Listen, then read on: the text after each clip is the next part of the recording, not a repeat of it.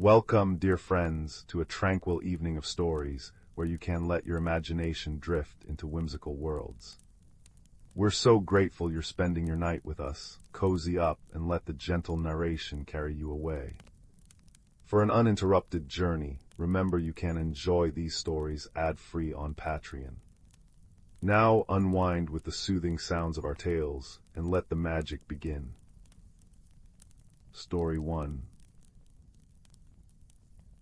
In the quiet corner of the cosmos, where the fabric of space grew soft and dreamy like well-worn velvet, there drifted a small space station known as the Starlight Haven. It was a place of gentle hums and soft glows, where beings from distant stars could meet without fear, and where the cold vacuum of space felt instead like a cozy blanket dotted with diamond-bright stars. It was here that two very different souls found one another. The first was a being from the crystalline world of Lyra, a place where the very mountains sang in harmonic frequencies, and the rivers flowed with liquid light. This traveler's name was Kaelen, and they moved with a soft rustling sound, like wind chimes in a summer breeze. Their body was formed of delicate, overlapping plates that shimmered with shifting colors, moods expressed not in words but in hues. When Kaelen was curious, their skin bloomed with soft lavender. When joyful, it shimmered in golds and corals. The other was from the deep forests of Viridia, a world where thoughts were felt, not spoken, and where empathy flowed as naturally as breath. This traveler was called Finn, a small being covered in soft moss-like fur that changed texture with emotion. When calm, it was smooth as silk. When excited, it bristled like fresh grass after rain. Finn communicated not in words or colors, but in gentle pulses of emotion, warm glows of feeling that could be sensed by those nearby. They met in the station's main observatory, a dome of clear crystal that offered a panoramic view of the swirling nebulae and distant suns. Kaelen was there to listen to the music of the spheres, the harmonic resonance of far-off planets, while Finn had come to feel the emotional echoes of starlight, the gentle warmth of suns too far to touch. At first, they simply observed one another from a distance. Kaelen glowed a cautious silver blue, while Finn's fur rippled with soft curiosity. They didn't know how to bridge the gap between color and feeling, between sound and silence. But the universe has a way of nudging kindred spirits together. One evening, as a particularly vibrant nebula bloomed outside the dome, a cascade of pinks and purples that reminded Kaelen of home, they let out a soft chime of delight. The sound was so pure, so full of wonder, that Finn felt it as a sudden surge of joy, warm and bright. Finn turned, and their fur smoothed into a contented wave of grain. They took a tentative step forward. Kaelen, noticing the shift, responded by glowing a gentle gold, an invitation. Thus began their silent conversation. Kaelen would chime a question in soft melodic tones, and Finn would answer with a wave of emotion, comfort, amusement, curiosity. They learned to understand one another through patience and attention. Kaelen discovered that a certain shade of blue-green meant Finn was thoughtful. Finn learned that a rising harmonic scale meant Kaelen was excited. But they longed for a place of their own, a sanctuary where they could share their worlds more fully. They found it in a forgotten sector of the station, a circular room with a cracked viewport long abandoned. With ingenuity and heart, they set to work. Kaelen used their innate connection to light and vibration to weave strands of captured starlight into glowing filaments, which they hung from the ceiling like luminous vines. Finn, drawing on the empathic memory of their forest home, nurtured small, bioluminescent spores they had carried from Viridia. They planted them in containers filled with nutrient-rich gel, and soon tiny, soft-glowing plants began to sprout, pulsing gently with inner light. Together, they created a garden of harmony and feeling. The air hummed with Kaelen's gentle frequencies, and the very walls seemed to breathe with Finn's emotional warmth. They called it the Glimmer Nook. It wasn't always smooth sailing, of course. There was the time Kaelen arranged the light vines in intricate, symmetrical patterns, believing balance to be the highest form of beauty. Finn, feeling that the arrangement was a little too rigid, tried to soften it by clustering the glowing plants in what they felt was a more natural, flowing way. Kaelen glowed a confused gray, Finn's fur prickled with frustration.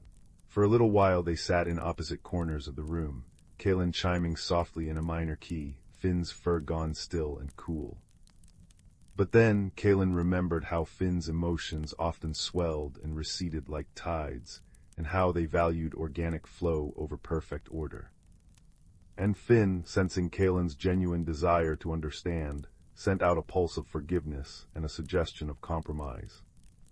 They ended up laughing, Kaelen with a merry, chiming ripple, Finn with a shiver of delighted fur, as they rearranged the garden together, this time with Kaelen's symmetry softened by Finn's gentle chaos. The result was more beautiful than anything they could have made alone. Another time, Finn brought what they thought was a wonderful gift, a spore pod that, when warmed, released a cloud of soothing emotion, a Viridian version of a comfort blanket. But the emotional wave was so strong and sudden that Kaelen, unprepared, flashed a startled crimson and let out a high, sharp note of alarm. Finn immediately stilled the pod, their fur drooping with regret. But again, kindness prevailed. Kaelen slowly shifted to a calming azure and chimed a gentle question. Finn sent back a feeling of apology, followed by an image of intent, comfort, not fright. They learned that day that even well-meant gifts could startle, and that patience was the truest language of all. Their deepest connection came during the quiet hours, when the station's hum was low and the stars outside burned steady and clear. They would sit together in the glimmer nook, Kaelen's light vines casting soft patterns on the walls, Finn's plants pulsing in time with their breathing. They didn't need to speak then, simply being together was enough. Kaelen would point a delicate limb toward a particular star, chiming a soft melody that told the story of its light, how long it had traveled, what harmonies it carried. Finn would listen not with ears but with heart and send back a wave of appreciation, a shared wonder at the vast, beautiful universe. In those moments, they understood each other perfectly. One evening, as a meteor shower danced across the viewport like diamonds scattered on velvet, Kaelen glowed a deep, contented indigo, a color they had not shown before. It was the shade of twilight on Lyra, of peace and deep connection. Finn felt it as a profound sense of belonging, a warmth that settled deep in their core. Their fur grew soft and smooth, and they let out a pulse of pure, happy gratitude. They had created more than a garden, they had created a home. A place where differences were not barriers but treasures. Where color and emotion, sound and silence could weave together into something new and beautiful. And as the stars continued their slow, gentle dance beyond the viewport, the two friends sat together in comfortable silence, wrapped in the universal language of kindness, a tongue that needs no translation, only an open heart. Story 2. In the quiet village of Willowbrook, nestled between whispering pines and a silver-threaded river, there existed a peculiar sort of magic, one that hummed in the cobblestone streets and lingered in the scent of rain-kissed earth. Each evening, as the great brass clock tower chimed 7 times, the villagers would light their lanterns, and the warm glow would dance in the mist like fallen stars. But one autumn night, something unusual happened. The stars above the village began to vanish. It started with the smallest constellations, the ones that children traced with their fingertips as they lay on woolen blankets in the meadow. The Little Dipper was the first to disappear, then the shimmering belt of the hunter. The villagers noticed at once, for the sky had grown noticeably darker, and the familiar patterns that guided travelers and dreamers alike had simply faded. Among those who noticed was a young girl named Lyra, who spent her evenings tending to her grandmother's garden of moon-blooming flowers. Lyra was a quiet child, with eyes the color of twilight and a heart that listened more than it spoke. She noticed things others overlooked, the way the dew settled on spiderwebs at dawn, or how the wind carried secrets from the distant mountains. That night, as she watered the luminous blossoms that glowed soft blue in the darkness, she saw that the flowers, too, were behaving strangely. Instead of their usual gentle radiance, they flickered uncertainly, as if confused. And when Lyra reached out to touch one, its petals shifted from blue to a faint, worried gray. "Something's not right," she murmured to herself, her breath forming little clouds in the cool air. The next morning, the village was abuzz with theories. Old Mr. Hemlock, the clockmaker, insisted it was the work of mischievous wind sprites. Miss Ivy, the librarian, whispered about an ancient rhyme she'd found in a dusty tome. When stars retreat from evening's hold, and silver petals lose their glow, seek the path where time grows old, and mind the way the river flows. Lyra, who often helped Miss Ivy shelve books, remembered the rhyme. It sounded like a clue, a gentle nudge from the past. That afternoon, as a soft rain began to fall, tapping rhythmically on the cobblestones and rustling the wind chimes hanging from every porch, Lyra decided to investigate. Her first thought was the river.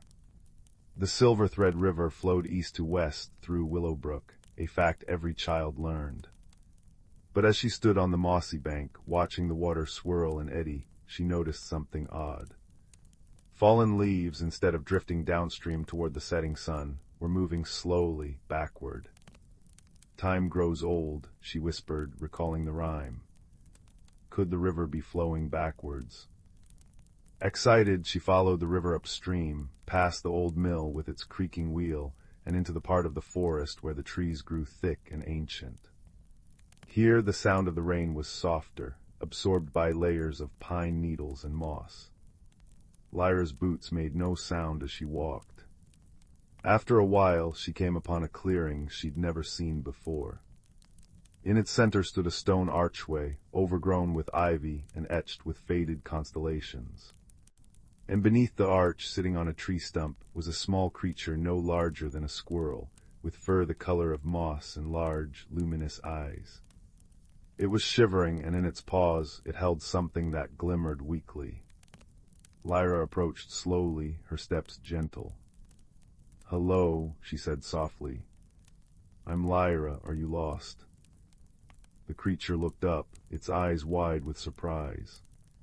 "I am not lost," it replied in a voice like rustling leaves. "But I am misplaced. I am a star tender. It is my duty to polish the stars each dusk so they shine brightly for your world. But I dropped my polishing cloth in the river, and without it the stars grow dim." Lyra knelt. "Is that what you're holding?" The star tender opened its paws. In them lay a small, dull star, one of the missing ones. It flickered faintly, like a candle struggling to stay lit. "Yes," the creature said sadly. "I've been trying to clean it with leaves and moonlight, but it's not enough. My cloth was woven from spider silk and starlight. It floated away when I was washing it in the river, the same river that suddenly changed direction and carried it off." So that explained the backward flow. Lyra thought back to the rhyme. "Mind the way the river flows." She had been so focused on the river's strange behavior that she hadn't considered what it might be carrying or hiding. "Where did the river take your cloth?" she asked. The star-tender pointed a tiny paw toward a hillside where an old, forgotten sundial stood half-sunk in the earth. "That way, but the sundial is broken. Time is tangled there. I dare not go alone." Lyra nodded. "I'll help you." Together, they made their way to the sundial. As they drew near, Lyra noticed that the rain around them seemed to fall in slow motion, and the shadows stretched longer than they should at that hour. Time was tangled here. On the ground near the sundial, half buried in wet leaves, lay a piece of fabric that shimmered with a soft, internal light. The polishing cloth. But as Lyra reached for it, the wind stirred and the cloth lifted, not carried by the breeze, but floating upward as if weightless. It settled gently in the branches of a nearby oak, just out of reach. For a moment, Lyra considered climbing the tree. But then she remembered the second part of the rhyme, seek the path where time grows old. Perhaps force wasn't the answer. She looked at the sundial again, its surface worn smooth by ages of weather. Moss grew over its numerals, but one number, 7, was clear. 7. The hour when the lanterns were lit. An idea came to her. What if the sundial wasn't broken? What if it was waiting? She turned to the star tender. Do you know the song of the evening lights, the one the villagers sing when they light the lanterns? The creature nodded. It is a song of thanks, for the stars, for the moon, for the gentle night. Sing it with me, Lyra said. And so, as the rain pattered softly around them, and the wind chimes in the distant village sang their crystalline chorus, Lyra and the star tender began to sing. Their voices were quiet but clear, weaving through the damp air like threads of gold. As they sang, something remarkable happened. The sundial's shadow began to move not with the sun, for the sky was overcast, but with the music. It shifted until it pointed directly at the oak tree where the cloth lay. And at that moment the cloth glowed brightly, lifted from the branch, and floated down into Lyra's waiting hands. The star-tender's eyes shone with gratitude. It took the cloth and gently polished the little star in its palms. At once the star gleamed brilliantly, then soared into the sky, taking its place once more in the constellation of the Little Dipper. One by one the star-tender collected the other missing stars from where they'd fallen, in bird nests, caught in treetops, even tucked in the pocket of a scarecrow in Mr. Hemlock's garden, and polished them back to brightness. With each restored star, the river's flow returned to normal, and the moon blossoms in Lyra's garden regained their steady blue glow. That evening, as the clock tower chimed 7, the villagers gathered in the square, their faces turned upward to the now complete tapestry of the night sky. They didn't know the full story, only that Lyra had solved the mystery with kindness and careful attention. Miss Ivy approached Lyra, a knowing smile on her face. You minded the way the river flowed, didn't you? Lyra simply nodded, her eyes on the stars.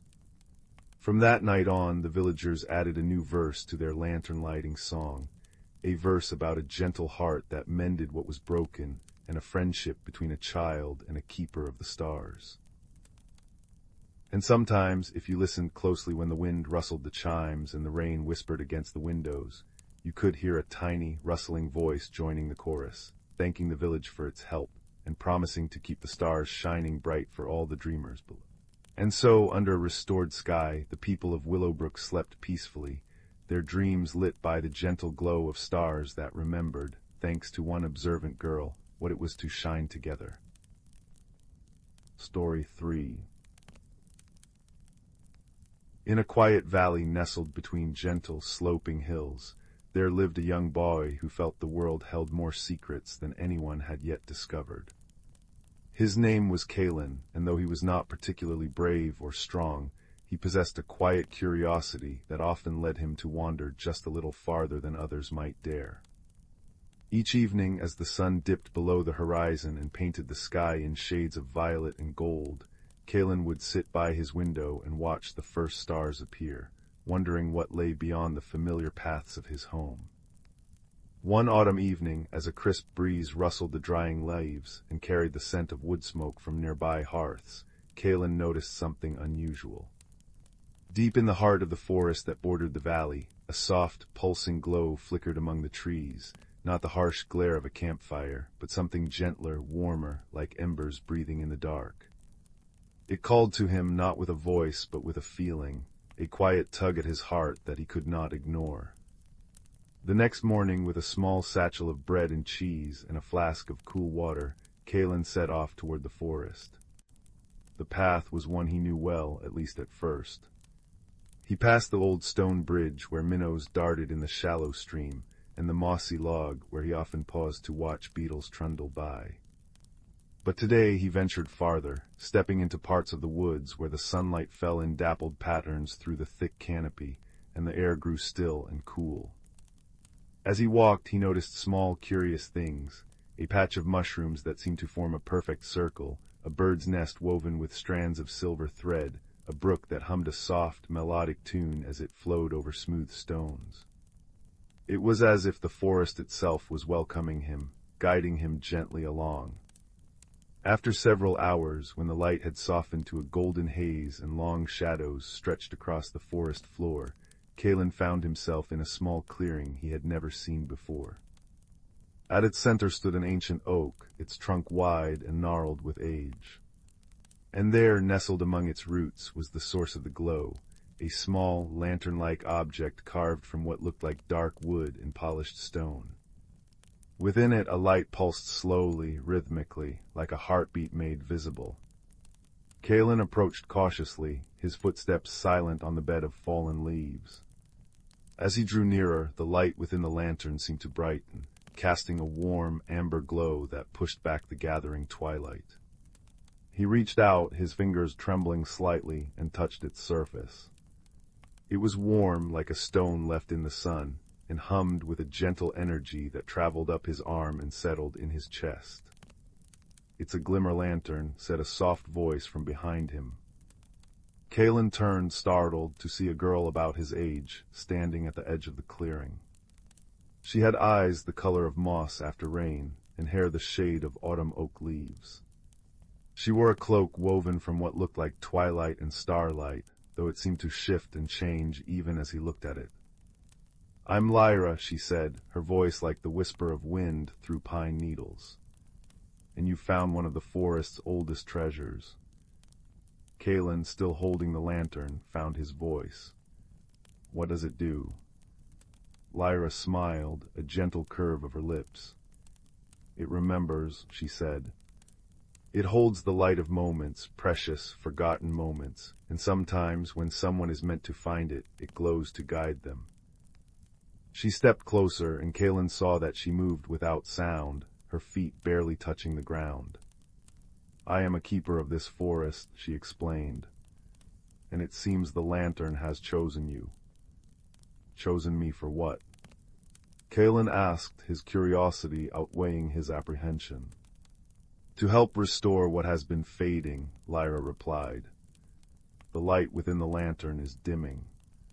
It needs to be rekindled by someone who understands the value of small, beautiful things, someone who notices what others overlook." And so began Kaelen's unexpected journey, not one of great danger or loud adventure, but of quiet discovery and gentle transformation. Lyra explained that the glimmer lantern drew its strength from moments of connection, kindness, and wonder.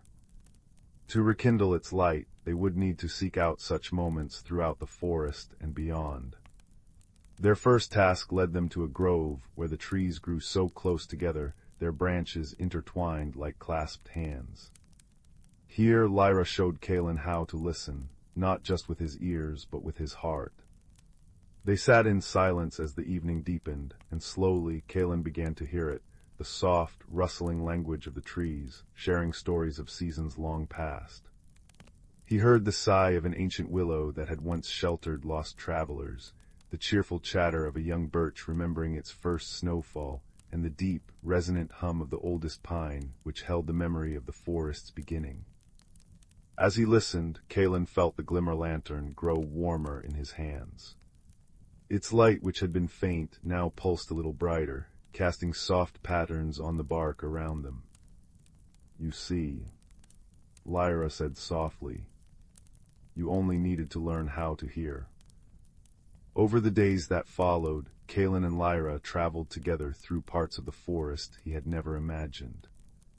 They followed hidden paths that only appeared when the moon was high, crossed streams that shimmered with reflected starlight, and rested in meadows where fireflies danced in intricate patterns, telling stories with their light. Along the way they encountered others who called the forest home, a badger with a fondness for riddles who offered them honey-sweet berries in exchange for a new puzzle, a family of foxes who taught them how to move with silence and grace, and an old owl who spoke in wise, measured tones about the balance of light and dark. With each encounter, Kaelen learned something new, about patience, about listening, about seeing the extraordinary in the ordinary. He discovered that the forest was not just a collection of trees and animals, but a living, breathing tapestry of stories and connections. And with each lesson, the lantern's glow grew steadier, warmer, its light now a constant companion in the deepening autumn nights. But there came an evening when the lantern's light began to flicker uncertainly. They had reached the heart of the forest, a place where the trees formed a natural cathedral, their branches arching high overhead like a vaulted ceiling. Here the air was still and reverent, and the usual sounds of the forest fell away into a profound silence. "What's wrong?" Kaelen asked, his voice barely a whisper. Lyra's expression was thoughtful. "The lantern reflects what is in your heart, Kaelen. It has grown brighter as you've learned to see and listen, but now it needs something more. It needs you to understand why you were chosen." Kaelen looked down at the lantern, its light wavering like a candle in a breeze. "I don't understand," he admitted. "I'm just me." "That is exactly why," Lyra said gently. "You came here not seeking glory or treasure, but because you wondered. You noticed the glow when others might have dismissed it as a trick of the light. You valued the small moments, the pattern of frost on a leaf, the sound of a distant stream, the way the light falls through the trees in the late afternoon." She placed a hand on his shoulder. "The lantern isn't just a magical object, it is a reminder that the world is full of hidden beauty, and that sometimes all it takes is someone willing to look for it." As she spoke, Kaelen felt something shift within him. He thought of all the times he had paused to watch a spider weave its web, or to listen to the rain tapping on the roof, or to feel the sun on his face after a long winter. He had always felt that these small moments mattered, though he could never quite explain why. Now, holding the lantern, he understood. These were not just passing moments, they were threads in the fabric of the world, connecting everything in a delicate, beautiful web. And by noticing them, by valuing them, he was helping to keep that web strong. As this realization settled in his heart, the lantern's light steadied, then grew, not in a sudden flash, but in a warm, swelling radiance that filled the clearing with a golden glow. It was as if all the moments of wonder and connection he had ever experienced were gathered together, shining out through the lantern's carved surface. Lyra smiled, her eyes shining with reflected light. "It is complete," she said. "The lantern is restored, and so I think are you." Kaelen looked at her, feeling a warmth that had nothing to do with the lantern. "What happens now?" "Now," Lyra said, "you return home, but you will carry this light with you, not in your hands, but in your heart. And whenever you feel the world is too dark or too loud, you can remember this place and the light you helped to rekindle."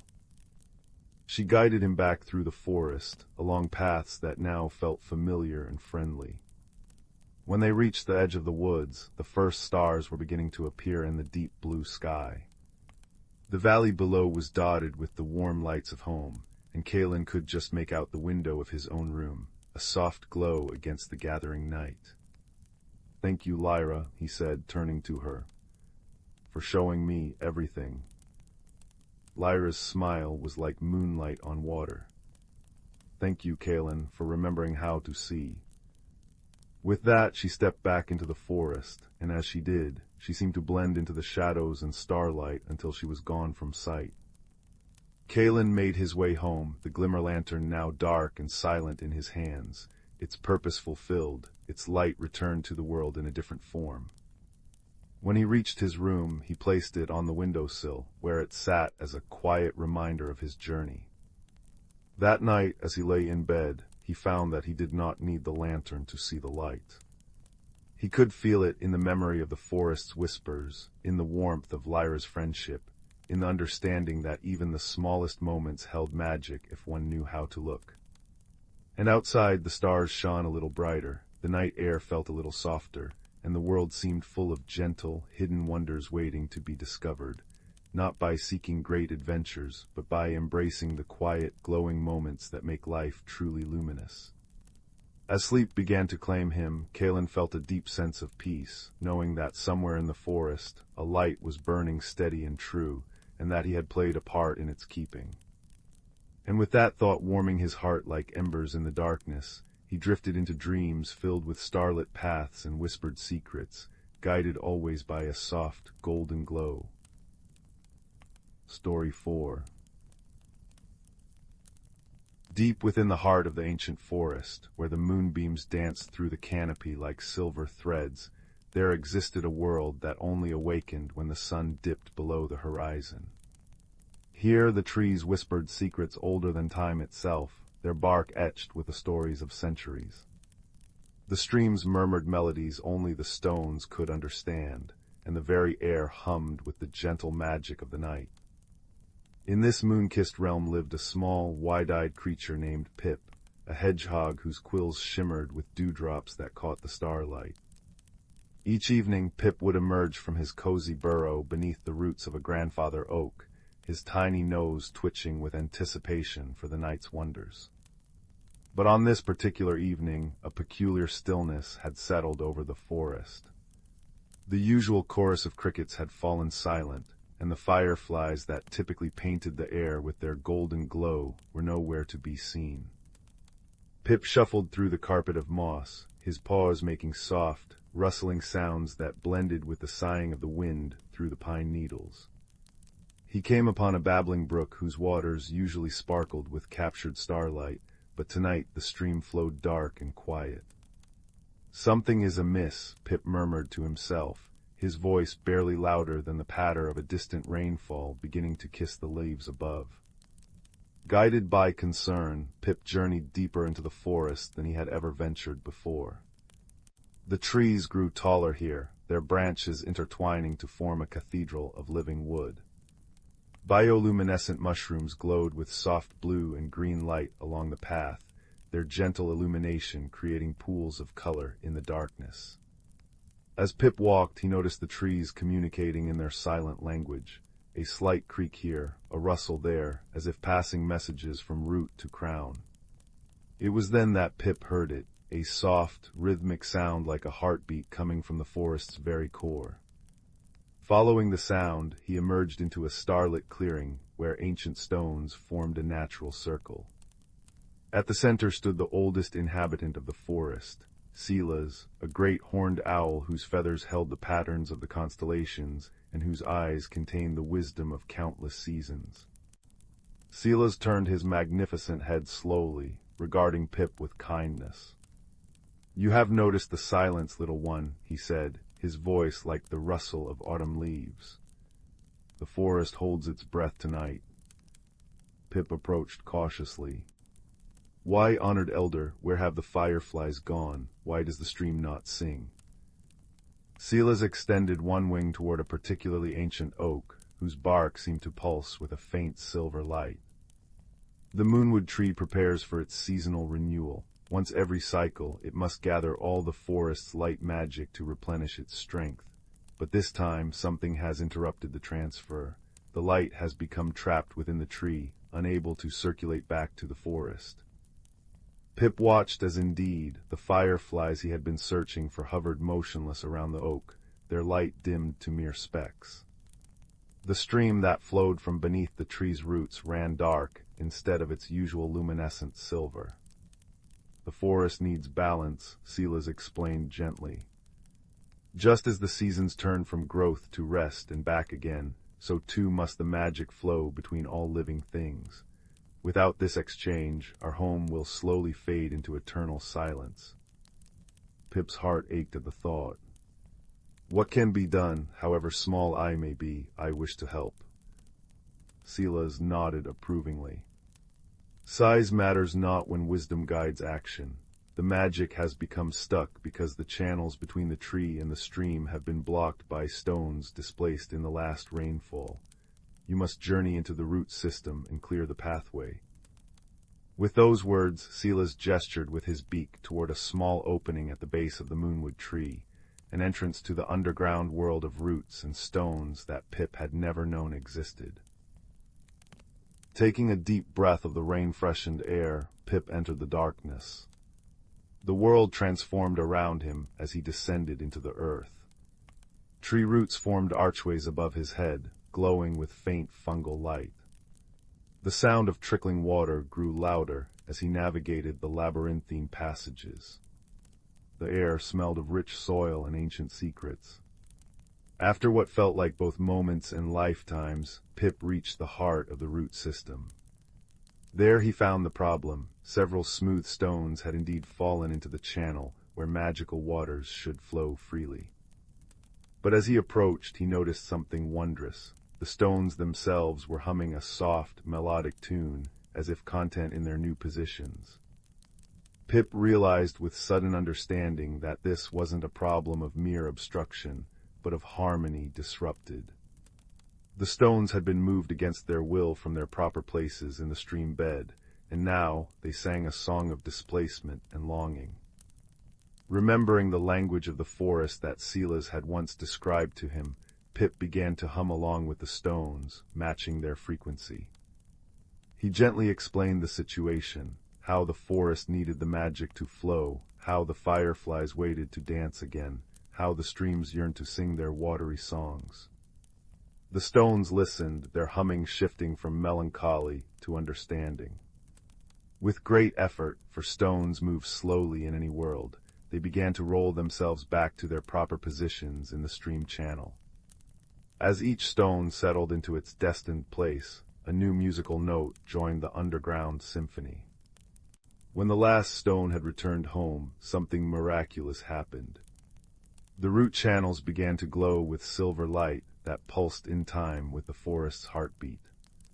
The magical waters started flowing freely again, carrying starlight and moonbeams through the underground passages. Pip emerged from the root system to find the clearing transformed.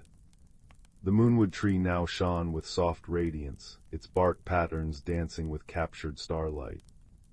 The fireflies had awakened and were beginning their luminous dance around the branches. Most beautiful of all, the stream now flowed with liquid moonlight, its gentle babbling returning to the musical language that all forest creatures understood. Silas nodded slowly, his eyes glowing with pride. "You have learned the forest's greatest lesson, little one, that true magic lies not in power but in understanding. Each element, stone, stream, tree, and creature, has its place and purpose. When we listen to one another, balance naturally follows." As if in agreement, the forest came alive with sound and light. The rainfall intensified slightly, creating a soothing patter on leaves that lulled into a natural rhythm. The wind whispered through the pines, adding its voice to the symphony. Fireflies traced patterns in the air like living constellations, while the stream sang its watery lullaby. Pip settled at the base of the moonwood tree, watching the magical exchange between all elements of the forest. He understood now that the cycles of rest and renewal were necessary, that sometimes darkness and silence were simply the forest gathering its strength for new wonders. Silas spread his great wings and took flight, circling once over the clearing before disappearing into the night. His parting words drifted down like feathers. "Remember this night, little guardian. The magic you helped restore will now sustain the forest through its season of renewal. When you hear the stream singing or see the fireflies dancing, know that you have become part of the ancient rhythm that keeps our world alive." As Pip made his way home, the forest seemed to acknowledge his presence differently. The moss felt softer beneath his paws, the moonlight warmer on his quills. The trees whispered their gratitude in creaks and rustles, and the stones hummed a contented tune as he passed. When he finally reached his burrow beneath the grandfather oak, the first hints of dawn were lightening the eastern sky. Pip curled into his nest of dried ferns and fallen leaves, listening to the forest's restored music, the gentle rainfall, the whispering trees, the babbling stream, and the distant hoot of an owl keeping watch over the rejuvenated world. As sleep claimed him, Pip understood that he had not just fixed a problem, but had become part of something eternal, the endless, beautiful cycle of giving and receiving that connected all living things in the ancient forest. And in that understanding, he found a peace deeper than any he had ever known, nestled safe in the knowledge that he belonged to this magical world, and it to him. Story 5. In the quiet village of Silverbrook, nestled in a valley where the moonlight pooled like liquid silver and the air always smelled of damp moss and baking bread, there lived a young girl with curious eyes and a heart that listened to the world. Each evening, as the great clock tower chimed 7 times, she would sit by her window and watch the stars appear one by one, like tiny lanterns being lit by some unseen hand. But one autumn night, as the wind chimes outside her cottage sang a soft, tinkling melody, she noticed something peculiar. The constellation of the silver swan, which usually graced the northern sky, was missing entirely. The next morning, the village buzzed with whispers. Old maps were unfurled on oak tables, and elders squinted at the sky as if the stars might simply be hiding behind the clouds. But the clouds were few, and the sky was a clear, endless blue. That afternoon, as the girl walked through the meadow where color-changing luma blossoms grew, flowers that shifted from blue to violet with the sun's journey, she noticed something else odd. The petals, which should have been deepening into twilight purple, were instead fading to a pale, silvery white, as if drained of their magic. That evening the clock tower chimed, but instead of its familiar 7 solemn bongs, it rang 8 times, backwards, starting from 8 and counting down to 1. A hush fell over Silverbrook. No one could explain it, though many tried. The baker insisted it was the work of mischievous forest sprites. The librarian murmured about ancient spells buried in forgotten nursery rhymes. But the girl with the curious eyes simply listened, her heart open to the mystery. She decided to seek answers the following day. With a small satchel of honey cakes and a thermos of chamomile tea, she ventured into the whispering woods, where the trees leaned close together as if sharing secrets. The air here was alive with the sound of gentle rain pattering on leaves, though the sun still shone brightly overhead, another oddity in a growing list of peculiar happenings. As she walked, she hummed an old nursery rhyme her grandmother had taught her. When the clock counts the hour in reverse, and the stars leave the sky, seek the nest of the silver verse, where the moonbeams learn to fly. She had always thought it nothing more than a whimsical verse, but now it felt like a clue. Following the rhyme's guidance, she made her way to the Moonbeam Glen, a small clearing where the ground shimmered as if dusted with starlight. There she found not a nest, but a small, anxious owl with feathers the color of twilight. One of its wings was tangled in a thorny vine, and it looked at her with wide, frightened eyes. "Oh, you poor thing," she whispered, her voice as soft as the rain around them. She approached slowly, not with haste, but with gentle intention.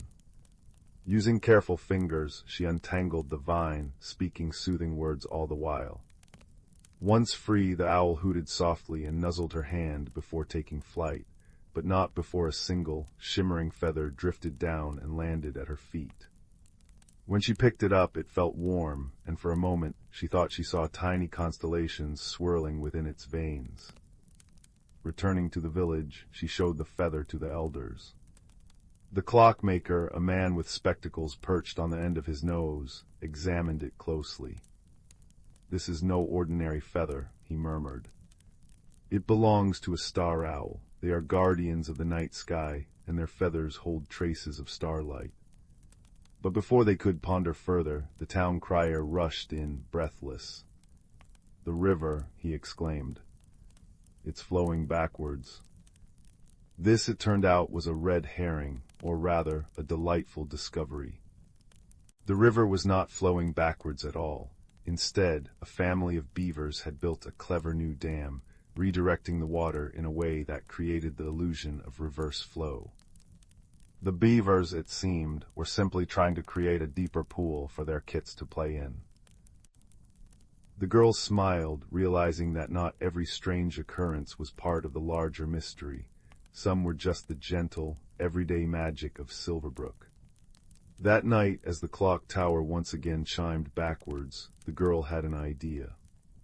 She remembered an old map tucked away in the library, one that showed not just the geography of Silverbrook, but the patterns of the stars above it. Unrolling it under the glow of a lantern, she noticed that the map had tiny, almost invisible holes pricked into the parchment, markings that aligned with the constellations. And there, near the Moonbeam Glen, was a cluster of holes shaped like a feather.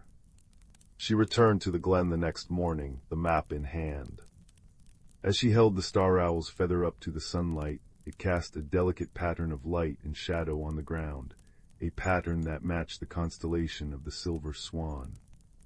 Suddenly, she understood. The star owl was not missing. It was injured and unable to take its place in the sky.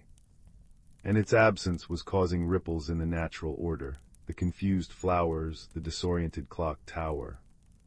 With the help of the village, she gathered luma blossom petals, which held traces of starlight themselves, and woven them into a gentle net. That evening, as the first stars began to twinkle, they placed the net near the owl's favorite perch. Slowly the star owl descended, its wing now healed, and settled onto the soft, glowing net. As it did, the petals shimmered and rose, carrying the owl gently into the sky.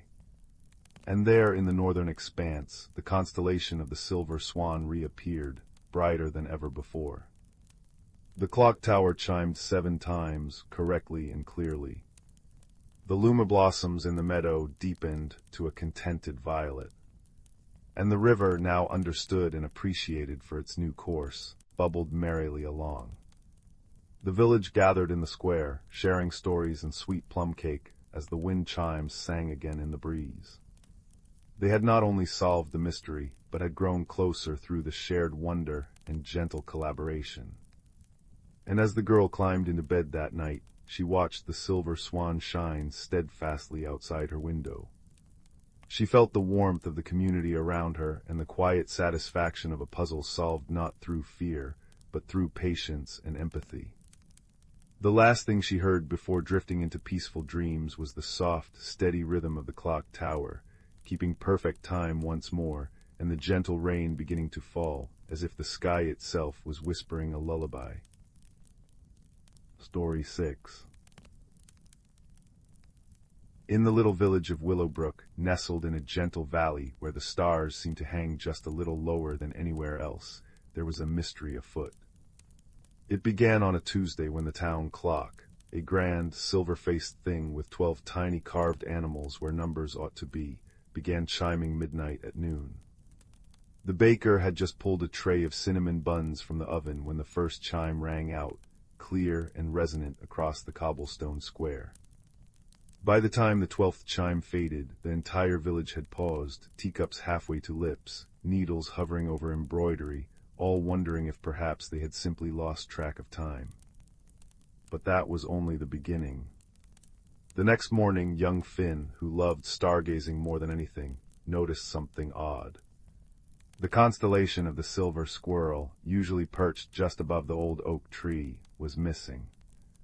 Not a single star remained where it ought to have been.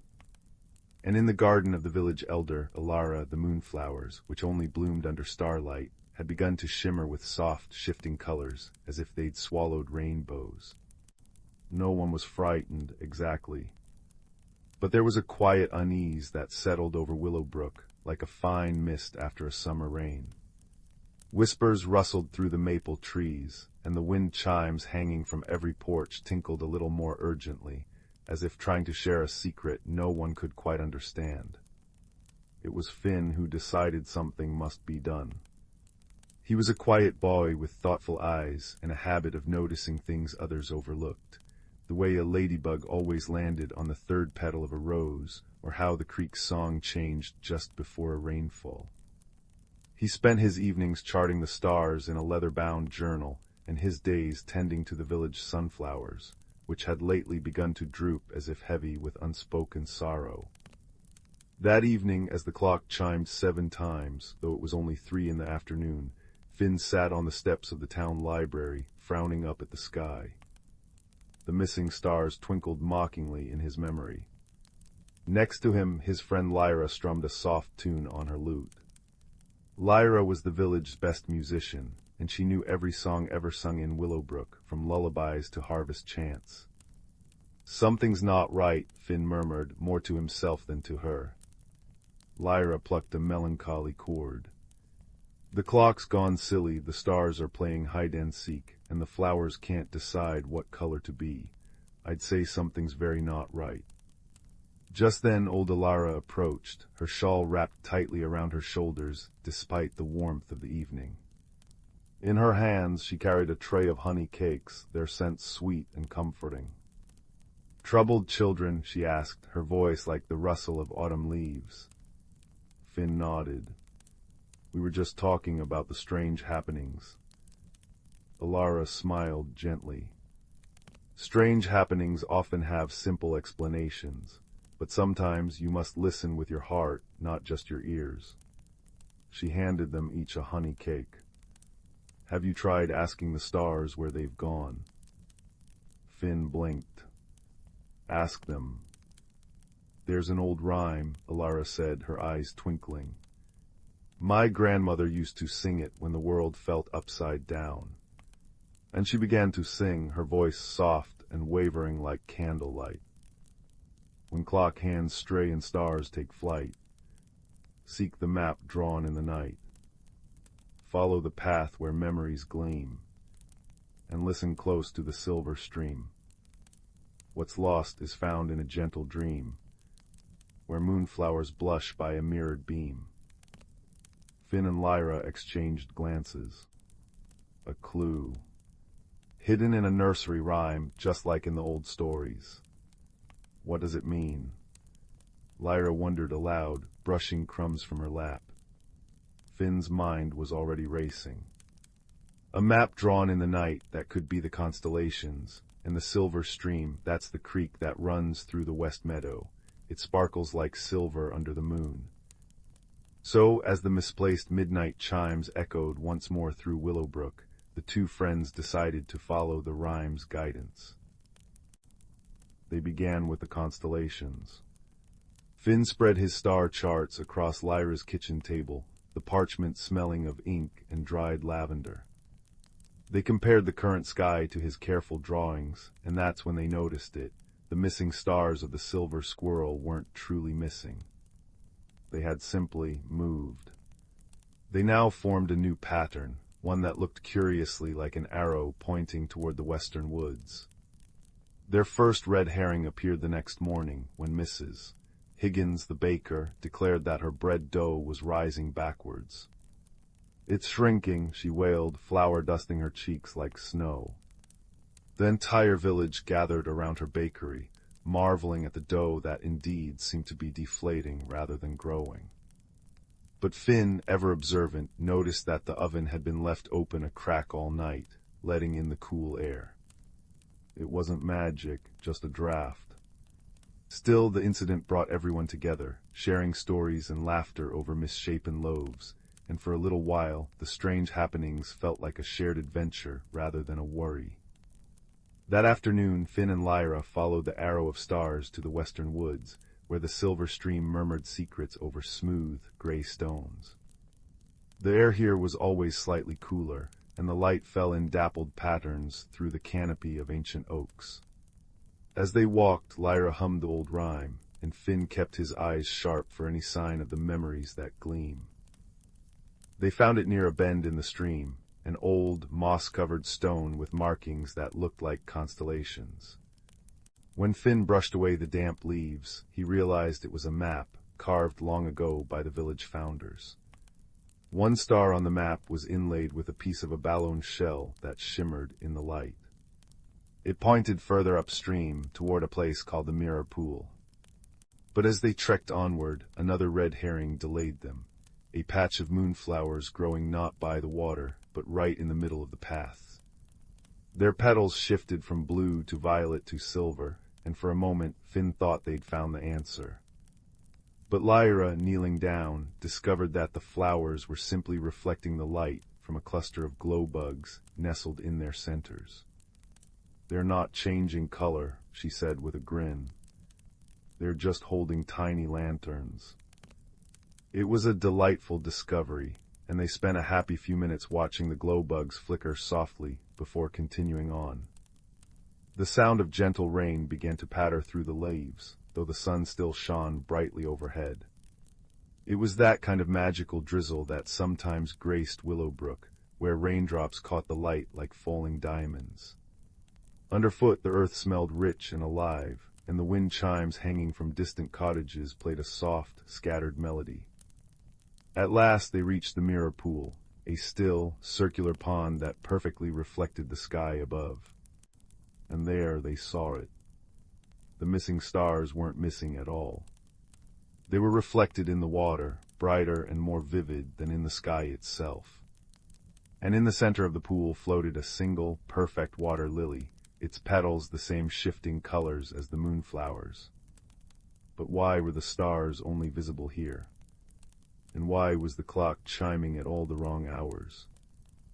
It was then that Finn noticed something else. Around the edge of the pool, half hidden by ferns, were tiny, perfectly placed mirrors, some no larger than his thumbnail, all angled to catch the starlight and reflect it into the water.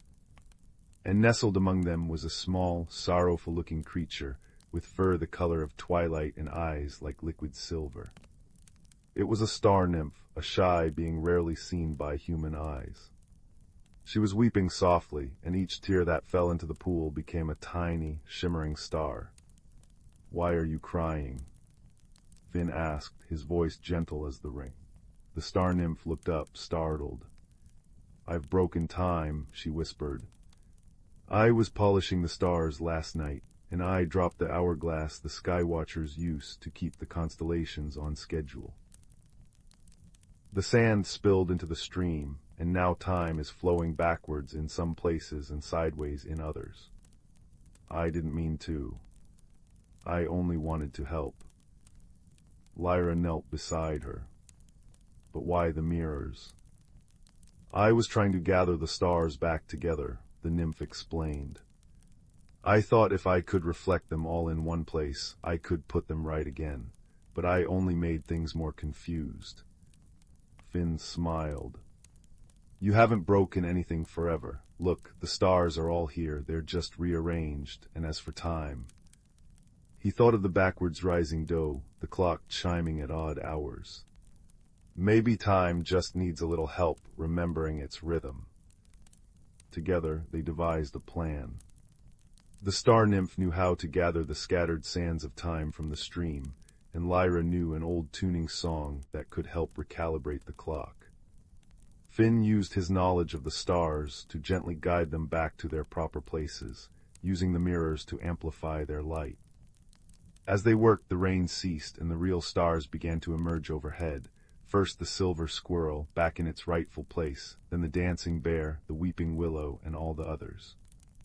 The moonflowers by the pool settled into a soft, steady silver, and the distant clock gave a hopeful chime. Word spread through Willowbrook that the mystery was solved, and one by one the villagers came to the mirror pool, carrying lanterns and blankets and curiosity. They didn't scold the star nymph for her mistake. Instead, they thanked her for caring so much about the stars. Mrs. Higgins brought bread that was now rising properly, and Alara brought a pot of tea that steamed gently in the cool evening air. And as the true midnight approached, the clock in the square chimed 12 times, each chime clear and correct. The village breathed a collective sigh of contentment. Lyra played her lute, and everyone sang the old rhyme again, this time as a song of celebration rather than a puzzle. The star nymph, no longer crying, offered to teach the villagers how to care for the stars, how to polish them on clear nights, and how to listen to their gentle humming. And Finn, who had solved the mystery not through magic, but through patience and empathy, was asked to become the village's official stargazer. That night, as Willowbrook slept, the wind chimes sang a little sweeter, the stream murmured a little clearer, and the stars shone a little brighter, knowing they were loved. And in every dream there was a silver path leading to a pool where time stood still just long enough to remember what really mattered: kindness, friendship, and the simple joy of coming together under a sky full of wonders. And so, wrapped in the quiet comfort of resolution, the village drifted into peaceful sleep, where clocks always chimed on time and flowers knew exactly what color to be. Story 7. In the heart of the world, where the moon poured its silver milk upon the earth, there lay an ancient forest untouched by time. Here the trees stood as sentinels of memory, their bark etched with the stories of centuries, and their leaves whispered secrets to those who knew how to listen. The air hummed with a quiet magic, a melody woven from the soft rustle of ferns, the distant hush of a waterfall, and the gentle creak of boughs swaying in the night wind. On such a night, when the moon hung full and heavy like a luminous pearl, a small hedgehog named Bramble found herself unable to sleep. Her burrow, though cozy and lined with dried lavender, felt too still, too silent. A restlessness had settled in her bones, a longing for something she could not name. And so, wrapped in a cloak of curiosity, she ventured out into the forest. The world outside was alive in ways the daylight never revealed. Fireflies drifted like wandering stars, casting pools of golden light upon velvety moss. Patches of glow-in-the-dark mushrooms clustered at the bases of trees, their soft blue radiance guiding her path. Above, the constellations seemed to lean closer, as if eager to be part of the forest's nightly symphony. Bramble soon came upon a babbling brook, its water dark and shimmering with reflected starlight. As she knelt to drink, she heard it, not just the water's gentle chatter, but something more. A language. The stream seemed to murmur in soft, rhythmic tones, like a mother soothing a fretful child. Rest, little one, rest. All things find their pace in time. Fascinated, Bramble followed the stream deeper into the wood, where the trees grew taller and closer together. Their leaves rustled not just with the wind, but with meaning. One ancient oak, its trunk wide enough to shelter 3 badgers, seemed to sigh with a voice like shifting earth. Change is coming, it whispered. The season turns. It was then that a shadow detached itself from the high branches, a great horned owl, her feathers the color of twilight and wisdom. She landed soundlessly on a low-hanging limb, her eyes 2 pools of calm understanding. "You are listening," the owl said, her voice a soft, resonant tone that felt like velvet against the ears. "Not everyone hears the forest speak." Bramble nodded, her small snout quivering with awe. "I hear the water and the trees, but I don't understand what they say." The owl blinked slowly. "Understanding comes with patience. The forest speaks in feelings, not words. The brook speaks of flow and release. The stones remember. The wind carries stories from distant lands." She tilted her head. "You seek something, little one." "I feel restless," Bramble admitted, "as if I'm missing something important." The owl spread her wings gently. "Come, there's a place you should see." She led Bramble to a starlit clearing where the grass was silvered with dew, and the air smelled of rain-soaked earth and night-blooming jasmine. In the center stood a circle of ancient stones, draped in emerald moss and ivy.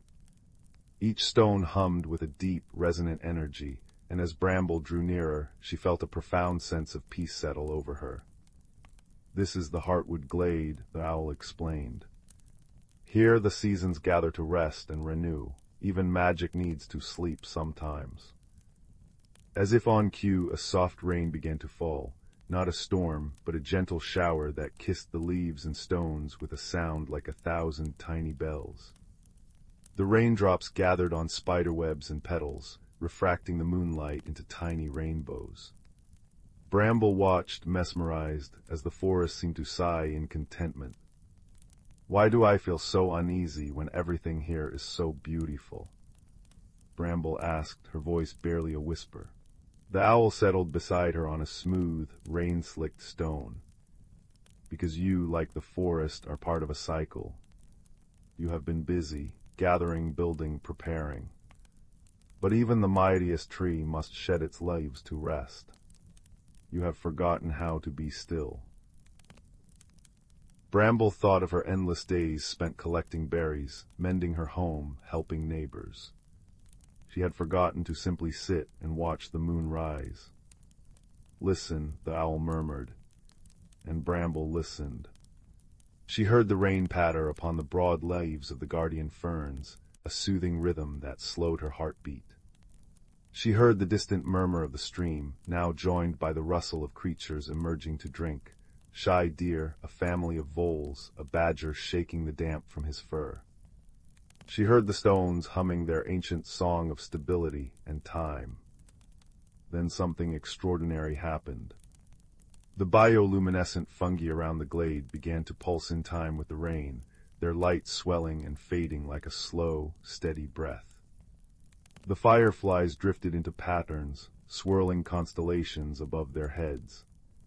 The very air seemed to shimmer. "The forest is renewing itself," the owl said softly. "It knows that after activity must come rest, after summer autumn, after autumn winter's sleep, and then rebirth." Bramble understood then. Her restlessness was not a flaw, it was a reminder. A nudge from the world around her to embrace the natural rhythm of doing and being, of giving and receiving, of striving and resting. She curled into a soft bed of moss near the stones, the owl keeping watch nearby. The rain eased into a drizzle, then ceased, leaving the world washed clean and glittering. The trees dripped diamonds onto the forest floor, each drop a tiny note in nature's lullaby. "Thank you," Bramble whispered to the owl. The wise bird inclined her head. "The forest thanks you too for listening. Remember, you are never alone. The stones, the streams, the wind, they are always speaking. You need only slow down to hear them." With that, the owl took flight, her wings beating a soft rhythm that faded into the sounds of the night. Bramble lay there, watching the moon journey across the sky. She felt the deep, thrumming energy of the earth beneath her, steady and eternal. She heard the trees whispering their gentle truths, the brook singing its watery song, the stones humming their ancient tune. And for the first time in a long time, she felt not restless, but rooted. Not anxious, but accepted. She closed her eyes, breathing in the scent of damp earth and night blooms. And as she drifted into a peaceful sleep there in the heartwood glade, she dreamed of seasons turning, of leaves falling and new buds forming, of quiet moments and joyful gatherings, all part of the same beautiful, endless cycle. And the forest watched over her, as it had watched over all creatures since the beginning of time, whispering its timeless lullaby of rest and renewal beneath the gentle light of the moon. Story 8. In the quiet valley of Everwood, nestled between whispering pines and silver birch trees, there stood a village where time itself seemed to breathe in harmony with the world. Here the days were marked not only by the sun's journey, but by the gentle chimes of the old clock tower that stood at the village square, its face carved with constellations that glowed softly at night. And every evening as dusk settled, the villagers would look up to see the Starlight Weaver, a kind, gentle soul who tended the celestial lights, climb the winding stairs to the tower to set the stars alight in the sky. But one autumn evening, as the clock struck 7 and the first notes of the tower's melody drifted through the crisp air, something peculiar happened. The stars, instead of blooming one by one as they always did, remained dim. A hush fell over Everwood. The children, who had been chasing fireflies by the creek, paused and tilted their heads upward. The elders on their porches set down their mugs of spiced tea and frowned. Even the nightingales ceased their song. The Starlight Weaver, whose name was Finn, stood at the top of the clock tower, his kindly face creased with worry. He had performed the same ritual for years, turning the great star key, humming the old tune his grandmother had taught him, tracing the patterns on the celestial map. But tonight the stars refused to answer. The next morning the village awoke to whispers. Not only were the stars missing, but the flowers in Lyra, the gardener's plot, had begun to change color overnight. Blue roses had turned silver, sun-gold marigolds now shone like moonlight, and the crimson poppies glimmered with a soft, pearlescent sheen. And stranger still, old Mr. Higgins, the town clockmaker, swore that his pendulum clocks were ticking backward. The village was abuzz with theories. Some said it was the work of the shadow fox, a mythical creature from children's tales. Others whispered about a forgotten spell or a displeased wind spirit. But Finn, who knew the stars like the lines on his own palms, felt in his heart that the answer lay not in fear, but in careful observation. That afternoon, as a soft rain began to fall, pattering gently on the thatched roofs and leaves, Finn decided to visit the village archives, a cozy nook tucked behind the library, filled with scrolls, maps, and books of lore. The archivist, a woman named Cora with spectacles perched on her nose and a perpetually ink-stained apron, welcomed him warmly. "Trouble with the stars, Finn?" she asked, already pulling out a large, weathered book. "I had a feeling you might come." Together they pored over charts of the night sky and records of past celestial events. But it was an old nursery rhyme, scribbled in the margin of a star map, that caught Finn's eye. "When silver petals take the light, and clocks forget to tell the night, seek the heart where memories sleep, where guardian stars their silence keep." Finn's eyes lit up. Silver petals, that must be Lyra's flowers, and the clocks, Mr. Higgins's clocks ticking backward.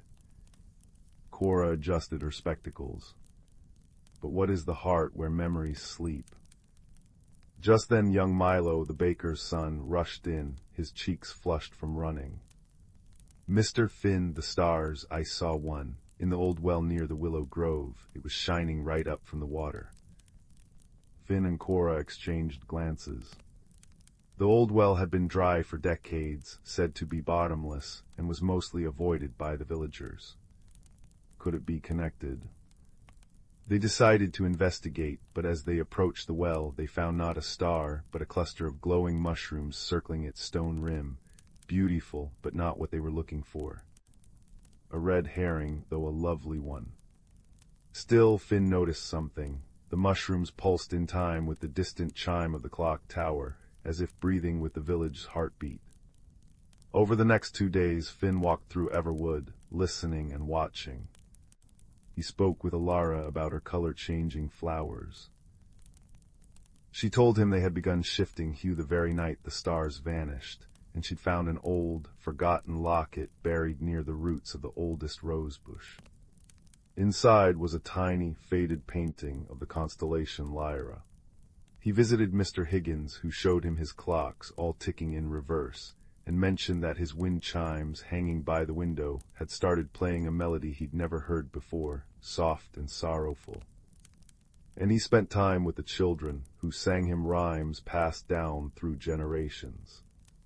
One little girl, tapping her foot in rhythm with the falling rain, recited, "Follow the tune the chimes compose, to where the silent river flows. Beneath the roots of the elder tree, a sleeping truth will set you free."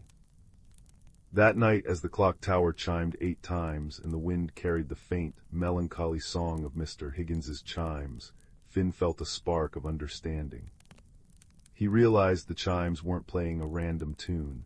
They were mirroring the pattern of the stars on the clock tower's face. With Cora's help, he compared the sequence of the chimes to the star map in the archives.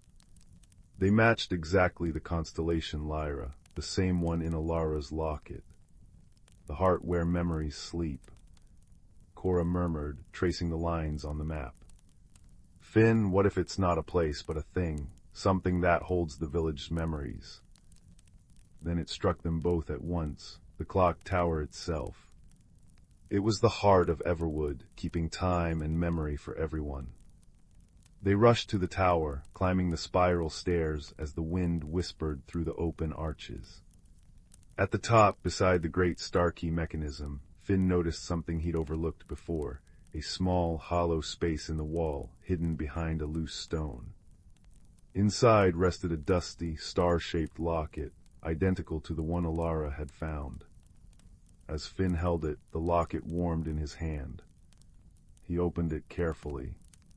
Inside was not a picture, but a tiny, glowing seed, a fragment of the first star ever lit over Everwood. He understood then. The lockets were keepsakes made long ago by the first Starlight Weaver and her beloved, a gardener who had planted the very flowers that now changed color. They had promised to protect the memory of the stars, always. But over time, the lockets had been lost or forgotten, and without their connection, the stars had dimmed. That evening, Finn gathered the villagers at the clock tower. Lyra brought her locket, and Finn placed the two together. As they met, a soft light spread from them, flowing up through the mechanism of the tower and into the sky. One by one, the stars flickered to life above, brighter and more beautiful than ever. Mr. Higgins's clocks began ticking forward again, and the wind chimes now played a joyful, familiar tune. Lyra's flowers shimmered under the starlight, no longer shifting color but glowing with a steady, gentle radiance. And as the community stood together, looking up at the restored sky, they felt a warmth spread among them, a renewed sense of connection, not just to the stars, but to each other and to the stories that bound them. From that night on, the villagers took turns helping Finn light the stars, singing the old rhymes as they worked. They began sharing stories and memories, rediscovering the magic in their everyday lives. And the clock tower chimed on, its melody now intertwined with laughter and the soft patter of rain, a reminder that even the smallest observation, the gentlest empathy, could light up the world. And so, under a canopy of kindly stars, the village of Everwood drifted into a peaceful, dream-filled sleep, wrapped in the comfort of togetherness and the gentle rhythm of a world restored. Story 9. In a quiet valley tucked between the shoulders of ancient, sleeping mountains, there lived a young woodcarver named Rowan. His cottage stood at the edge of a whispering pine forest, its stone chimney almost always breathing a soft, gray plume into the sky. Rowan was a quiet soul, his hands more comfortable with the grain of wood than with the words of people. He spent his days carving small animals and useful things, spoons, bowls, and little trinkets that held the warmth of his careful touch. But of late, a strange restlessness had settled in Rowan's heart. It was a quiet ache, a feeling that something was missing, though his life was simple and good. Each evening, as he sat by his own crackling hearth, he would look into the flames and feel a longing he could not name, a pull towards something just beyond the edge of his understanding. One autumn evening, as the sun dipped below the tree-teens and painted the sky in shades of violet and gold, Rowan decided to walk deeper into the forest than he ever had before. The air was crisp, carrying the scent of pine and decaying leaves, a smell that spoke of endings and hidden beginnings. He carried with him a small lantern, its light a warm, bobbing companion in the growing dusk. As he walked, the world seemed to soften and change around him. The familiar path gave way to less trodden ground, where ferns curled like sleeping creatures and moss clung to stones in velvety blankets. It was there, beneath the gnarled roots of an oak so old, it seemed to hold the memory of the world in its bark, that Rowan saw it. A soft, pulsing glow, the color of hearth embers, emanated from a hollow in the tree's trunk. Curiosity, gentle but persistent, drew him nearer. He knelt, setting his lantern aside, and reached into the hollow. His fingers brushed against something smooth and warm, like a stone left in the sun. He drew it out. It was a small, oval object, no larger than his thumb. It looked like a polished river stone, but it held within it a deep, inner light that pulsed rhythmically, like a sleeping heart. As he held it in his palm, a sense of profound calm washed over him. The restlessness in his own heart quieted, soothed by the gentle thrum of the stone. He knew with a certainty that felt older than the oak itself, that this was no ordinary thing. He called it a glow ember. For a long time, Rowan simply sat there, cradling the glow ember in his hand. Its light was not bright or harsh, but a soft, rosy gold that made the shadows dance in friendly patterns. The forest, which had moments before felt vast and unknowable, now felt like a comfortable room. He decided to take it home, a secret treasure to keep by his hearth. But as he stood to leave, a sound gave him pause. It was a soft, melodic chirping, filled with a note of distress. It came from further within the forest, in a direction he rarely ventured. Holding the glow ember before him, its light now seeming to push back the darkness with a will of its own, Rowan followed the sound. The trees grew closer together, their branches weaving a canopy that hid the emerging stars. The glow ember's light became his guide, casting a path of warm light at his feet. The chirping grew louder, more frantic. Finally, he pushed aside a curtain of hanging ivy and stepped into a small clearing. There, trapped in a thicket of brambles, was a small fox. But it was unlike any fox Rowan had ever seen. Its fur was not red or gray, but a deep, dusky silver, and its eyes, wide with fear, shone with their own faint, amber light. It was struggling against the thorns, each movement only tightening their grip. "Hush now, little one," Rowan said, his voice a soft murmur. "I won't harm you." He approached slowly, holding out his empty hand to show he meant no ill intent. The fox stilled, watching him with intelligent, wary eyes. Rowan set the glow ember carefully on a nearby stump, where its light pooled around them like liquid gold. Then, with the patience his woodcarving had taught him, he began to carefully work the brambles apart, his fingers deftly avoiding the sharp thorns. It took time. The night deepened around them, the only sounds the rustle of leaves, Rowan's soft breathing, and the occasional whimper from the fox. But finally, with a last gentle tug, the fox was free. It scrambled back, shaking its silver coat, and then turned to look at Rowan. The fear in its eyes had been replaced by a deep, thoughtful curiosity. It did not run away. Instead, it took a tentative step forward, then another, until it stood before the stump where the glow ember rested. It nudged the stone with its nose, then looked up at Rowan and chirped again, but this time the sound was different, a questioning, grateful trip. Rowan smiled. "You're welcome," he said softly. The fox sat down, curling its brush-like tail around its paws, and seemed to settle in as if it had always belonged there. Rowan retrieved the glow ember and sat on the mossy ground, leaning against the stump. The fox crept closer until it was nestled against his side, a warm, silvery weight. Together they sat in the quiet clearing, illuminated by the gentle pulse of the magical stone. Rowan's earlier loneliness felt like a distant memory. He must have dozed off, for when he opened his eyes, the first pale light of dawn was filtering through the trees. The fox was gone, but nestled in the moss where it had been lying was a single, perfect feather, the color of moonlight. Picking it up, Rowan felt a strange connection, a thread of friendship that stretched out into the sleeping forest. He placed the feather carefully in his pocket beside the glow ember and began the walk home, his heart feeling lighter than it had in seasons. This became the beginning of a new ritual. Each evening, Rowan would venture into the forest with his glow ember. And each evening, the silver fox would find him. They did not speak in words, but in a language of shared silence, gentle nudges, and the comfortable understanding that exists between true friends.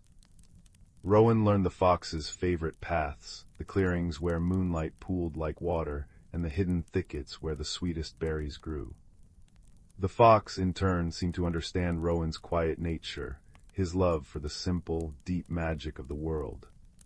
One night, as a full moon hung heavy and silver in the sky, the fox led him on a different path. It was a trail Rowan had never noticed, hidden behind a waterfall that cascaded down a mossy rock face with a sound like endless, gentle applause. The fox slipped behind the water, and Rowan, holding the glow ember high, followed. On the other side was not more forest, but a cavern. The air within was warm and hummed with a soft, resonant energy. And the cavern was not dark. The walls, the ceiling, the very floor were studded with thousands of glow embers, all pulsing in a slow, harmonious rhythm. Their combined light was a breathtaking warm gold that illuminated wonders Rowan could never have imagined. Flowers made of crystalline light, pools of water that shimmered with captured starlight, and fungi that glowed with soft, bioluminescent patterns. This was the Emberhold, a hidden world nestled in the heart of the mountain. The silver fox chirped proudly and trotted ahead, its fur reflecting the magnificent light. It was here that Rowan met the others. They were creatures of gentle magic, a badger with fur like polished jet and eyes that held the wisdom of deep earth, a family of rabbits whose ears twitched to the rhythm of the glowing stones, and an old owl who perched on a crystalline outcrop, its feathers the color of aged parchment. They were not startled by his presence. They looked at him and at the glow ember in his hand, and nodded in quiet welcome. They had been expecting him. The owl, who the fox indicated was the elder of this place, spoke not with words, but with images that bloomed in Rowan's mind. He saw the history of the Emberhold, how the glow embers were the heart light of the mountain itself, stones of comfort and connection that nurtured all life in the forest. He saw that they were fading. The great rhythm of their light was slowing, their warmth dimming. The world outside was forgetting the old, quiet magics, and the Emberhold was slowly falling into a slumber from which it might not wake. The fox nuzzled his hand, the one that held his own glow ember. The image in his mind changed. He saw that his stone was a keystone, one of the first and brightest. Its rediscovery had been a sign of hope. But one stone was not enough. The harmony of the Emberhold depended on a song that needed to be played on the heartstone, the very first ember, which had gone silent long ago. A gentle mystery unfolded before him. The heartstone was not lost, but sleeping somewhere within the vast caverns of the Emberhold. It needed to be found, and its song needed to be reawakened by a heart that understood both stillness and connection. The creatures of the Emberhold, for all their magic, were bound to this place and could not wake it. They needed a bridge, a friend from the world outside. Rowan felt the weight of the task settle on him, not as a burden, but as a purpose. The restlessness he had felt by his hearth had been a calling, a pull toward this moment. He looked at his friends, the silver fox, the wise badger, the gentle rabbits, the ancient owl, and he nodded. He would help. The following days and nights were a time of quiet seeking. Rowan explored the beautiful, sprawling caverns of the Emberhold with his companions. The fox was his constant guide, its cheerful chirps echoing in the vast spaces. They discovered rooms where the glow embers pulsed in different colors, creating symphonies of light. They found libraries of glowing lichen that told stories in patterns of light and shadow. They rested by the star pools, eating sweet, glowing berries that tasted of moonlight and peace. Yet the heartstone remained elusive. Rowan began to understand that it would not be found by frantic searching. It would be found by listening. So he began to sit in silence in different parts of the cavern, holding his own keystone, feeling its pulse and trying to feel for an echo, a deeper song hidden beneath the beautiful harmony. During one of these moments of deep quiet, sitting in a small grove of light blossoms, he felt a tug, a faint, discordant thrum that was out of sync with the rest of the Emberhold. It was a note of deep loneliness. He opened his eyes and saw the silver fox watching him, its head cocked. It had felt it too. They followed the feeling, a thread of sorrow woven into the song of light. It led them down a narrow passage they had passed many times before, thinking it a dead end. But this time, urged by the faint pulse of wrongness, Rowan pressed his hand against the wall. To his surprise, it shimmered and became insubstantial, like a curtain of mist. On the other side was a tiny, secluded chamber. And in its center, on a pedestal of pure crystal, sat the heartstone. It was larger than the others, and its light was not a warm gold, but a dull, weary gray. It pulsed slowly, painfully out of rhythm with the vibrant life of the Emberhold. It was surrounded by a palpable aura of deep sleep and profound isolation. Rowan approached it slowly, his own keystone glowing brightly in his hand, beating in a quick, anxious rhythm. He understood now. The heartstone wasn't broken, it was lonely.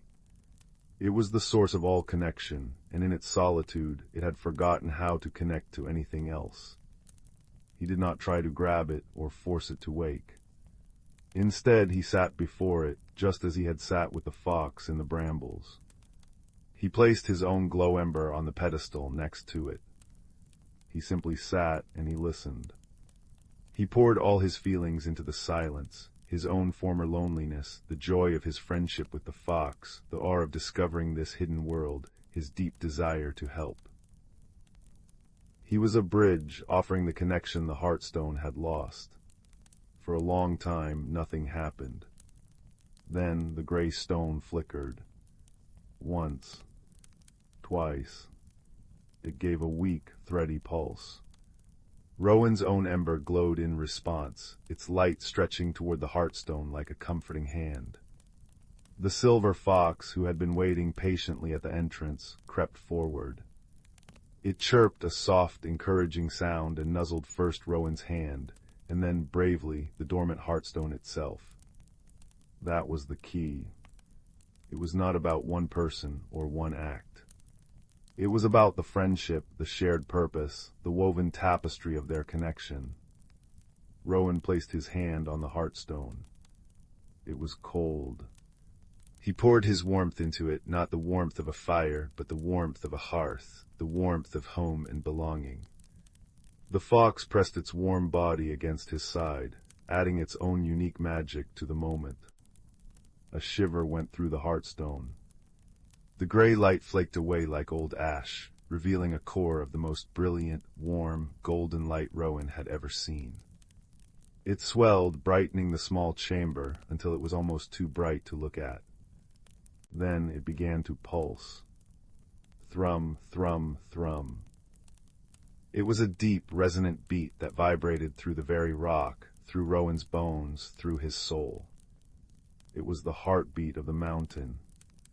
The sound was picked up by his own keystone, which pulsed in perfect time. Then, from beyond the chamber, they heard it, a wave of light and sound as every glow ember in the emberholt synchronized with the rediscovered rhythm. The song returned, richer, deeper, and more beautiful than before. The harmony was restored. The transformation was immediate. The light in the caverns grew warmer, brighter. The crystalline flowers bloomed larger, the star pools shimmered with new intensity, and the very air hummed with joy and vitality. The hidden world was awake, fully and completely. Rowan and the fox made their way back to the main cavern. The creatures of the emberholt were waiting, their faces filled with a joy so profound it needed no words. The old owl dipped its head in a gesture of deep gratitude, and the images that filled Rowan's mind were of thanks, of renewal, and of an everlasting welcome. He would always be a friend of the emberholt. He spent a little while longer with them, basking in the restored warmth and the happy chirps of his fox friend. But as the first hint of dawn approached, he knew it was time to return to his own world. His task was complete. The fox led him back to the waterfall. At the edge of the hidden world it stopped and chirped, its eyes glowing with affection.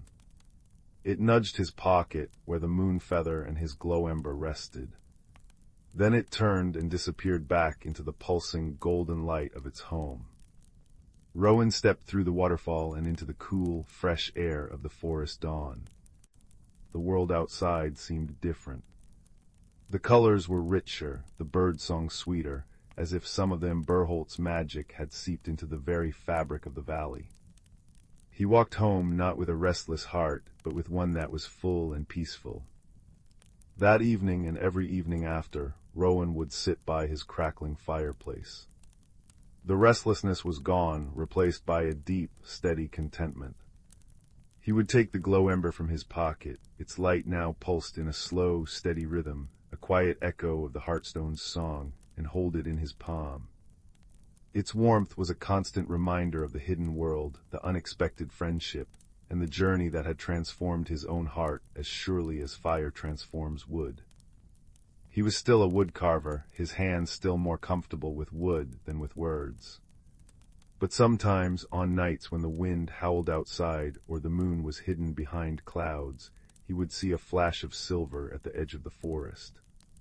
And he would smile, knowing his friend was watching over him, a warm, silent promise in the darkness. And so, by the warmth of his hearth, with the gentle pulse of the glow ember in his hand, and the memory of golden light in his heart, Rowan found a peace that was deep and true. His story was one of quiet growth, of a heart learning to beat in time with the hidden magic of the world, and it was a story that burned steady and true, a gentle light in the vast, beautiful darkness, guiding all who heard it toward restful dreams. Story 10. Deep within the heart of the world, where the moon poured its silver milk upon the earth, there lay an ancient forest untouched by time.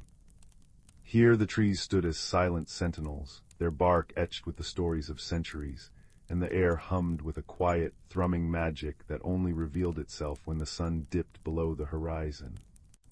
This was the realm of moonlight and whispers, where every stone, every stream, and every leaf had a voice if one knew how to listen. On this particular night, when the moon hung full and heavy like a luminous pearl in the velvet sky, a young fox with fur the color of autumn leaves sat at the edge of a starlit clearing. His name was Rowan, and though he was clever and curious, a restless feeling had settled in his heart, a quiet unease that the world was moving in rhythms he could not quite understand. All around him, the forest was coming alive with its nightly symphony. The leaves rustled softly, speaking in their secret language of sighs and murmurs, telling tales of the day's warmth and the coming chill of autumn. The stream nearby babbled over smooth, mossy stones, its voice a constant, soothing chatter that wove through the stillness. And if one listened very closely, they might hear the stones themselves humming a low, grounding melody, the oldest song in the forest. Rowan watched as tiny points of light began to blink into existence among the ferns and fallen logs. Fireflies like living stars drifted lazily through the air, while clusters of bioluminescent mushrooms glowed with a soft, ethereal blue, casting gentle halos upon the dark earth. The entire clearing was soon awash in a dreamlike radiance, as if the very ground had swallowed fragments of the Milky Way. But Rowan's thoughts were elsewhere. Lately he had noticed the days growing shorter, the air crisper, and the once vibrant canopy beginning to blush with shades of gold and crimson. Change was coming, a great turning of the wheel, and it filled him with a sense of uncertainty. What would become of the fireflies when the frost arrived? Where would the frogs and crickets go when their songs were silenced? Would the forest itself fall into a slumber from which it might never awaken? It was then that a voice, soft and weathered like ancient parchment, spoke from above. "You seem troubled, little one." Rowan looked up into the gnarled branches of the great oak, where a magnificent owl sat perched. Her feathers were the color of twilight, speckled with silver like starlight, and her eyes held the depth and stillness of a forest pool. This was Sylvana, the eldest and wisest of the nocturnal guardians. She had watched over the woods for more seasons than even the oldest tree could remember. "I am," Rowan admitted, his voice barely a whisper. "I don't understand the changes happening around us. Everything feels like it's fading." Sylvana inclined her head, her gaze kind and knowing. "Come," she said gently. "Walk with me. There is much the forest wishes to show you tonight." And so Rowan followed as Sylvana glided silently from her perch and led him deeper into the woods. Their path was lit by the gentle glow of foxfire and the dappled silver of moonlight filtering through the canopy. The air was cool and carried the scent of damp earth, pine, and the sweet decay of fallen leaves, a fragrance that spoke of endings and beginnings all at once. As they walked, Sylvana began to speak, her voice blending seamlessly with the sounds of the night. Every being in this forest understands the language of cycles, she explained. The trees do not fear the shedding of their leaves. They know it is but a season of rest, a time to gather strength for the renewal to come. To illustrate her point, she guided Rowan to a particularly ancient willow whose branches swept the ground like a curtain of silver. Place your paw upon her trunk, Sylvana instructed. Rowan did as he was told, and to his astonishment, he felt a gentle thrumming, a vibration that traveled up his leg and settled in his heart. It was a feeling of deep peace, of patient waiting. The tree was not sleeping, she was dreaming. Dreaming of spring, of tender green shoots and warm rains, of birds returning to nest in her boughs. You see, Sylvana murmured, even in stillness there is purpose. They continued on, their footsteps muffled by a carpet of moss so thick and soft it felt like walking on clouds. Soon the sound of gently falling water joined the night's chorus. They had reached the Moonfall Springs, a series of small cascades that trickled down moss-covered stones into crystal-clear pools. The water shimmered with reflected starlight, and each droplet that fell seemed to chime like a tiny bell. Listen to the water, Sylvana urged. It does not cling to the stone it flows over. It moves, it changes, it adapts, yet it remains essential, life-giving. It teaches us that to hold on too tightly is to miss the beauty of what lies ahead. Rowan dipped his nose into the cool water and drank. It tasted of minerals and moonlight, and for a moment he felt a clarity wash over him.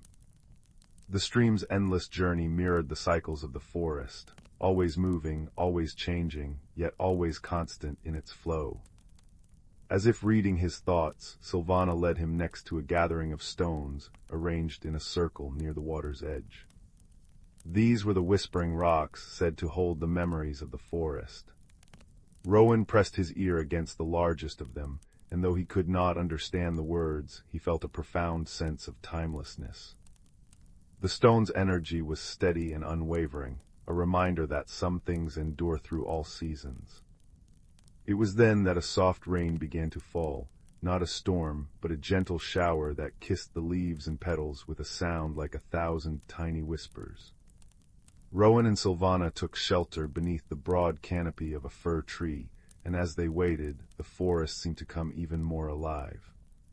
The rain pattered rhythmically on the leaves above, a natural lullaby that soothed the soul. The wind joined in, weaving through the branches and adding its own hushed melody. Even the rain has its role to play, Sylvana said softly. It washes away the old, nourishes the roots, and prepares the earth for what is to come. Without the rain, there would be no new growth. Without the cold, no appreciation for warmth. Without silence, no understanding of song. Rowan watched as the raindrops caught the light of the glowing mushrooms, creating tiny, fleeting rainbows in the air. He realized that the unease he had felt was not fear of change itself, but a resistance to it, a desire for things to remain as they were, forever suspended in the perfection of summer. "How do I learn to embrace the turning?" he asked, his voice filled with newfound wonder. Sylvana's eyes gleamed. "By remembering that you, too, are part of this great cycle. Your rest is as important as your activity. Your quiet moments are as valuable as your adventures. The forest does not fight the seasons, it dances with them." As if on cue, the rain ceased, and the clouds parted to reveal the moon once more, brighter than ever. The entire forest seemed to sparkle. Every leaf, every blade of grass, every stone glistened with droplets that refracted the moonlight into countless tiny prisms. Sylvana led Rowan back to the starlit clearing where they had begun. The bioluminescent wonders shone even brighter after the rain, and the air was fresher, sweeter. Fireflies drifted around them like living embers, tracing patterns of light in the darkness. "Look," Sylvana said, nodding toward the eastern horizon, where the first faint hints of dawn were beginning to blush the sky. "The night must give way to day, just as summer must yield to autumn, but the magic does not disappear, it merely changes form." Rowan understood now. the forest was not fading, it was transforming, preparing. And in that preparation lay a different kind of beauty, one of quiet reflection, of inward growth, of patient waiting. He curled up at the base of the great oak, feeling the tree's steady, dreaming presence against his back. Sylvana perched above him, her feathers ruffling slightly in the morning breeze. "Rest now, little one," she whispered. "And when you wake, remember that you carry the wisdom of the night within you. You are part of the endless, beautiful cycle, always changing, always eternal." As Rowan drifted into a peaceful sleep, the first birds of morning began to sing their gentle greetings, blending with the fading whispers of the night. The stream continued its cheerful babble, the stones hummed their ancient tune, and the leaves rustled softly overhead, sharing stories of the moon-drenched hours. And in his dreams, Rowan saw the forest through all its seasons, vibrant in spring, lush in summer, fiery in autumn, and silent in winter, each phase beautiful, each necessary, each a verse in the great, unending song of life. He knew then that he would never fear change again, for he had learned the forest's deepest secret, that in every ending lies a beginning, in every letting go, a new holding, and in every quiet moment, the promise of magic yet to come. Story 11. Deep within the heart of the world, cradled between the shoulders of sleeping mountains, lay the ancient forest of Elderglow. Here time moved to a different rhythm, one measured not by the harsh glare of the sun, but by the gentle caress of the moon and the slow, patient turning of the seasons. The air itself was a tapestry woven with the scent of damp earth, pine resin, and the sweet, decaying perfume of fallen leaves. It was a place of whispers, where magic was not a spectacle, but a fundamental truth, as real as the roots delving deep into the soil. On this particular night, under a sky dusted with a million diamond stars, a soft tension hummed in the air. The forest knew a change was coming. The vibrant, energetic magic of summer, which made fireflies dance in frantic, joyful constellations and the streams sing boisterous songs, was beginning to wane. A deeper, quieter magic was stirring, the magic of autumn, of release and preparation for the long sleep of winter. In a small burrow nestled between the gnarled roots of a grandfather oak, a young fox kit named Corwin felt this shift. He was usually a creature of playful bounds and curious sniffs, but tonight, a strange restlessness kept him from his den. The world outside his cozy home seemed louder in its silence. The rustle of each leaf, the distant hush of the wind through the highest pine boughs, the almost imperceptible gurgle of the nearby brook, they all spoke with a new urgency. Driven by a pull he didn't understand, Corwin crept out into the clearing. The moonlight painted everything in silver and shadow. Moss-covered stones glowed with a soft, internal light, and the dewdrops on spiderwebs became tiny, suspended lanterns. It was beautiful, but the unease in his heart remained. He trotted to the edge of the whispering stream, its waters dark and speckled with reflected starlight. He dipped his nose to the water, and the stream spoke to him not in words, but in feeling. A cool, flowing sensation of melancholy, a gentle sorrow for the passing of the warm days. "Let go," the water seemed to murmur. "It is time to let go." But Corwin didn't want to let go. He loved the bustling life of summer. He whined softly, a small sound lost in the vastness of the night. A deep, resonant voice, smooth as polished stone and old as the hills, spoke from above. "The stream speaks wisely, little one, but its message is only one verse in a much longer song." Corwin looked up. Perched on a low, thick branch of the ancient sentinel pine was the great horned owl. His feathers were the color of bark and shadow, and his eyes held the profound, patient knowledge of countless cycles. He was not a ruler of the forest, but its memory and its guide. "I don't understand the song," Corwin admitted, his voice small. "Everything feels sad, the air is colder, the light is leaving." The owl blinked slowly. "Come walk with me, the forest has many teachers tonight." With a silent beat of his powerful wings, the owl glided from his branch and landed softly on a path carpeted with fallen needles. Corwin followed, his paws making no sound. They walked, and as they did, the owl began to point out the world with a gentle talon. "Listen," he said, and they paused. A soft rain began to fall, not a storm, but a misty drizzle. Pit-pat on the broad leaves of the guardian ferns. Drip drop from the pine needles to the spongy earth below. It was a sound that soaked into the soul, a natural lullaby that promised nourishment and rest.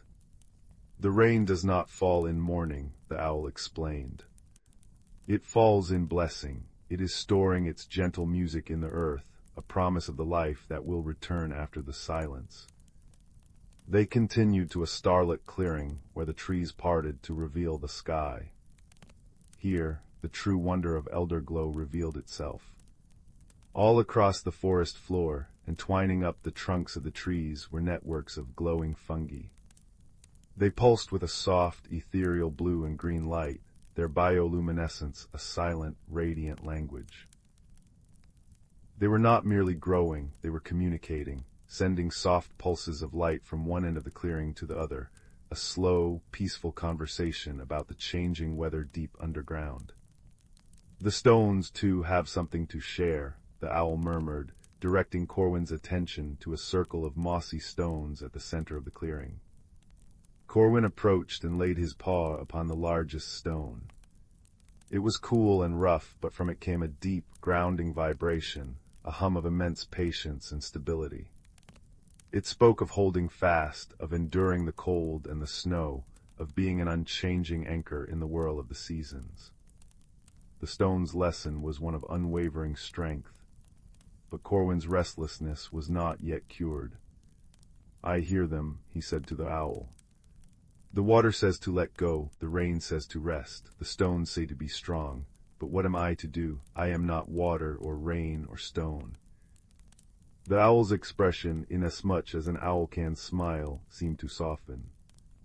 "Ah, that is the heart of it. You are a creature of the in-between, of the dusk and the dawn.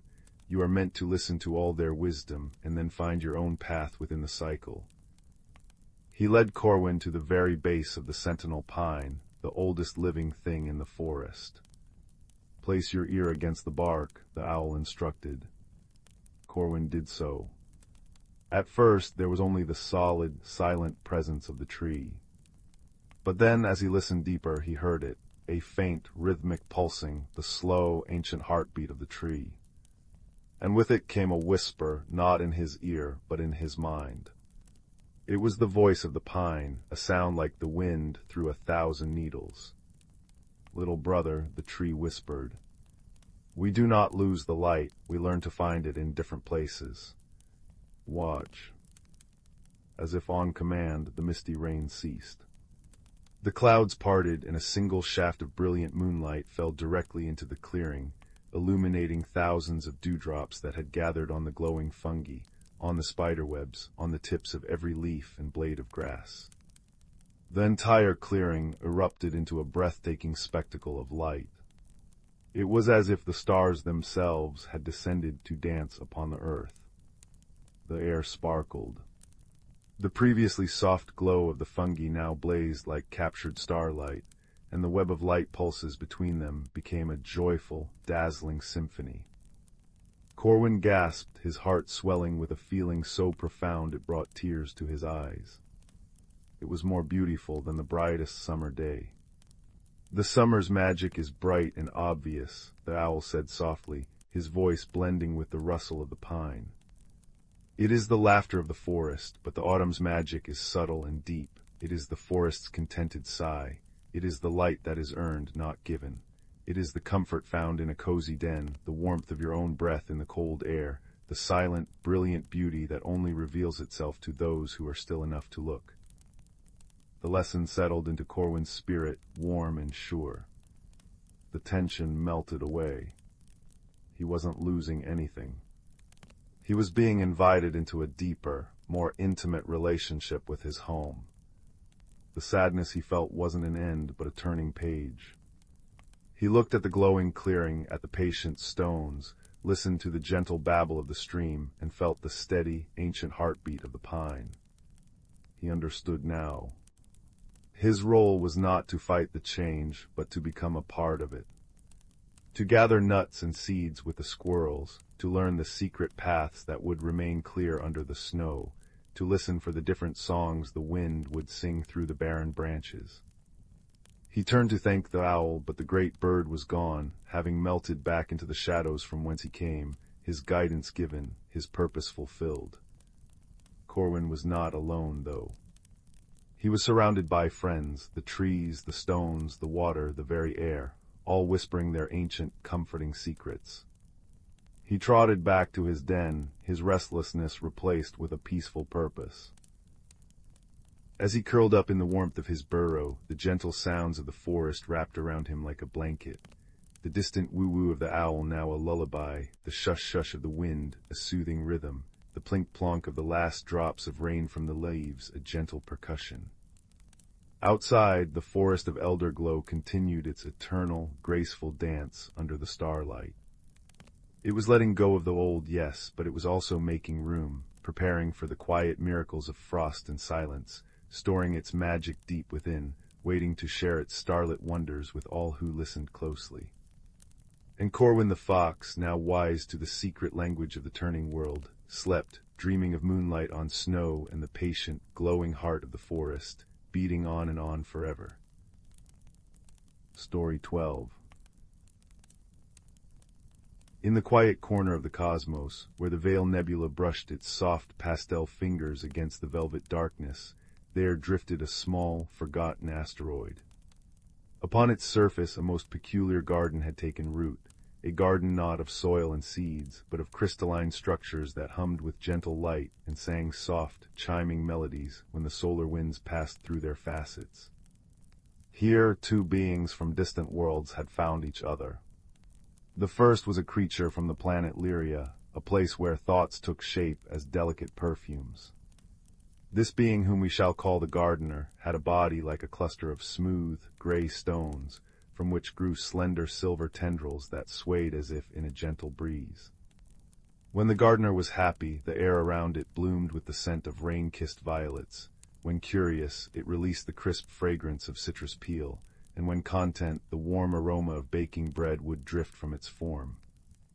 The second being hailed from the ocean world of Nissa, where communication flowed through shifting patterns of light. This traveler, whom we shall call the dreamer, resembled a floating jellyfish of translucent silver, its bell-shaped body pulsing with soft, internal luminescence. Its thoughts appeared as constellations of colored lights that danced across its membrane, swirls of cobalt blue for wonder, gentle amber pulses for comfort, and sudden bursts of gold for excitement. They had discovered the crystalline cave together, a hollow space within the asteroid where the crystals grew most abundantly, forming natural shelves and seats that glowed with their own inner light. Here they had created their sanctuary, a place where the harshness of space could not reach them, and where the only sounds were the gentle hum of the crystals and the soft whisper of their unique ways of speaking. Their friendship had not begun without challenges. During their first meeting, the dreamer had pulsed with a cheerful rainbow pattern, intending to express joyful greeting. The gardener, misunderstanding the sudden explosion of color as a threat, had exuded the sharp scent of alarm, something like burnt almonds. This caused the dreamer to dim its lights in confusion, floating backward cautiously. For a time they circled each other in the crystalline cave, one emitting worried scents, the other showing hesitant flickers of light. Then the gardener, in a moment of inspiration, extended one silver tendril toward a cluster of glowing blue crystals. As it touched them, the crystals responded with a soft, chiming melody. The dreamer, intrigued, drifted closer and allowed its own light to play across the crystal's surface, producing a different harmonic response. They had discovered their first shared language, music. As days turned into weeks, their communication grew more sophisticated. The gardener learned to interpret the dreamer's light patterns, while the dreamer came to understand the gardener's scented emotions. They developed rituals. Each morning they would meet at the entrance of their crystalline cave and share their dreams from the night before. The gardener would release complex scent stories of forest walks and mountain vistas from its homeworld, while the dreamer would pulse with light patterns that depicted the dancing tides and glowing kelp forests of Nyssa. One afternoon, the gardener decided to prepare a special treat. On its homeworld, hospitality was expressed through the sharing of nourishment stones, smooth, flavorful rocks that dissolved slowly in one's energy field, releasing sustaining nutrients and delightful tastes. Selecting its finest nourishment stones from its personal collection, each one imbued with flavors of starlight and mineral richness, the gardener arranged them carefully on a flat crystal shelf in what it hoped was an inviting display. When the dreamer arrived, it pulsed with curious amber light at the arrangement. On Nyssa, the most precious gift one could offer was a perfectly shaped bubble of captured starlight, which would float between friends and share memories when touched. Misunderstanding the stones as merely decorative, the dreamer created its most beautiful starlight bubble yet, a shimmering sphere containing swirling nebula patterns, and gently pushed it toward the gardener. The gardener, thinking the bubble was something to be consumed, attempted to absorb it into its energy field. The bubble popped with a soft fizzing sound, leaving both beings momentarily stunned. For a heartbreaking moment, the cave filled with the scent of confusion, something like mixed spices, and the dreamer's lights flickered uncertainly. Then something wonderful happened. The released starlight from the bubble settled on the nourishment stones, causing them to glow with internal fire. The crystals around them began to hum in response, creating a harmonious chord that vibrated through the cave. The gardener, realizing the misunderstanding, emitted the scent of gentle laughter, the aroma of bubbling spring water and honey. The dreamer, understanding at last, pulsed with dancing golden lights that reflected off the glowing stones. Their misunderstanding had created something new and beautiful, a shared experience that became part of their growing friendship. They learned that day that the intention behind the gift mattered more than the gift itself. In the evenings, they would often drift to the opening of their cave that faced the sweeping arc of the Milky Way. There they would settle together, the gardener resting on a smooth crystal formation, the dreamer floating nearby, to watch the stars bloom in the darkness. During these quiet moments, they needed no complex communication. The gardener would simply release the soothing scent of lavender and warm sand, while the dreamer would pulse with a slow, rhythmic blue light that matched the distant twinkling of the stars. One particular evening, as a meteor shower painted silver streaks across the cosmos, the dreamer noticed the gardener emitting a faint scent of melancholy, the aroma of autumn leaves and distant wood smoke. With gentle lights, it asked what was wrong. The gardener explained through a combination of scent pictures and crystal music that it missed the feeling of soil beneath its tendrils, the particular way the triple suns of Lyra would set in harmonious alignment, painting the sky in 3 overlapping shadows. In response, the dreamer began to pulse with a complex pattern of lights, a story of its own home, of the great liquid currents that carried singing microorganisms in glowing schools, of the way the ocean floor sparkled with bioluminescent flowers that opened only during the planet's long nights. As they shared their homesickness, something shifted in their connection. The cave filled with the gardener's scent of understanding, freshly turned earth and morning dew, while the dreamer's lights softened to the color of twilight. They realized that though they missed their homes, they had created something equally precious here, a new home together, built not of geography but of connection. In that moment of shared vulnerability, their communication transcended even their developed languages. The gardener extended its silver tendrils, and the dreamer drifted closer, allowing its translucent form to brush gently against them. A warmth passed between them, not a physical heat, but something deeper, a resonance of spirits that needed no translation. They had discovered the universal language that exists beneath all words, colors, and scents, the silent understanding that grows when two souls choose to see each other truly. As the meteor shower reached its peak, filling the sky with silent fireworks, they remained there together, a being of scent and stone and a being of light and liquid, watching the cosmos perform its eternal dance. The crystals around them hummed a soft lullaby, their facets catching the starlight and scattering it like diamonds across the cave walls. The gardener released the scent of complete contentment, warm milk and cinnamon, while the dreamer pulsed with the soft rose-gold light of peaceful companionship. They had bridged the impossible gap between their worlds, not through technology or force, but through patience, curiosity, and the courageous willingness to misunderstand and try again. And in their crystalline sanctuary, as the stars continued their slow waltz across the heavens, two friends from different worlds watched together, safe in the knowledge that no distance is too great when kindness lights the way. Story 13.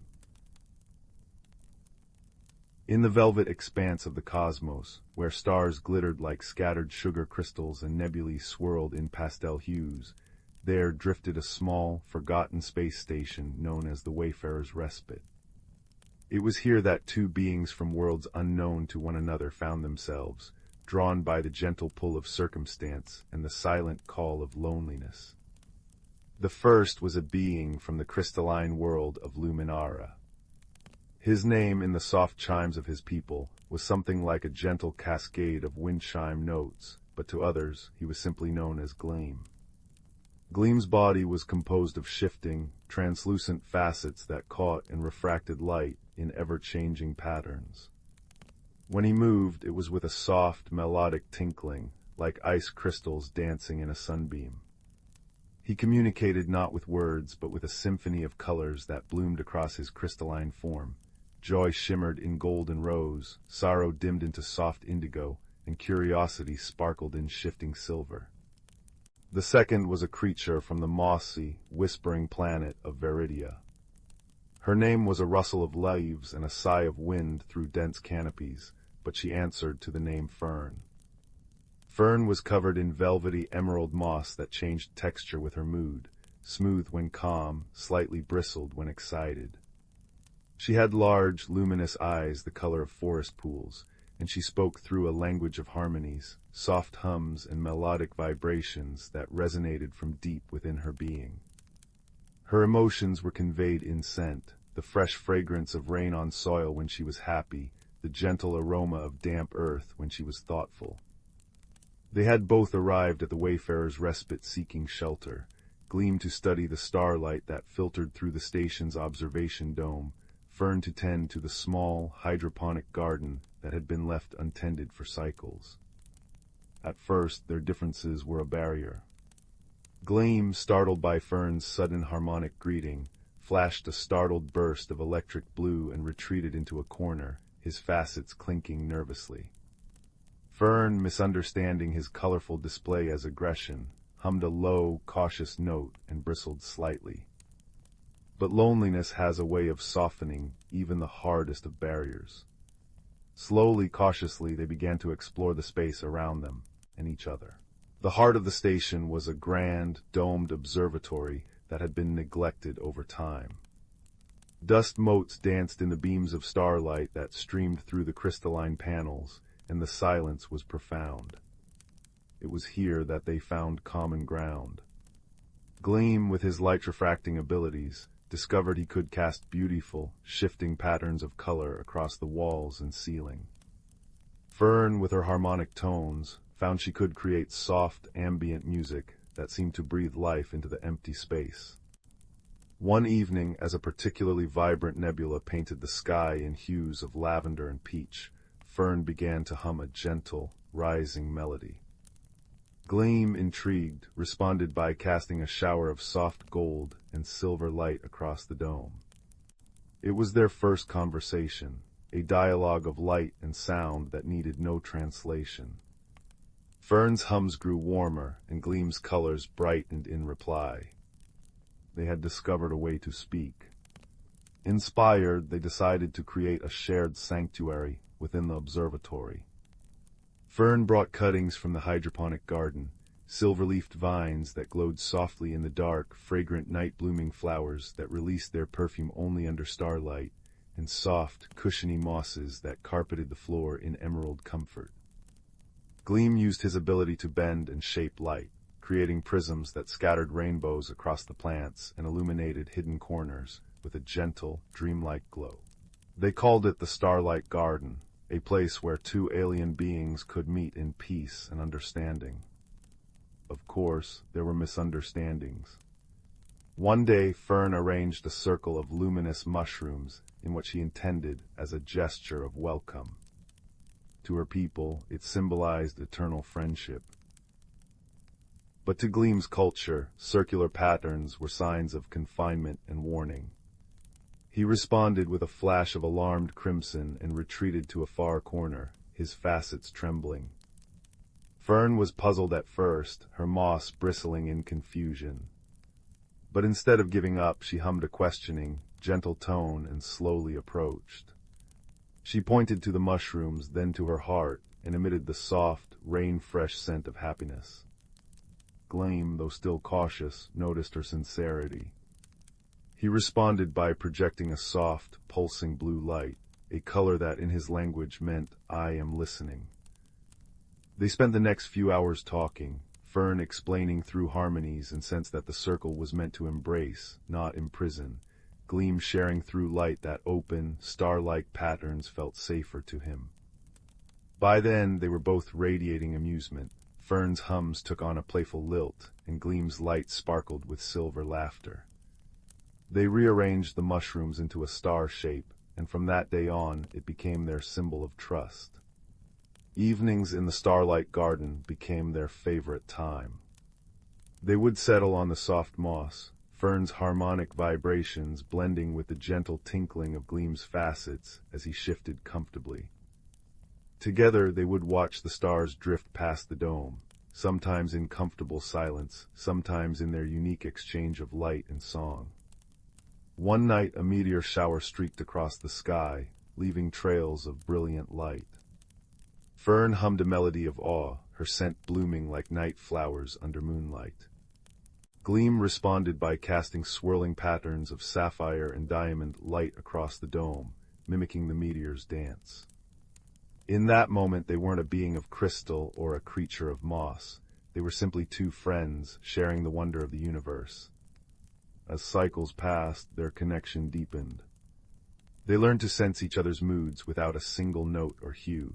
Gleam could tell when Fern was thoughtful by the way her moss lay smooth and her vibrations grew softer. Fern knew Gleam was content when his light held a steady, warm glow. They had forged a bond that went beyond any language, built on patience, empathy, and the simple, universal language of kindness. One evening, as a particularly beautiful binary star set in a cascade of amber and violet, Fern brought out a small, potted plant she had been nurturing in secret. It was a rare star blossom, whose petals opened only under starlight and emitted a soft, silvery radiance. She placed it before Gleam and hummed the melody that meant for you. Gleam regarded the plant, his facets shimmering with touched emotion. He had nothing physical to give in return, but he had an idea. Focusing all his energy, he directed a beam of gentle starlight through his own body, refracting it into a delicate, intricate pattern that settled over the star blossom like a veil of living light. The plant glowed even brighter, as if answering his gift. They sat together in the Starlight Garden, surrounded by the soft glow of plants and the gentle music of their friendship. The vast, silent cosmos stretched out beyond the dome, but within that small sanctuary there was only warmth and understanding. For in the end, it did not matter that one spoke in light and the other in song. It did not matter that their worlds were unknown to each other, or that their forms were so different. What mattered was the quiet space they had created together, a place where two lonely souls had learned to listen not with ears, but with hearts. And as the stars continued their eternal dance, Gleam and Fern remained side by side, their friendship a tiny, glowing beacon in the dark, proof that kindness could bridge any gap, and that even across the vastness of space, no one ever truly had to be alone. Story 14. The fire crackled softly in the hearth, its warm orange light dancing across the room like 1,000 tiny fireflies celebrating the coming of night. Outside, the first stars began to prick through the velvet darkness, and the moon hung like a silver coin above the sleeping world. It was in this quiet hour that our story begins, not with a bang or a shout, but with the gentle sigh of the evening wind through the pine trees. In a small cottage at the edge of a great forest lived a young boy who often felt as though he didn't quite fit anywhere. While other children chased each other through the village square, he preferred to sit by the window, watching the way the light changed on the leaves throughout the day. His name was Leo, and though his heart was kind, it carried a loneliness that even he couldn't quite name. One evening, as Leo was returning from gathering kindling at the forest's edge, something caught his eye, a faint, pulsing glow emanating from beneath the roots of an ancient oak tree. Curious, he knelt down and carefully brushed away the layer of moss and fallen leaves.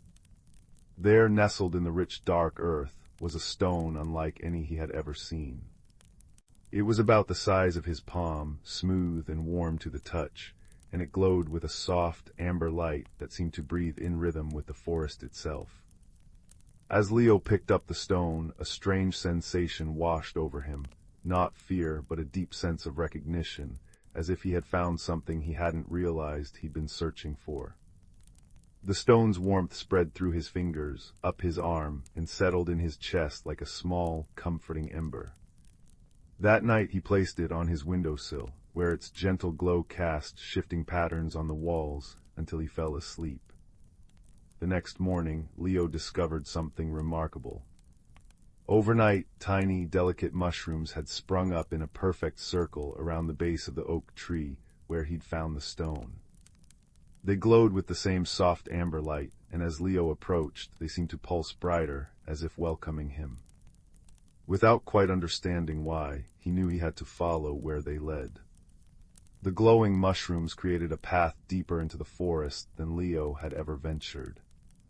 With the warm stone safely tucked in his pocket, he began to follow the trail, each step taking him further from the familiar world and into one that felt both strange and wondrously known.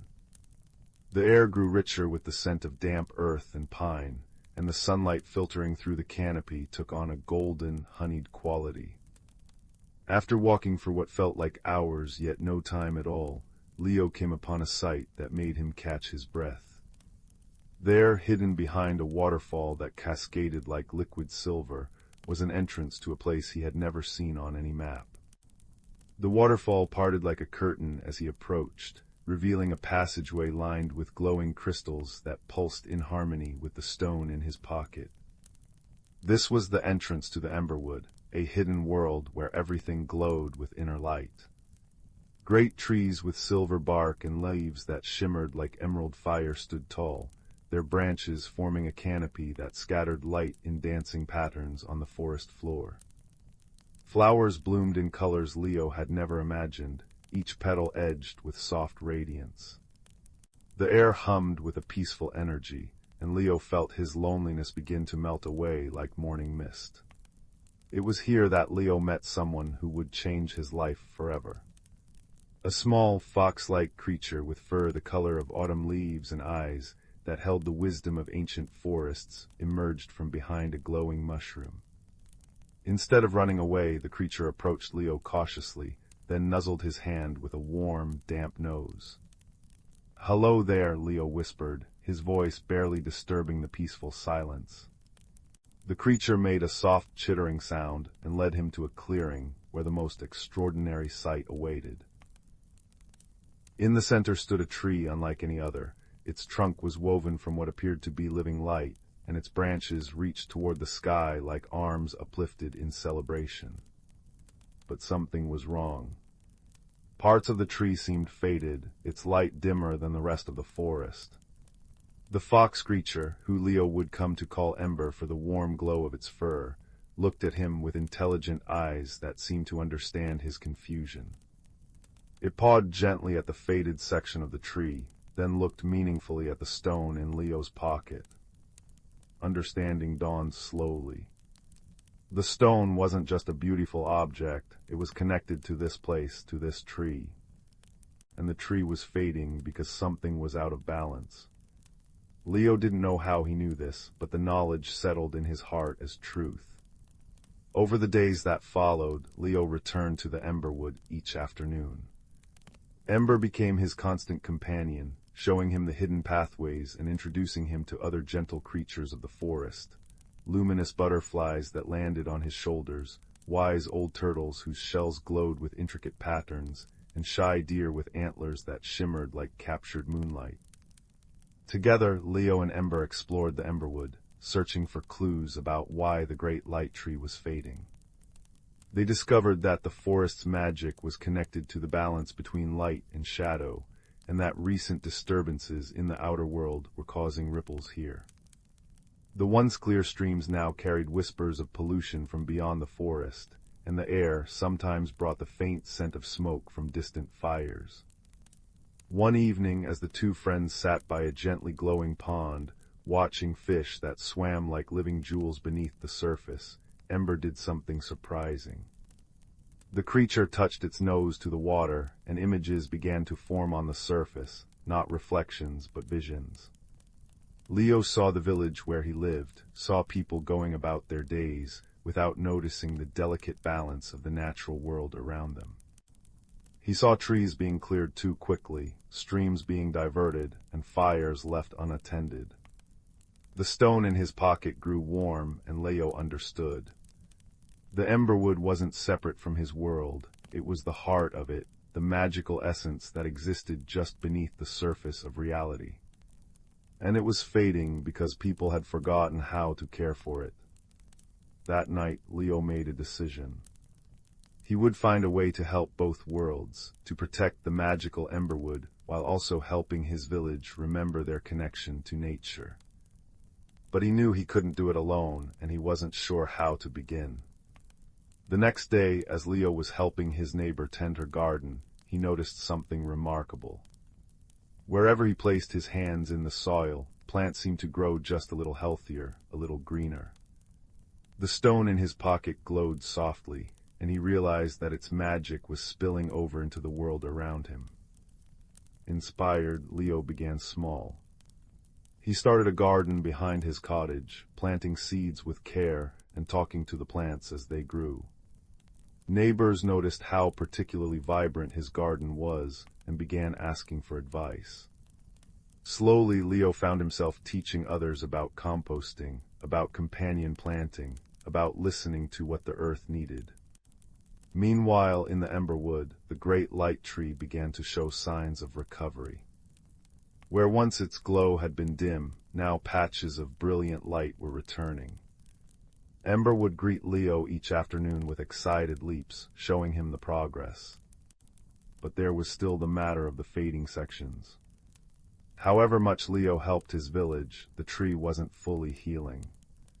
One twilight, as fireflies began their evening dance at the border between worlds, Ember led Leo to a part of the forest he hadn't seen before, a quiet grove where the trees grew in concentric circles around a still pool.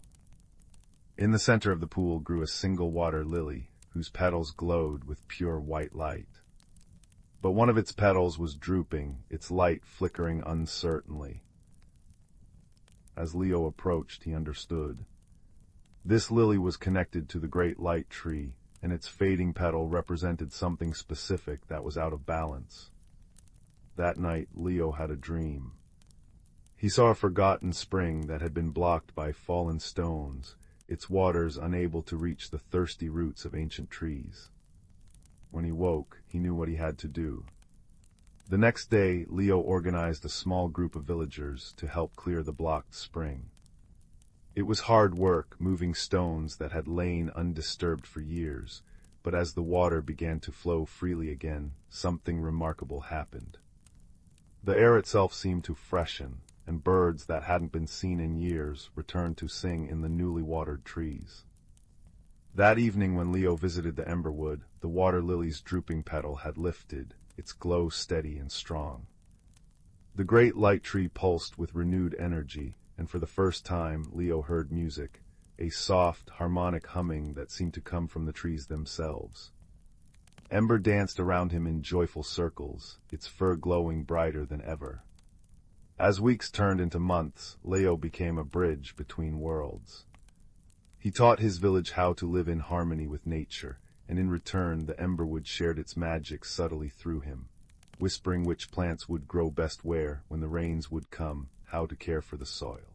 The stone in his pocket glowed less frequently now, not because its magic was fading, but because it had done its work. Leo no longer needed its physical reminder. He carried the Emberwood's wisdom in his heart. One autumn evening, as the first chill of coming winter kissed the air, Leo sat with Ember by the great light tree. The tree now glowed with consistent, vibrant light from roots to crown. The Emberwood was healing, and so was Leo's village. The boy who had once felt lonely now had friends in both worlds, and a purpose that filled him with quiet joy. Ember rested its head on Leo's knee, and in that moment of perfect understanding, Leo realized the greatest lesson the Emberwood had taught him, that we are never truly alone when we remember our connection to the world around us. Every tree, every stream, every creature was part of a great, breathing whole, and he belonged among them. As twilight deepened into night, Leo made his way home, the stone now left safely at the base of the light tree where it belonged. He didn't need to carry it anymore, its light lived inside him now. Back in his cottage, Leo stoked the fire and sat watching the flames dance. He thought about how fire transforms wood into light and warmth, just as his journey had transformed him from a lonely boy into someone who understood his place in the world. The mysteries of the Emberwood would remain his secret, but its lessons would shape everything he did. Outside, the wind whispered through the pines, carrying with it the faint, sweet scent of glowing mushrooms and the memory of friendship. Somewhere in the darkness between the trees, a fox with autumn-colored fur watched over the cottage, its eyes holding the warm glow of understanding. Leo smiled, feeling the Emberwood's peace settle deep in his bones. He added another log to the fire, watching as sparks danced upward like tiny stars returning to the sky. The flames crackled softly, a lullaby for the coming night. And as sleep gently pulled at his eyelids, Leo knew that both worlds were safe, balanced, and dreaming together under the same starlit sky. The stone had found its home, the tree had found its light, and the boy had found his place, right where he belonged, between the magical and the ordinary, guardian of the gentle balance that connects all things. The fire whispered its evening song, the embers glowing like 100 tiny emberwoods in the hearth, and Leo drifted into dreams of silver trees and friendship that warmed the heart, knowing that tomorrow would bring its own magic, its own small wonders, its own gentle reminders that we are all connected in ways seen and unseen.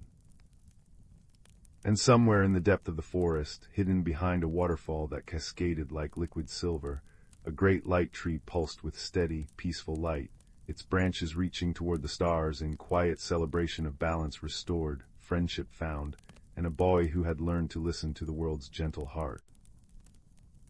Story 15. In a quiet corner of the spiral galaxy, where stardust gathered in gentle swirls like sugar sprinkled across velvet, there lived a being named Kaelen. His home was a small, moss-covered planet where the trees hummed soft lullabies and the rivers flowed with liquid light. Kaelen himself was a gentle soul, with skin that shifted colors like the surface of a soap bubble and eyes that held the soft glow of a distant nebula. He communicated not with words but with the shifting hues of his skin, a blush of rose for happiness, a shimmer of silver for curiosity, a gentle blue for sorrow. One evening, as Kaelen sat beneath his favorite singing tree, a streak of amethyst light cut across the twilight sky. It was not a shooting star, but something far more wondrous, a small, elegant craft shaped like an unfurling blossom, gliding silently to rest in a meadow of luminous flowers. From within emerged a visitor from a world of crystalline mountains and whispering winds. Her name was Lyra, and she was adorned in garments that seemed woven from starlight and spider silk. Where Kaelen expressed himself in color, Lyra spoke through delicate harmonies that chimed from the crystalline filaments growing along her arms. Her eyes were like twin pools of molten gold, and when she moved, she left faint tracings of light in the air, like afterimages of forgotten dreams. Their first meeting was one of hesitant wonder. Kaelen's skin flushed a nervous lavender, while Lyra's crystals emitted a soft, questioning chime like wind brushing through chimes. They circled each other gently, two creatures from different star systems, each trying to understand the other's language of light and sound. It was Kaelen who first extended a hand, his fingertips glowing with a warm, buttery yellow, the color of welcome. Lyra responded by brushing her crystalline fingers against his, producing a clear, bell-like tone that hung sweetly in the air. And so, without a single word spoken, a friendship began to blossom. They soon discovered a place where their worlds could meet, a small, abandoned observatory carved into the side of a floating asteroid. Its dome was cracked, allowing tendrils of nebulae to drift inside like cosmic ivy. The floor was littered with forgotten star charts and softly pulsing crystals that emitted a gentle, guiding light. Together, they began to restore it. Kaelen brought glowing moss from his homeworld, which he placed in careful patches along the walls. It breathed softly, pulsing with a light that changed with his mood. Lyra brought seeds from her planet, tiny, geometric things that grew into structures part plant, part crystal. They arched and spiraled, catching the light from the stars and refracting it into rainbows that danced across the observatory floor. There were misunderstandings, of course. The first time Lyra offered Kaelen a piece of fruit from her world, he hesitated. It was a deep indigo orb that hummed softly. When he finally took a bite, his skin immediately flushed a startled magenta, for on his world, food did not sing as it was eaten. Lyra's crystals chimed with laughter, a sound like raindrops on crystal leaves, and she showed him how to harmonize with the fruit's gentle song. Another time, Kaelen tried to show Lyra how to tend to the glowing moss. He demonstrated by humming a low, steady tone that made the moss bloom brighter. Lyra, thinking she understood, sang a high, brilliant note that caused the moss to shrink away shyly.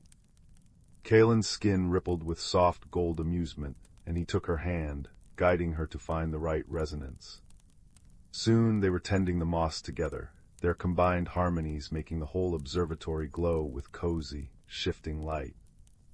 Their greatest creation was the garden they built under the fractured dome. Using a blend of soil from Kaelen's world and crystalline sand from Lyra's, they planted a garden where flowers bloomed in constellations and trees grew with leaves like stained glass. At the center, they placed a pool filled with water from Lyra's world, water that held the memory of light and showed not reflections but possibilities. They would often sit there together, watching star systems being born in its depths. But it was during the quiet times, when the galaxy seemed to hold its breath, that they felt their connection most deeply. They would sit on a bench woven from living vines and watch the stars through the broken dome. Kaelen's skin would soften to the color of a twilight sky, and Lyra's crystals would hum a melody so faint it was almost a vibration rather than a sound. One evening, a meteor shower painted silver streaks across the darkness. As they watched, Kaelen felt a pang of sadness, a soft, gray hue creeping into his usual calm blue. Lyra noticed immediately. She did not ask with sound or word. Instead, she simply rested her hand on his, and her crystals glowed with a deep, empathetic violet. In that moment, Kaelen understood that she sensed his loneliness, the quiet ache that sometimes comes from being far from home, even when surrounded by beauty. In response, he let his skin glow with a gradient of colors, telling the story of his world, his people, the way they shared emotions not by hiding them, but by painting the air with their feelings.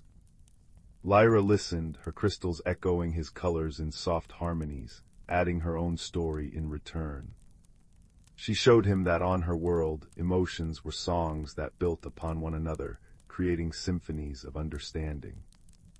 They sat there for hours, two beings from different stars, sharing their hearts without a single word, while the universe performed its silent ballet around them.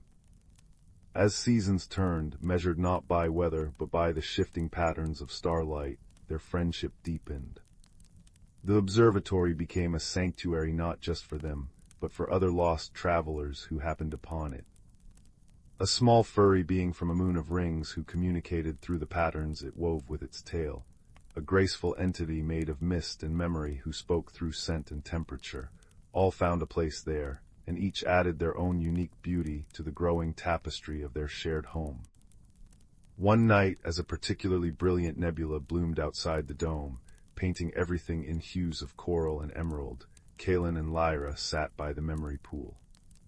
They watched as their own story played in the water, their first meeting, their laughter over singing fruit, their quiet moments under the stars. They saw how their kindness had built a bridge between worlds, how their patience had taught them to listen not with ears, but with hearts. Lyra's crystals began to glow with a new melody, one she had been composing in secret. It was a song of gratitude and friendship, built from all the harmonies they had shared. As she played, Kaelen's skin answered, flowing through every color of joy and peace until the whole observatory shimmered with their shared happiness. They knew then that some connections need no translation, that the language of kindness is written in the soul and understood across all the vast, starry reaches of the universe. And as they sat there hand in hand, watching a new star being born in the distant darkness, they understood that home isn't a place. It's the warmth you find in another heart, no matter how far from your own world it may beat.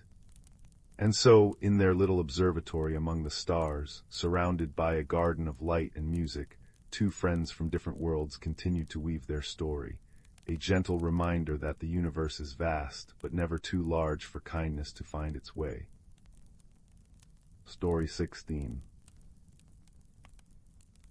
The little village of Glimmerbrook nestled in a fold of the Mistuad Mountains, where the days were measured not by clocks, but by the gentle chime of the old clock tower, and the nights were so clear you could almost hear the stars whispering to one another. It was a place where the river flowed with silver-tinged water, and the flowers in every garden changed color with the shifting moods of the breeze. But lately something peculiar had begun to happen, something that set the wind chimes tinkling in a curious, questioning melody. It started on an evening when the rain fell softly, pattering against leaf and stone like 1,000 tiny drumbeats. A young girl named Lyra, who had a particular fondness for stargazing from her window seat, noticed that one of the constellations, the stargazer's lyre, was missing its brightest star. She blinked, rubbed her eyes, and looked again. There it was, or rather, there it wasn't, a patch of empty velvet where a diamond-bright light should have been. The next morning, the village awoke to another oddity. Old Mr. Hemlock, who ran the apothecary, discovered that his pocket watch was running backwards. The hand spun counterclockwise, and when he tried to wind it, it chimed a soft, melancholy tune he had never heard before. By afternoon, half the clocks in the village, from the great clock tower itself to the tiny hourglass on the baker's shelf, had joined in this strange, reverse dance of time.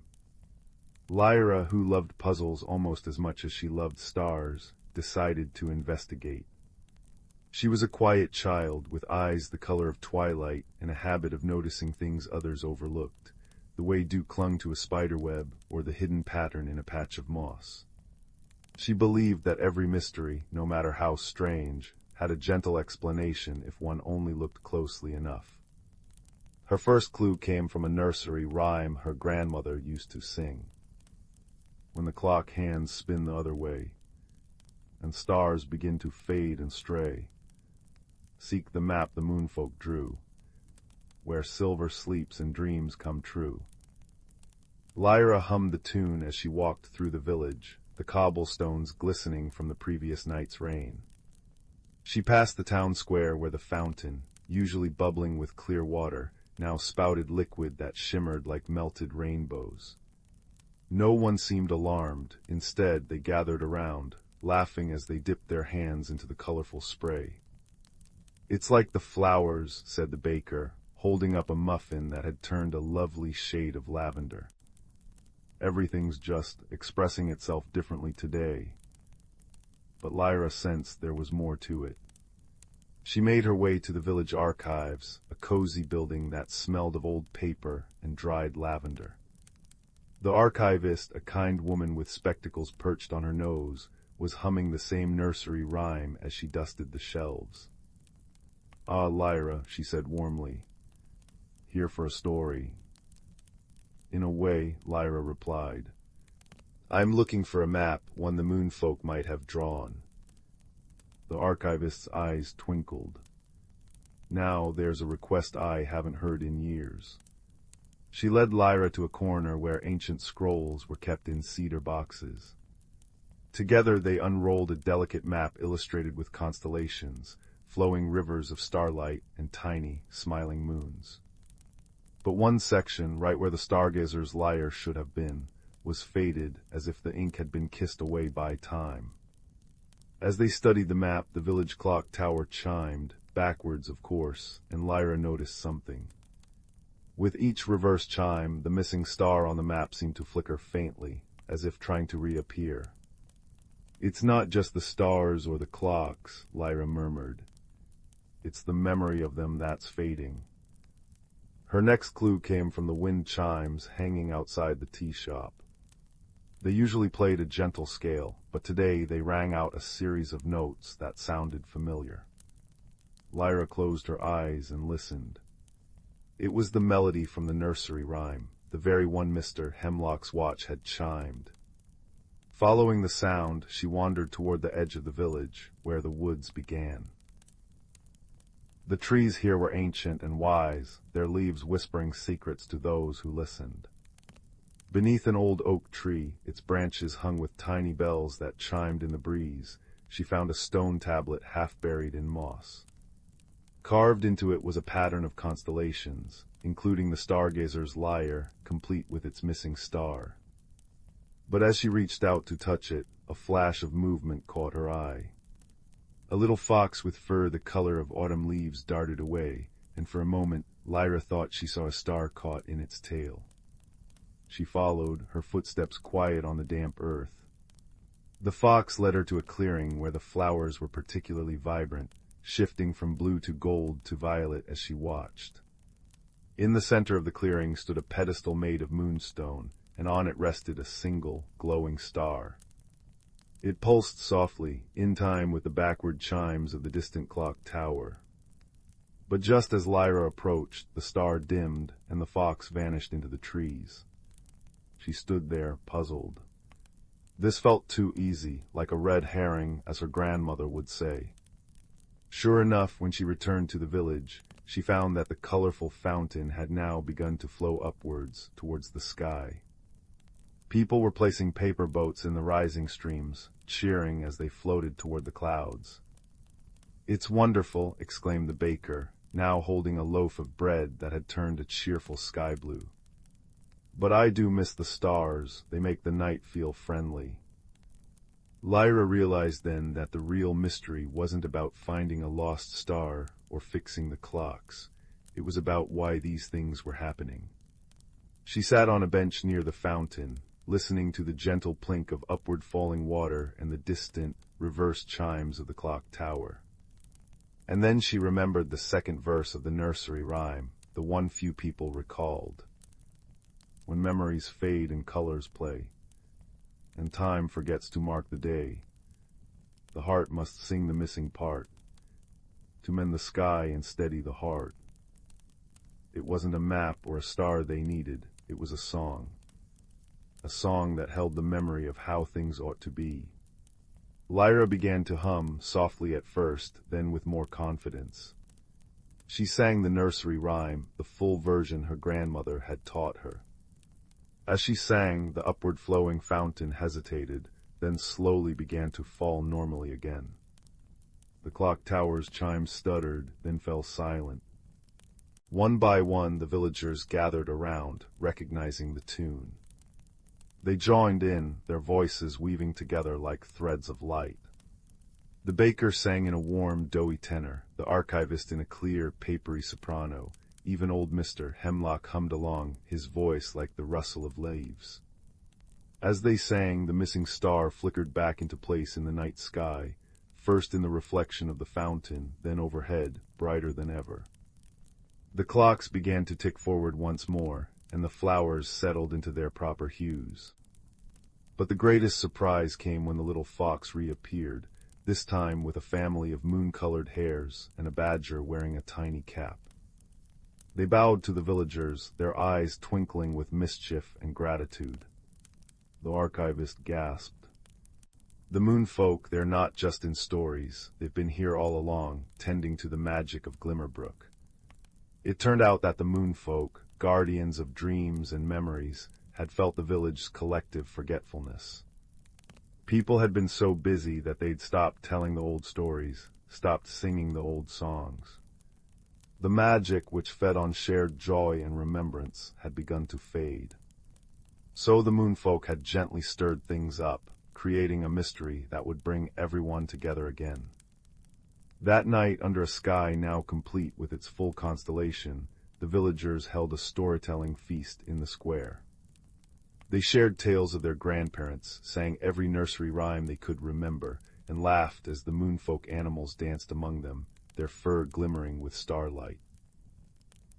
Lyra sat beside the fountain, now flowing with clear water again, and listened to the gentle sounds of the village, the clock tower chiming the correct hour, the wind chimes playing their familiar scale, the soft murmur of voices wrapped in shared memory. And as the moon rose, full and silver, she knew that some mysteries weren't meant to be solved alone, but to be unfolded together, like a cherished map or a well-loved song. For in the heart of every strange happening lies a simple truth, that we are all keepers of magic, and sometimes all it takes is a kind word, a listening ear, or a shared melody to make the world right again. And with that thought and the soft, rhythmic ticking of the clocks, the village of Glimmerbrook drifted into a peaceful, star-filled night, where every dream was sweet and every heart was light. Story 17. The fire crackled softly in the hearth, casting dancing shadows upon the walls of the cozy room. Outside the night was deep and velvety, but here, within these walls, warmth wrapped around every soul like a favorite blanket. Listen closely now, for the story begins not with a bang or a shout, but with a whisper, the whisper of wind through ancient trees, and the even softer whisper of a lonely heart. In a small cottage at the edge of a vast, whispering wood lived a young boy named Kaelen. He was a quiet child, with thoughtful eyes the color of moss after rain, and hands that were clever with wood and thread. But though his fingers could mend and shape many things, they could not weave the one thing he longed for most, companionship. You see, Kaelen lived with his grandmother, a kind and busy woman who loved him dearly, but often spent her days tending to the garden or preserving fruits for the winter. And so the boy spent many hours alone, wandering the fringes of the forest, listening to the chatter of squirrels and the songs of birds, wondering why his own voice felt so small in comparison. One evening, as the sun dipped below the tree line and painted the sky in shades of lavender and gold, Kaelen sat on the stump of an old oak tree, whittling a small bird from a piece of pine. His knife moved carefully, shaping wings that would never fly, and he sighed a sigh that seemed too heavy for such small shoulders. It was then that he noticed it, a soft, pulsing light deep within the woods. Not the fierce orange of fire, nor the cold silver of moonlight, but a gentle, warm glow that seemed to breathe in the gathering dusk. Curious, he set down his carving and stepped toward the trees, his feet silent on the bed of fallen needles. The light led him deeper into the forest than he had ever ventured before. Around him the world grew hushed, as if holding its breath. The air smelled of damp earth and sweet pine, and the only sound was the soft crunch of his footsteps and the distant hoot of an owl. And always just ahead, that gentle glow beckoned him onward. After what felt like both a moment and an eternity, Kaelen emerged into a small clearing he had never seen before. At its center stood the most extraordinary tree he had ever laid eyes on, an ancient willow with branches that swept the ground like a curtain of silver green. And from within those branches came the pulsing light, now brighter and more inviting than ever. Hesitant but unable to resist, Kaelen pushed aside the willow's trailing tendrils and stepped inside. The space within the willow was like a room woven from living wood. The air hummed with a soft, musical energy, and all around him drifted tiny lights, not fireflies, but something else, something that glowed with the same warm radiance he had followed. They drifted like embers in the darkness, pulsing gently as they moved. And there, in the center of this hidden sanctuary, sat a small creature no larger than a rabbit, with fur the color of twilight and eyes that shone like polished amber. It looked at Kaelen without fear, its head tilted curiously. "Hello," Kaelen whispered, his voice barely audible. The creature blinked slowly, then raised a paw. One of the drifting lights floated down and settled upon it, glowing a little brighter. Kaelen realized with a start that the light was coming from the creature itself, tiny specks of radiance that would occasionally drift from its fur like dandelion seeds on the breeze. "I've never seen anything like you," Kaelen said, kneeling slowly so as not to frighten the little being. The creature made a soft chirruping sound, and Kaelen felt a strange sensation, not a sound in his ears, but a feeling in his mind, like understanding without words. He somehow knew that this was a glimmerkin, a creature of the deep woods that collected and shared light the way flowers collect sunlight. The glimmerkin, for that was what it was, hopped closer, and Kaelen noticed that it was favoring one of its front paws. Looking more closely, he saw that a sharp thorn was embedded deep in its pad. "Oh, you're hurt," Kaelen murmured. He reached slowly into his pocket and pulled out the small whittling knife he always carried. "May I help?" The creature looked at the knife, then at Kaelen's face, and after a moment of consideration, it extended its injured paw. With hands that were surprisingly steady, Kaelen worked carefully to remove the thorn. The glimmerkin winced but stayed still, its luminous eyes fixed on the boy's face. When at last the thorn was out, Kaelen tore a strip from his handkerchief and bound the tiny paw gently. As he finished, something remarkable happened.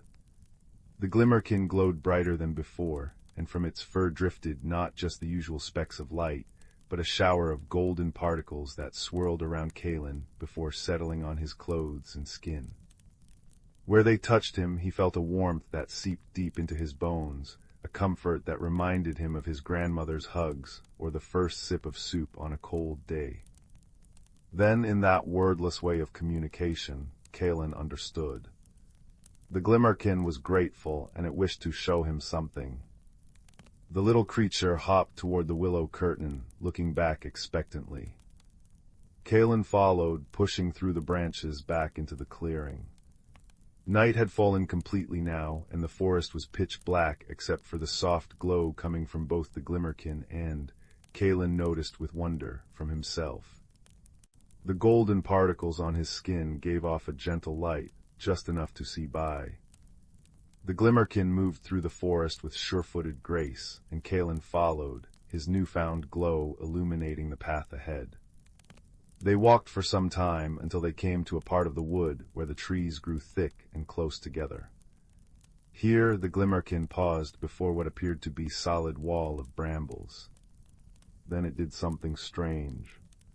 It breathed softly on the thorns, and where its breath touched them, they glowed briefly before dissolving into mist. A hidden pathway revealed itself, and the glimmerkin scampered through, Kaelen close behind. The path opened into another clearing, but this one was different. All around its edges stood creatures of the wood, foxes with wise eyes, badgers who nodded solemnly, owls who watched from branches, and many more glimmerkins who pulsed with light of various colors. In the center of the clearing stood a stone basin, filled with water that reflected the starry sky above. An elderly fox with a muzzle gone white with age stepped forward. Like the glimmerkin, it communicated without words, and Kaelen understood that this was the Elderwood gathering, a meeting of forest guardians that happened only when the moon was at its darkest. they had been waiting for him. The white fox explained, in feelings and images that blossomed in Kaelen's mind, that the forest was suffering. A strange silence had fallen over parts of the wood, places where songs should have been sung and stories should have been shared.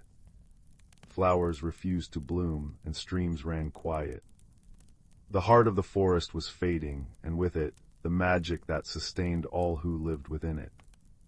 The Glimmerkin who had led Kaelen here nudged his hand gently. Understanding dawned on the boy.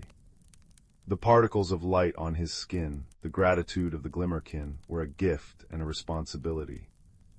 He had been chosen to help. But how could a lonely boy with nothing but a whittling knife help heal an entire forest? The white fox approached the stone basin and gestured for Kaelen to look into the water. As he gazed into the star-reflected surface, the images changed. He saw himself as a smaller child, sitting beneath a different tree, singing nonsense songs to a family of beetles. He saw himself carefully mending a bird's wing that had been torn by a cat. He saw himself leaving out seeds during the harsh winter and fresh water during the dry summer. He saw that his entire life had been filled with small, quiet acts of kindness to the world around him, even when he felt most alone. When he looked up from the basin, tears glistened in his eyes. The creatures of the gathering had gathered closer, their presence a comfort around him. The white fox nuzzled his hand gently. Then the Glimmerkins began to move. They gathered around the stone basin, and one by one they breathed their light onto the water's surface. The stars in the water began to glow with the same warm light that came from the creatures themselves. The white fox looked at Kaelen, then at the basin, and the boy understood. He was to carry this light to the silent places. Taking a deep breath, Kaelen cupped his hands and dipped them into the basin. The water felt like liquid starlight, cool and yet humming with warmth. As he lifted his hands, the glowing water didn't drip through his fingers but stayed pooled in his palms, shimmering with soft radiance. The Glimmerkin who had first found him hopped onto his shoulder, and together they set out, followed by the entire gathering moving as a quiet procession through the sleeping forest. Their first stop was a grove where the trees stood listless, their leaves hanging limp despite the gentle night breeze.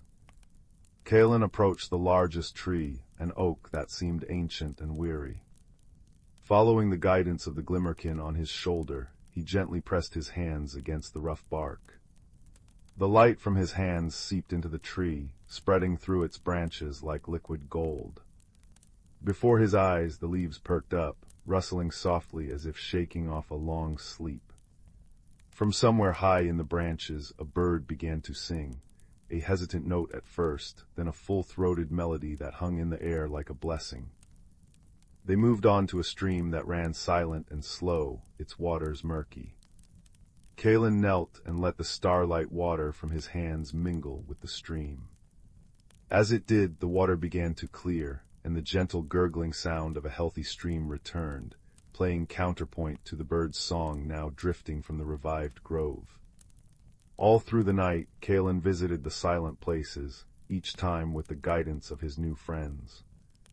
To a field where flowers had refused to bloom, he breathed on the buds and watched as they unfurled petals of midnight blue and silver. To a badger set where the inhabitants had grown fearful and reclusive, he simply sat and shared his quiet presence until a young badger ventured out to sniff his glowing fingers. With each act, the light on Kaelen's skin dimmed slightly, but he found he didn't mind. With each place he healed, he felt less alone. The forest was becoming his companion, its rustles and songs a language he was learning to understand. As the first hints of dawn painted the eastern sky, the procession arrived back at the stone basin. Kaelen's glow had faded to barely a shimmer, but his heart felt brighter than it ever had before. The white fox approached him once more, and this time it bowed its head in respect. All the creatures followed suit, the badgers, the owls, the foxes, and the Glimmerkins with their pulsing lights. Kaelen understood their gratitude, but he felt that he should be thanking them. They had given him purpose. They had given him friendship. The glimmerkin from the willow tree hopped down from his shoulder and pressed its nose against his hand. Where it touched, a new light sparked, not the brilliant gold of before, but a soft, steady silver that settled deep within him. This, he understood, was a different kind of gift, not borrowed light, but his own inner light, recognized and awakened. The creatures began to disperse, melting back into the forest until only Kaelen and the glimmerkin remained. Together they walked back to the willow tree, where the first rays of sunrise were filtering through the branches. At the edge of the clearing, the glimmerkin chirruped softly, a sound that now felt familiar and dear. It was time to part ways, but Kaelen knew this wasn't goodbye. The connection between them would remain. As he stepped out of the forest and back toward his grandmother's cottage, Kaelen noticed that the world seemed different. The colors were brighter, the sounds richer. He could hear the individual songs of birds, rather than just a cacophony of chirps. He could see the unique patterns on each leaf and petal. When he arrived home, his grandmother was waiting on the porch, her face lined with worry that melted into relief when she saw him. "Where have you been, child?" she asked, pulling him into a hug. "I was so worried." Kaelen hugged her back, breathing in her familiar scent of rosemary and bread dough. "I was helping some friends," he said simply. His grandmother looked at him closely, her wise eyes noticing something different about him. She didn't see the glowing particles, those had faded, but she saw the new light in his eyes, the straightness of his shoulders, the quiet confidence that hadn't been there before. She smiled and kissed his forehead. "Well, any friends of yours are welcome here," she said, and that was that. From that night on, Kaelen was never lonely. He still spent time alone, but now he understood the difference between loneliness and solitude. He had discovered that the world was full of friends waiting to be recognized, not just the magical creatures of the deep wood, but the ladybug on the windowsill, the old apple tree in the garden, even the wind that whispered through the eaves at night. Often, as dusk settled, he would see a soft pulsing light at the edge of the forest, and he would smile, knowing his friend was checking on him. Sometimes he would go to the willow tree and sit within its shelter, whittling small figures of the creatures he had met. The glimmerkin would often join him, curling up beside him as he worked, its gentle glow illuminating his hands. And on the darkest nights, when the moon was hidden and the world seemed too quiet, Kaelen would close his eyes and remember the light that had blossomed within him. He would feel it glowing softly in his heart, a steady silver ember in the darkness, reminding him that even the smallest light can make a difference, and that friendship comes in many forms, if only we have eyes to see. Now, as the fire crackles low and the night deepens outside your window, remember Kaelen's story. Remember that within you too glows a light uniquely yours, a light that can bring comfort, forge connections, and illuminate the path for others. Let that thought warm you as you drift toward dreams, safe in the knowledge that you are never truly alone in this wondrous world. Sleep well, little one, and may your dreams be filled with gentle lights and kind friends. Story 18. Story 19. Story 20. Story 21. Story 22. Story 23. Story 24. Story 25. 26. Story 27. Story 28. Story 29. Story 30. Story 31. Story 32. Story 33. Story 34. Story 35. Story 36. 37. Story 38. Story 39. Story 40. Story 41. Story 42. Story 43. Story 44. Story 45. Story 46. Story 47. Story 48. Story 49. Story 50. Story 51. Story 52. Story 53. Story 54. Story 55. Story 56. Story 50. Story 58. Story 59.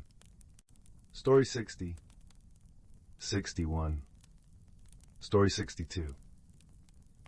In a little house at the edge of a sleepy village, where the roof slanted just so, and the windows blinked like kind eyes in the evening light, there lived a quiet boy named Leo.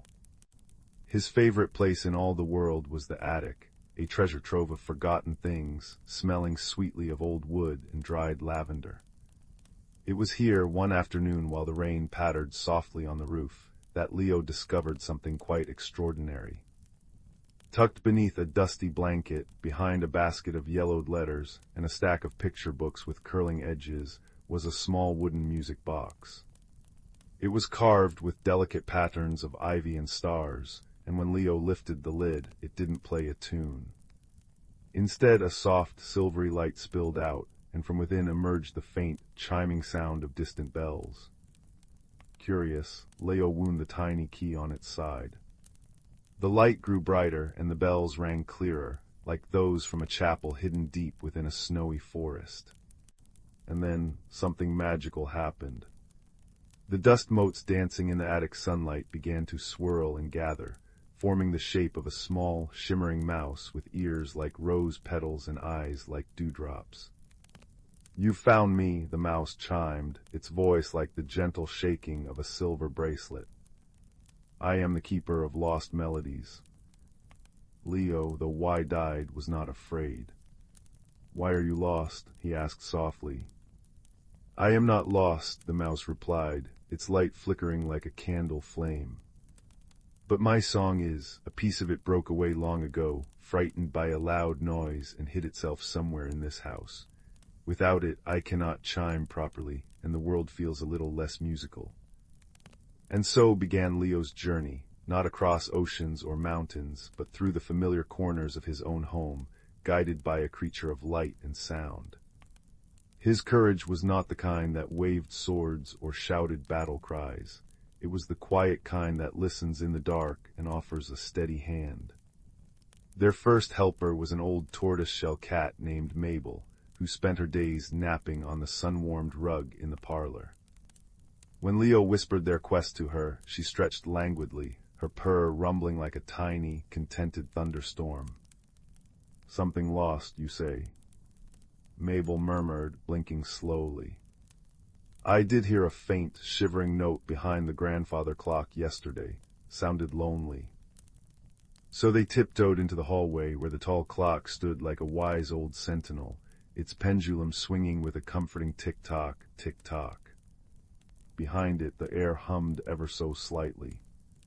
Leo got down on his hands and knees, and there, tucked between the wall and the clock's mahogany back, was a trembling sliver of silver light.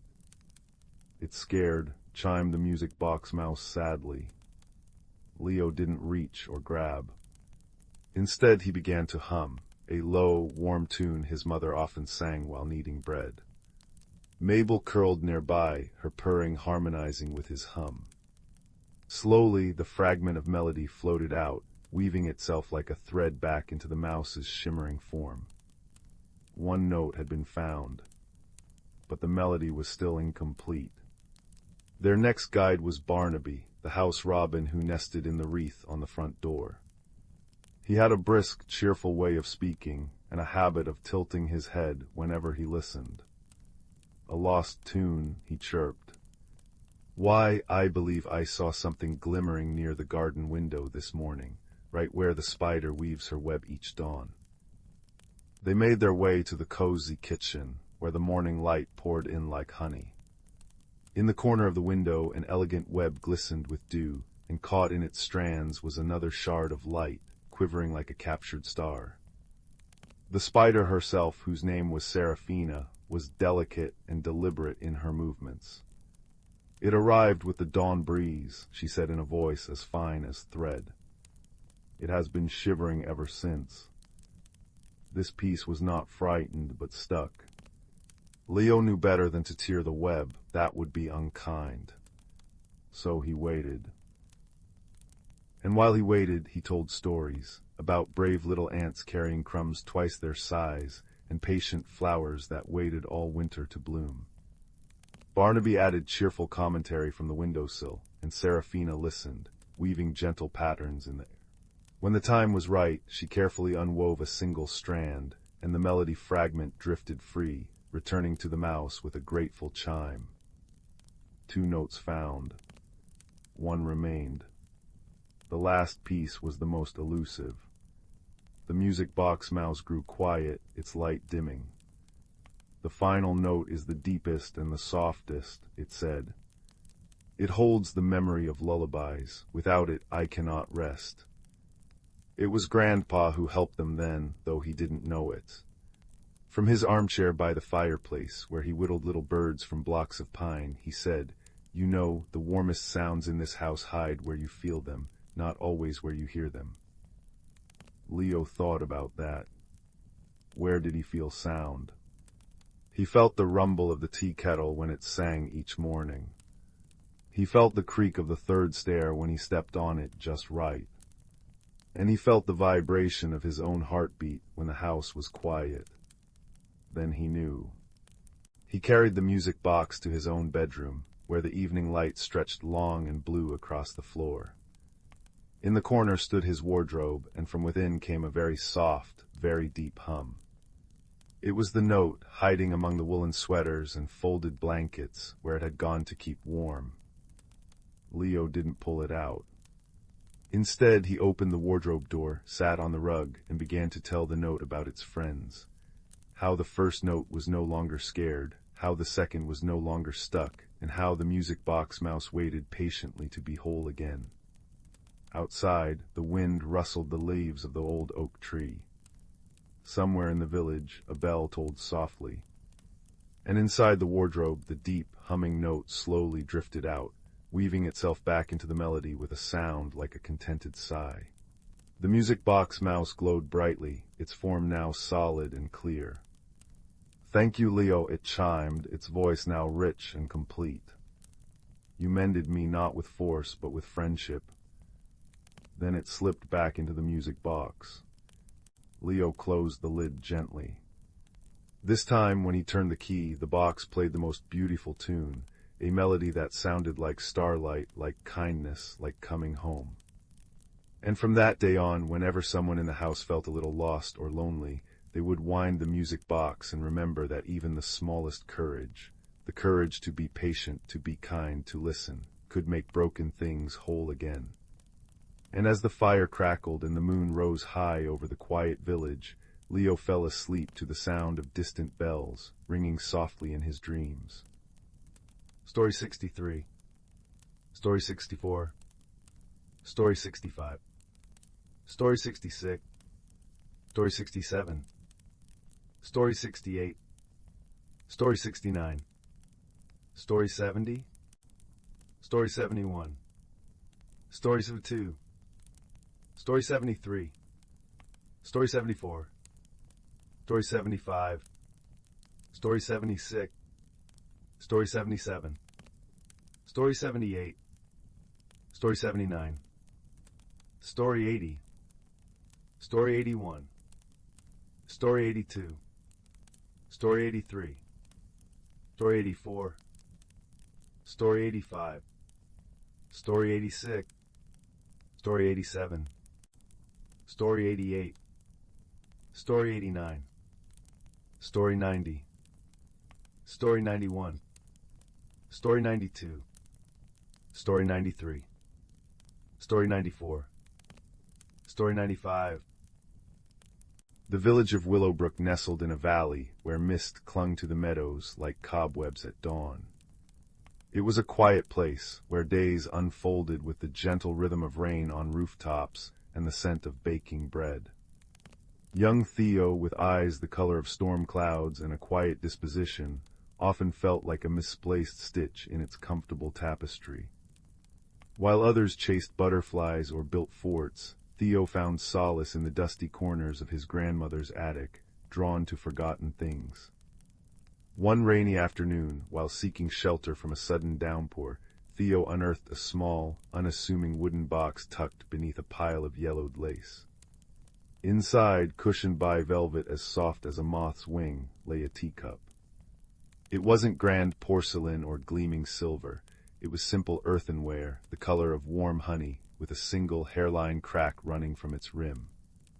But as Theo's fingers brushed its surface, a shiver ran through him, not cold, but a hum, like the low note of a distant bell. He felt a warmth spread up his arm, carrying with it the faint scent of cinnamon and sunshine. Curiosity, a quiet but insistent friend, tugged at him. Theo filled the cup with rainwater dripping from the eaves. As the first drop touched the crack, something extraordinary happened. The water didn't leak. Instead, the crack shimmered faintly, like trapped starlight, and the water inside changed. It wasn't just water anymore. Looking into the cup, Theo saw not his reflection, but a miniature scene. A sun-drenched meadow he'd never seen, filled with flowers that pulsed with soft, internal light. A wave of profound peace washed over him, settling into his bones like warm honey. This was the cup of whispers, his grandmother later murmured, her voice hushed with reverence. It showed not just places, but the hidden heart of things, their truest, calmest essence. Theo felt a shift within himself, a connection to the cup's quiet magic. But the village began to change subtly. Flowers in Widow Hemsley's garden wilted overnight, their colors leaching away. The cheerful babble of the brook behind the mill became a fretful murmur. The comforting warmth of freshly baked bread seemed to vanish too quickly. The cup of whispers, Theo discovered, showed him the lack of peace as well. When he peered into it near the wilting flowers, he saw only gray mist and heard a faint, discordant sigh. The heart of Willowbrook was fading. The journey began not with footsteps on a road, but with a growing conviction in Theo's own heart. He needed to understand why the village's quiet magic was unraveling. His first helper arrived unexpectedly. Bartholomew, a portly badger with spectacles perched precariously on his snout, emerged from the roots of the ancient oak by the brook one twilight. Bartholomew was the keeper of deep roots, possessing an encyclopedic, if somewhat slow and methodical, knowledge of the valley's hidden history and natural rhythms. He spoke in measured tones, punctuated by thoughtful snuffles. "Disturbance," Bartholomew rumbled, adjusting his spectacles as he peered at the wilting flowers. "The balance is askew, the ley lines beneath us, they hum a troubled tune."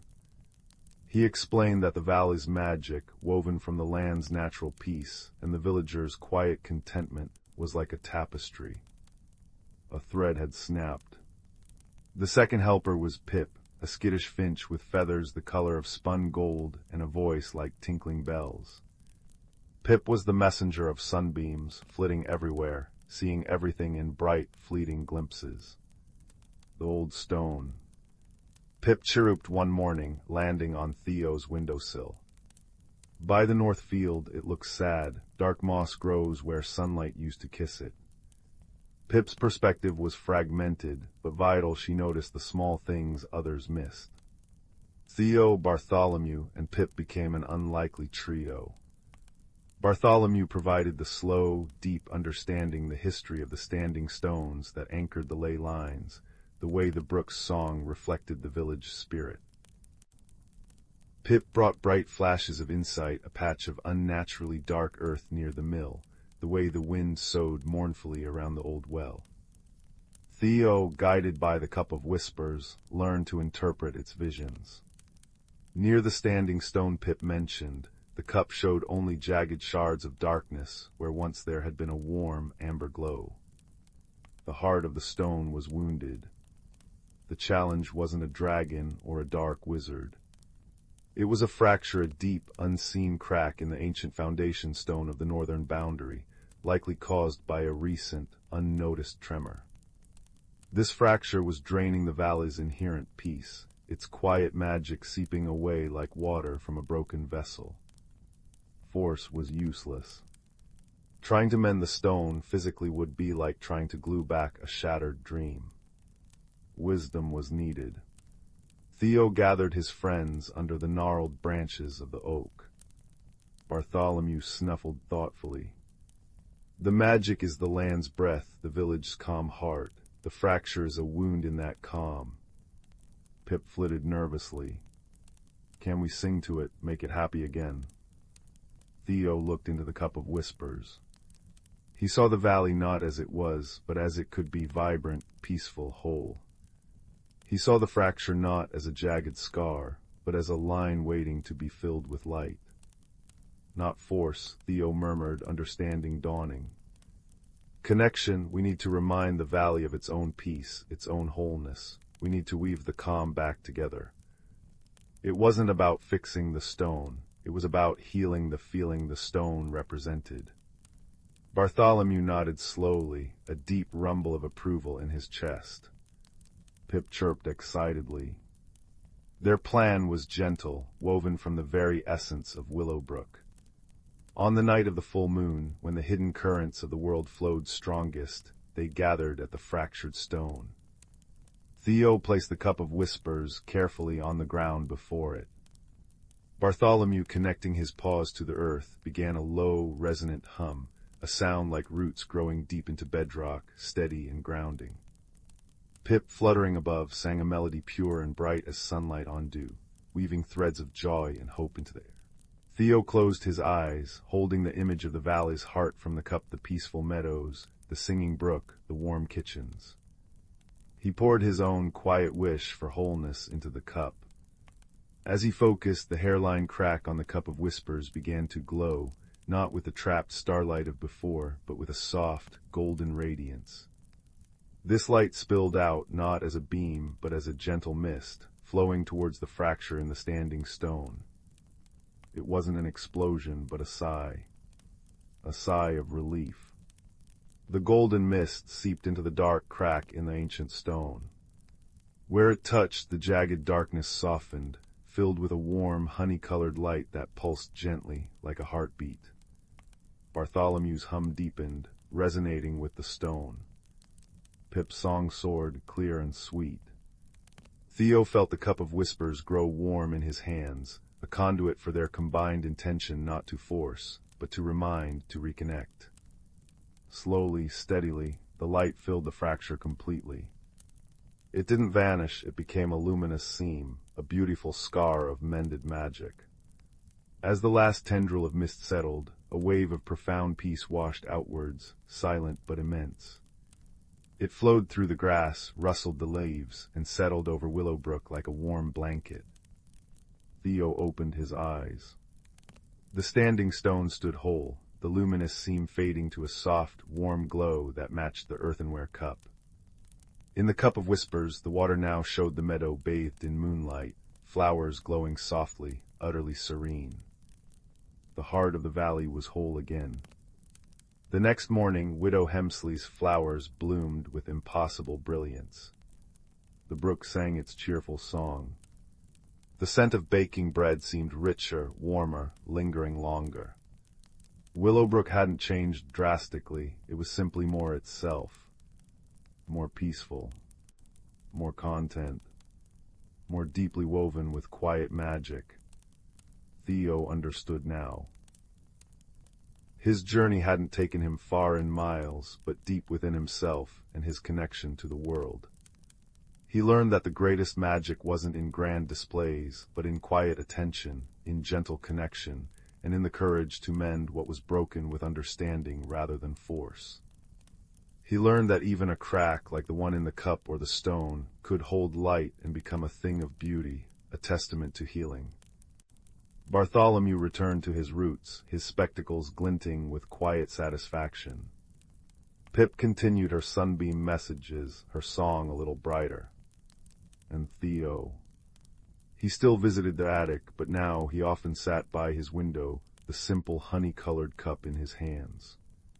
He'd fill it with water or tea and gaze into its depths, not always seeing visions, but always feeling the deep, resonant peace of his mended home, a gentle hum in his heart.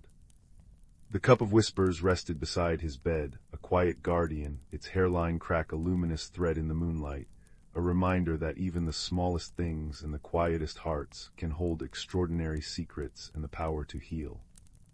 And with that comforting warmth settling around him like the softest quilt, Theo drifted into a peaceful sleep, the scent of cinnamon and sunshine a gentle lullaby in the quiet night.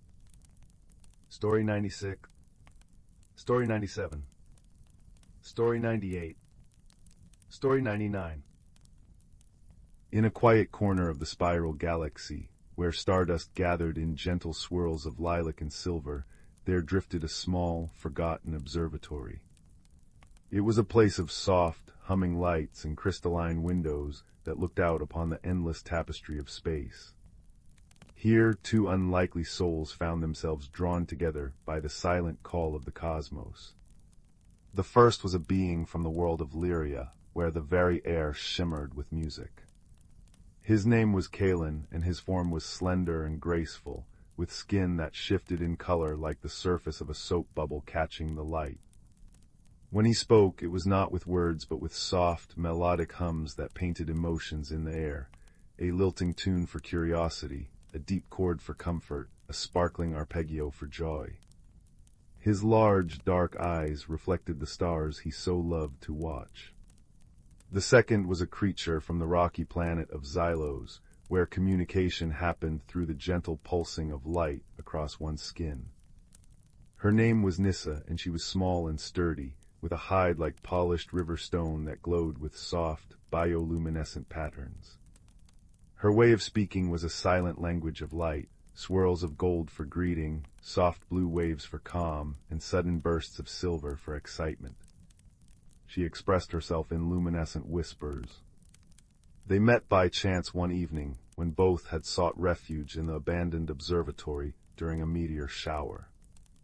Kaelen was curled in a corner, humming a nervous melody as streaks of light flashed outside. Nissa had taken shelter beneath a console, her skin pulsing a worried gray. For a long time they simply watched each other, one humming softly, the other glowing cautiously. It was Kaelen who made the first gesture of friendship. He began to hum a gentle, repeating tune, a Lyrian lullaby meant to soothe frightened young ones. Slowly, Nissa's gray worry light softened into a tentative blue. She responded by tracing a small circle of gold light on the floor between them. And so, without a single shared word, a conversation began. Over time, the observatory became their shared sanctuary. They swept away the cosmic dust and repaired the fractured crystal panes.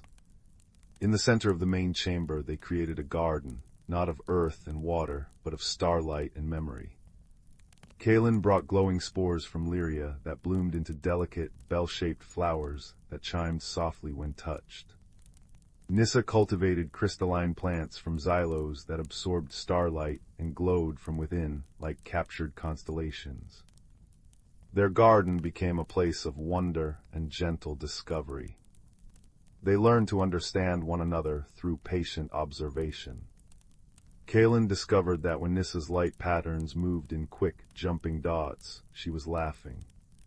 Nissa learned that when Kaelen's hums dipped low and warm, he was content. They developed their own language, a beautiful blend of light and sound that expressed what words never could. Of course, there were misunderstandings. Once Nissa arranged her glowing crystals in what she intended as a welcoming pattern, a Xylosian gesture of invitation. To Kaelen, the specific arrangement of lights resembled a Lyrian warning signal for approaching danger.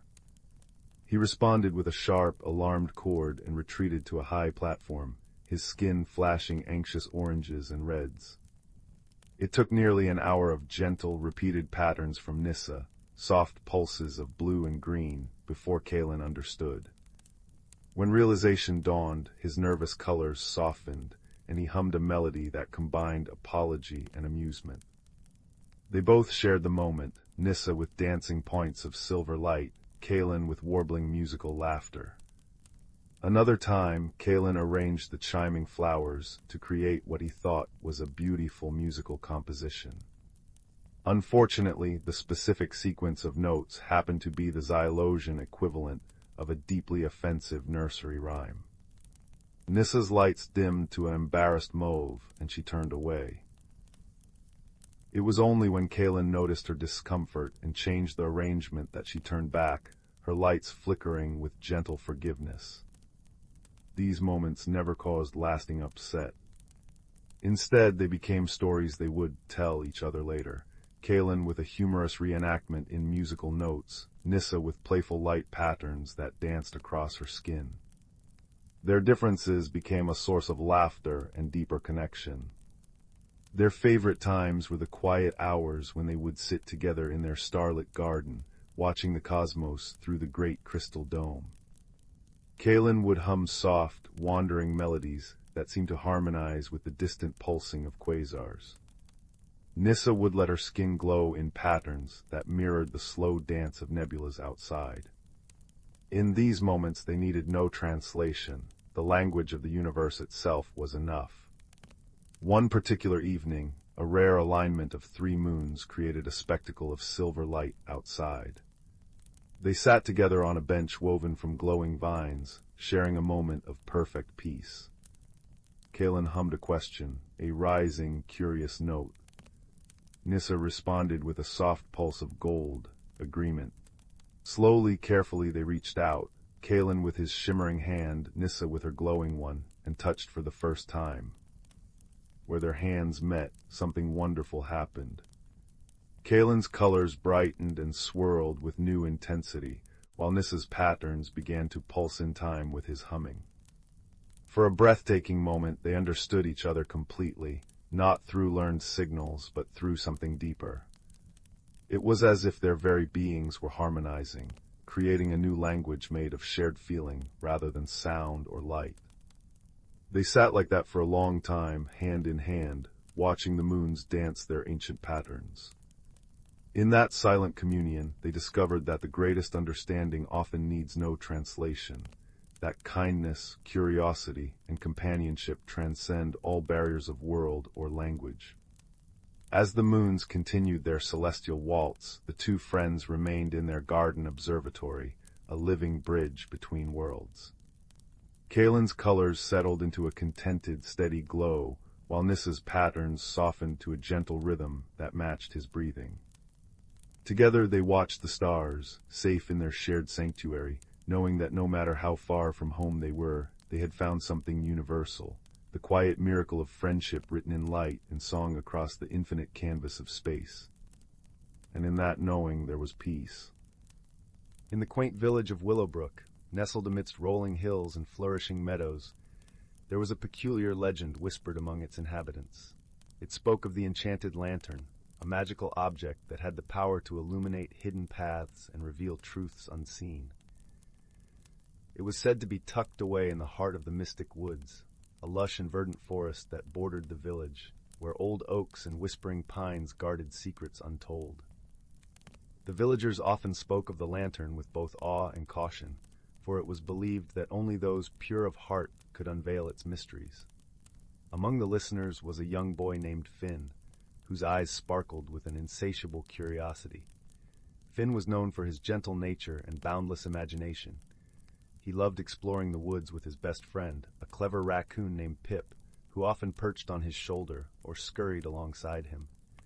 One crisp autumn afternoon, as golden leaves cascaded from the trees like gentle rain, Finn found himself drawn to the edge of the mystic woods. The air was crisp and filled with the scent of pine and earth. He and Pip had heard the legend many times over crackling fires and beneath starlit skies, but that day the call of adventure was too strong to resist.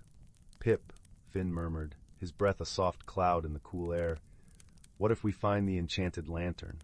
What wonders could we discover?" Pip twitched his nose and chirped in agreement, his tiny paws patting Finn's shoulder as if to say, "Let's go! Let's see!" With a heart full of hope and wonder, Finn stepped into the mystic woods, the leaves crunching softly beneath his feet. The forest was alive with the sounds of nature, the rustling of leaves, the distant call of a songbird, and the gentle babble of a hidden brook. Sunlight filtered through the canopy, casting dappled patterns on the forest floor, creating a tapestry of light and shadow that seemed to dance with every breeze. As they ventured deeper, the world around them seemed to shift. The forest was more than just trees and trails. It was a living, breathing entity that wrapped them in its embrace. The path wound its way through towering ferns and beneath ancient trees whose branches reached out like welcoming arms. The deeper they went, the more Finn felt a change within himself. A sense of belonging, a connection to something greater than he had ever known. "Do you feel it, Pip?" Finn whispered, his voice a soft echo in the stillness. Pip nodded, his eyes wide with wonder as they peered into the depths of the forest, where shadows played and light danced. Hours passed like minutes as they wandered, until they came upon a clearing bathed in a gentle golden glow. In the center stood an old stone pedestal, and upon it rested the enchanted lantern. Its glass was etched with intricate patterns that seemed to shift and shimmer, reflecting the colors of the forest around it. Finn approached with reverence, his heart pounding with a mix of excitement and trepidation. He reached out a tentative hand, and as his fingers brushed the cool metal, a warm light blossomed from within the lantern, casting a soft radiance that filled the clearing. In that moment, Finn felt a warmth spread through him, a gentle reassurance that whispered of possibilities and dreams yet to be realized. The world seemed to hold its breath, and the forest hushed as if in anticipation. Pip chirped softly, his eyes reflecting the light of the lantern as he watched his friend with unwavering trust. With the lantern in hand, Finn turned to the path ahead, which now glowed with a luminescent trail that beckoned them onward. It was a path that wove through the heart of the forest, revealing vistas of breathtaking beauty, hidden groves where flowers bloomed in riotous colors, and crystal-clear streams that sang as they danced over stones. As they walked, the lantern's light revealed more than just the path. It illuminated memories and dreams, hopes and fears, all woven together in the tapestry of Finn's heart. He saw moments of kindness and courage, laughter shared with friends, and the quiet strength that came from knowing he was never truly alone. The journey was not without its challenges, but Finn faced them with a newfound wisdom and the steadfast companionship of Pip. They crossed rickety bridges that swayed over deep chasms, clambered over rocky outcrops that tested their resolve, and weathered sudden storms that sought to turn them back. Yet through it all, the lantern's light never wavered, guiding them with unwavering certainty. As they ventured further, they discovered a hidden world within the forest, a place where the magic of nature thrived in harmony. They met creatures of all shapes and sizes, each with stories of their own. There was Luna, the wise old owl who spoke of the stars and the secrets they kept, and Thistle, the mischievous squirrel who shared tales of acorn feasts and daring escapades. In this hidden world, Finn and Pip forged friendships that defied expectations. They learned that true friendship knew no bounds, that it was a bond that transcended differences and celebrated the unique gifts each brought to the world. Through their journey, they came to understand that the greatest magic lay not in the lantern itself, but in the connections they made along the way. The days turned into weeks, and the forest became a second home, a place of peace and discovery. Yet, as all journeys do, theirs too had to find its end. One evening, as the sun dipped below the horizon and painted the sky in hues of lavender and gold, Finn and Pip found themselves back at the edge of the mystic woods. The enchanted lantern, now a part of their story, rested gently in Finn's hands. He knew that its light was meant to be shared, that it was a gift for all who sought its wisdom. With a heart full of gratitude, he placed the lantern back upon its pedestal, where it would await the next seeker of dreams. As they made their way home, the village welcomed them with open arms, the warmth of familiarity and love wrapping around them like a cozy blanket. Finn's journey had changed him in ways he could not have imagined. He carried with him the lessons of the forest, the importance of friendship, the courage to face the unknown, and the magic that dwells within every heart. And so, with Pip by his side, Finn returned to the world he knew, forever changed by the journey he had taken. The enchanted lantern remained in the heart of the mystic woods, a beacon of hope and wonder, its light waiting to guide those with the courage to seek it. In the quiet of the night, beneath a sky strewn with stars, Finn and Pip, lay in the warmth of their home, knowing that the magic of their adventure would live on in their hearts and in the stories they would share. And as they drifted into a peaceful slumber, the gentle glow of the lantern lit the path for the dreams yet to come, promising new adventures, new friendships, and the enduring magic of a kind heart.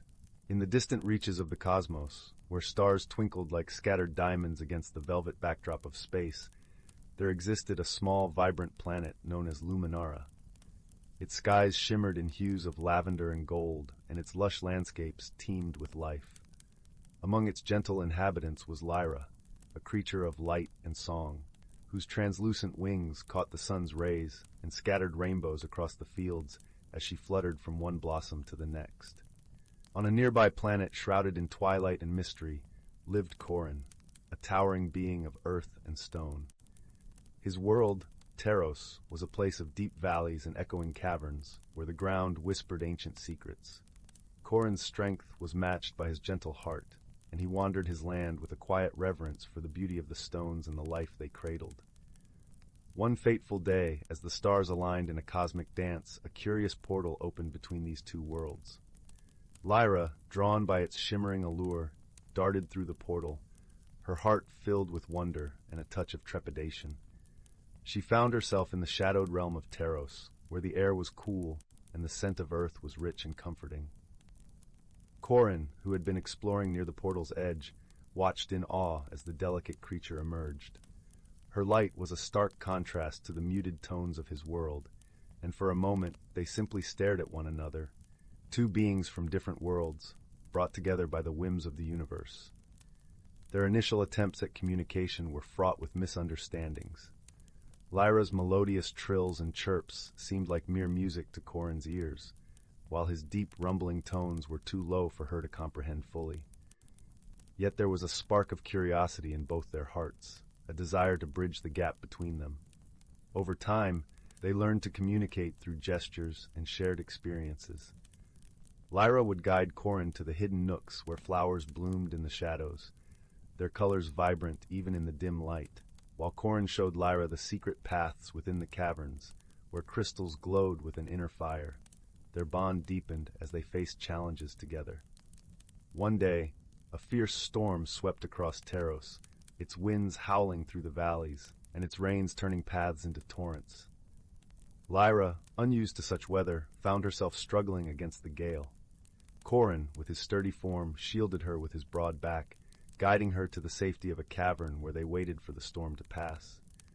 In that quiet refuge, they shared warmth and stories, their differences fading as they found comfort in each other's presence. As the days turned into weeks, Lyra and Corwin discovered the true meaning of friendship. They learned to appreciate each other's strengths and to lend support in times of need. Lyra taught Corwin the joy of laughter, her tinkling giggles echoing through the caverns, while Corwin showed Lyra the beauty of silence, the way it allowed the heart to listen more deeply. One day the portal shimmered once more, signaling that it was time for Lyra to return to Luminara. The thought of parting was bittersweet, yet both knew that their friendship had transcended the boundaries of their worlds. As Lyra prepared to leave, she touched her wings lightly to Corwin's forehead, a gesture of gratitude and affection. Corwin, in turn, placed a small crystal in her hands, its glow a reminder of the light they had found in each other. With a final, shared glance of understanding and warmth, Lyra stepped through the portal, her heart full of memories and a newfound wisdom about the strength of friendship. Back on Luminara, Lyra often gazed up at the stars, her thoughts drifting to her friend on Taros. And on Taros, Corwin would sit in the quiet of a cavern, feeling the gentle hum of the crystal Lyra had touched, knowing that their bond was as enduring as the stones of his world. In the vastness of the universe, Lyra and Corwin had discovered the simple truth that true friendship knows no bounds, and that even the most unlikely companions can find understanding and joy in one another. And so, beneath the watchful gaze of the stars, their friendship endured, a testament to the harmony that could be found in diversity and the strength that could be born from shared hearts. The twin moons of Zephyria cast soft silver beams through Lyra's cracked cockpit window, illuminating swirling motes of stardust as her escape pod settled into the mossy embrace of an uncharted world. Outside, the air hummed with the scent of night-blooming star vines, sweet as honeyed tea, cool as mountain springs. Lyra, a human botanist stranded light-years from Earth, trembled not from cold, but from the profound silence. Until a chime echoed through the violet ferns, a melody like glass bells kissed by wind.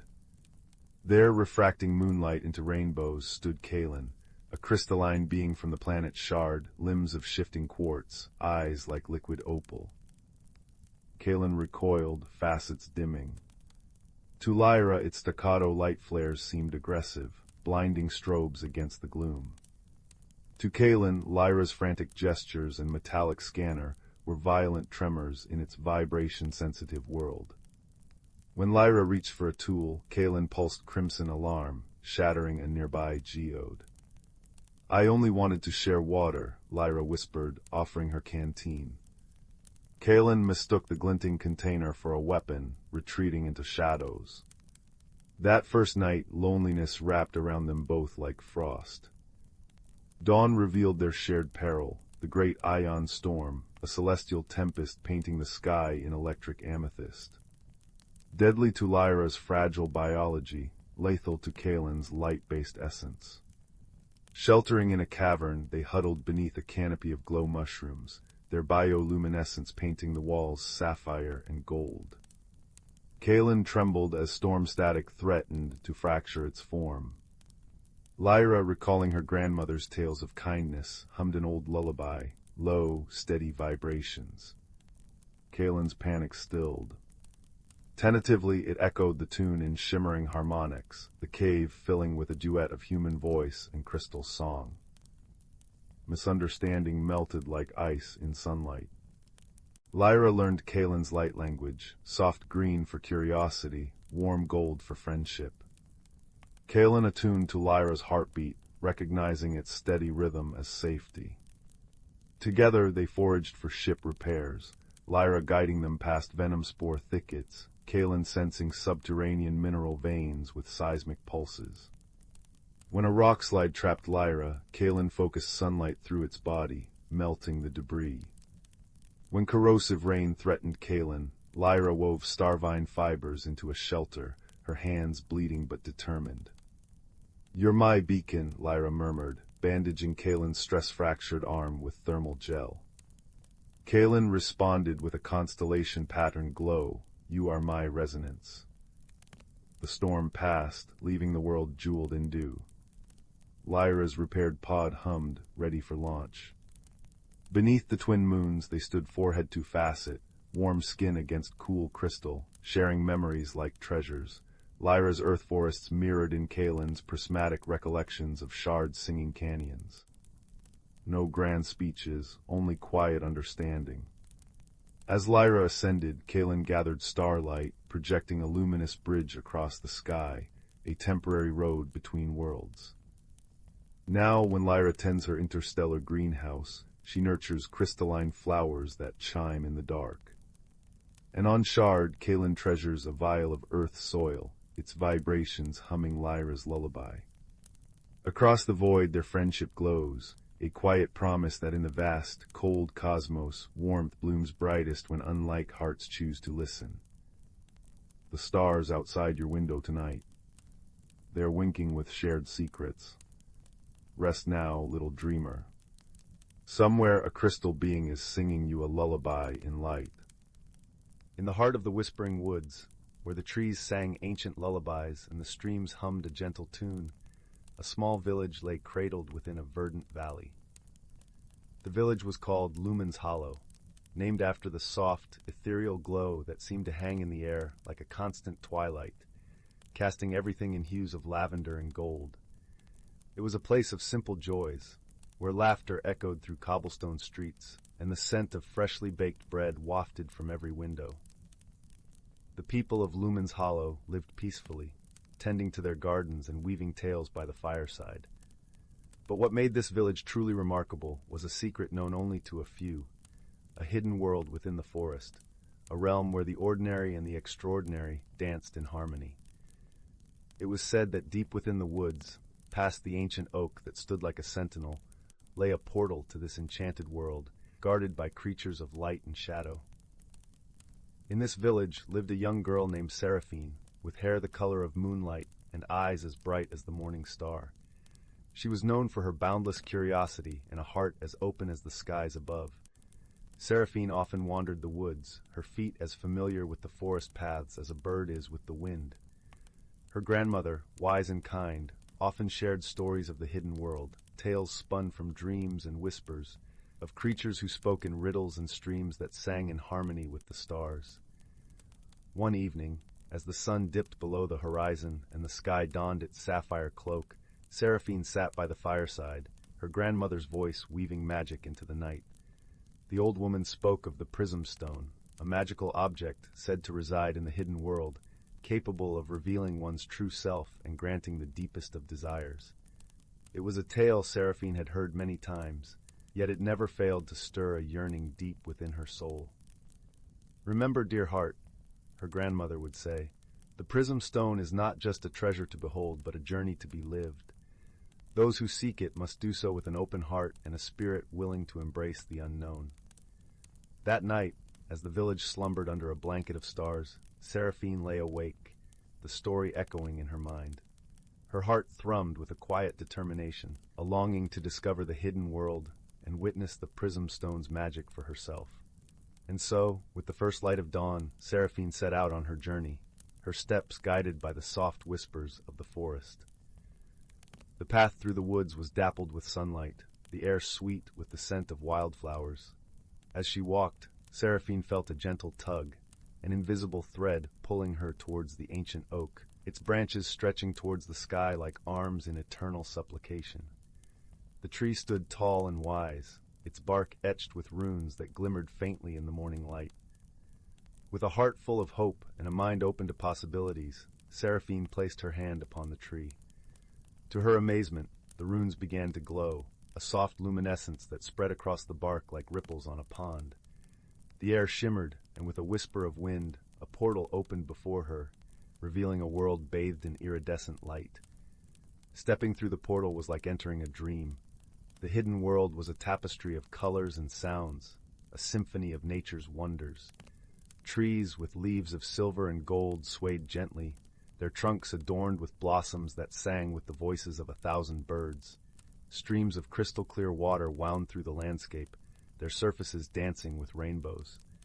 Seraphine wandered deeper into this enchanted realm, her senses alive with the beauty around her. It wasn't long before she encountered her first companion, a creature as curious as herself. It was a fox, its fur a vibrant red that shimmered in the light, its eyes a deep, knowing amber. The fox approached with a cautious grace, its tail flicking like a brush, painting the air with curiosity. "Hello," Seraphine greeted softly, kneeling to meet the fox's gaze. "I am Seraphine. I'm searching for the prism stone." The fox tilted its head, a gesture both thoughtful and inquisitive. "The prism stone," it replied, its voice a gentle rustle like leaves in the breeze. "A treasure sought by many, found by few. Why do you seek it, young wanderer?" Seraphine pondered the fox's question, her heart speaking before her mind.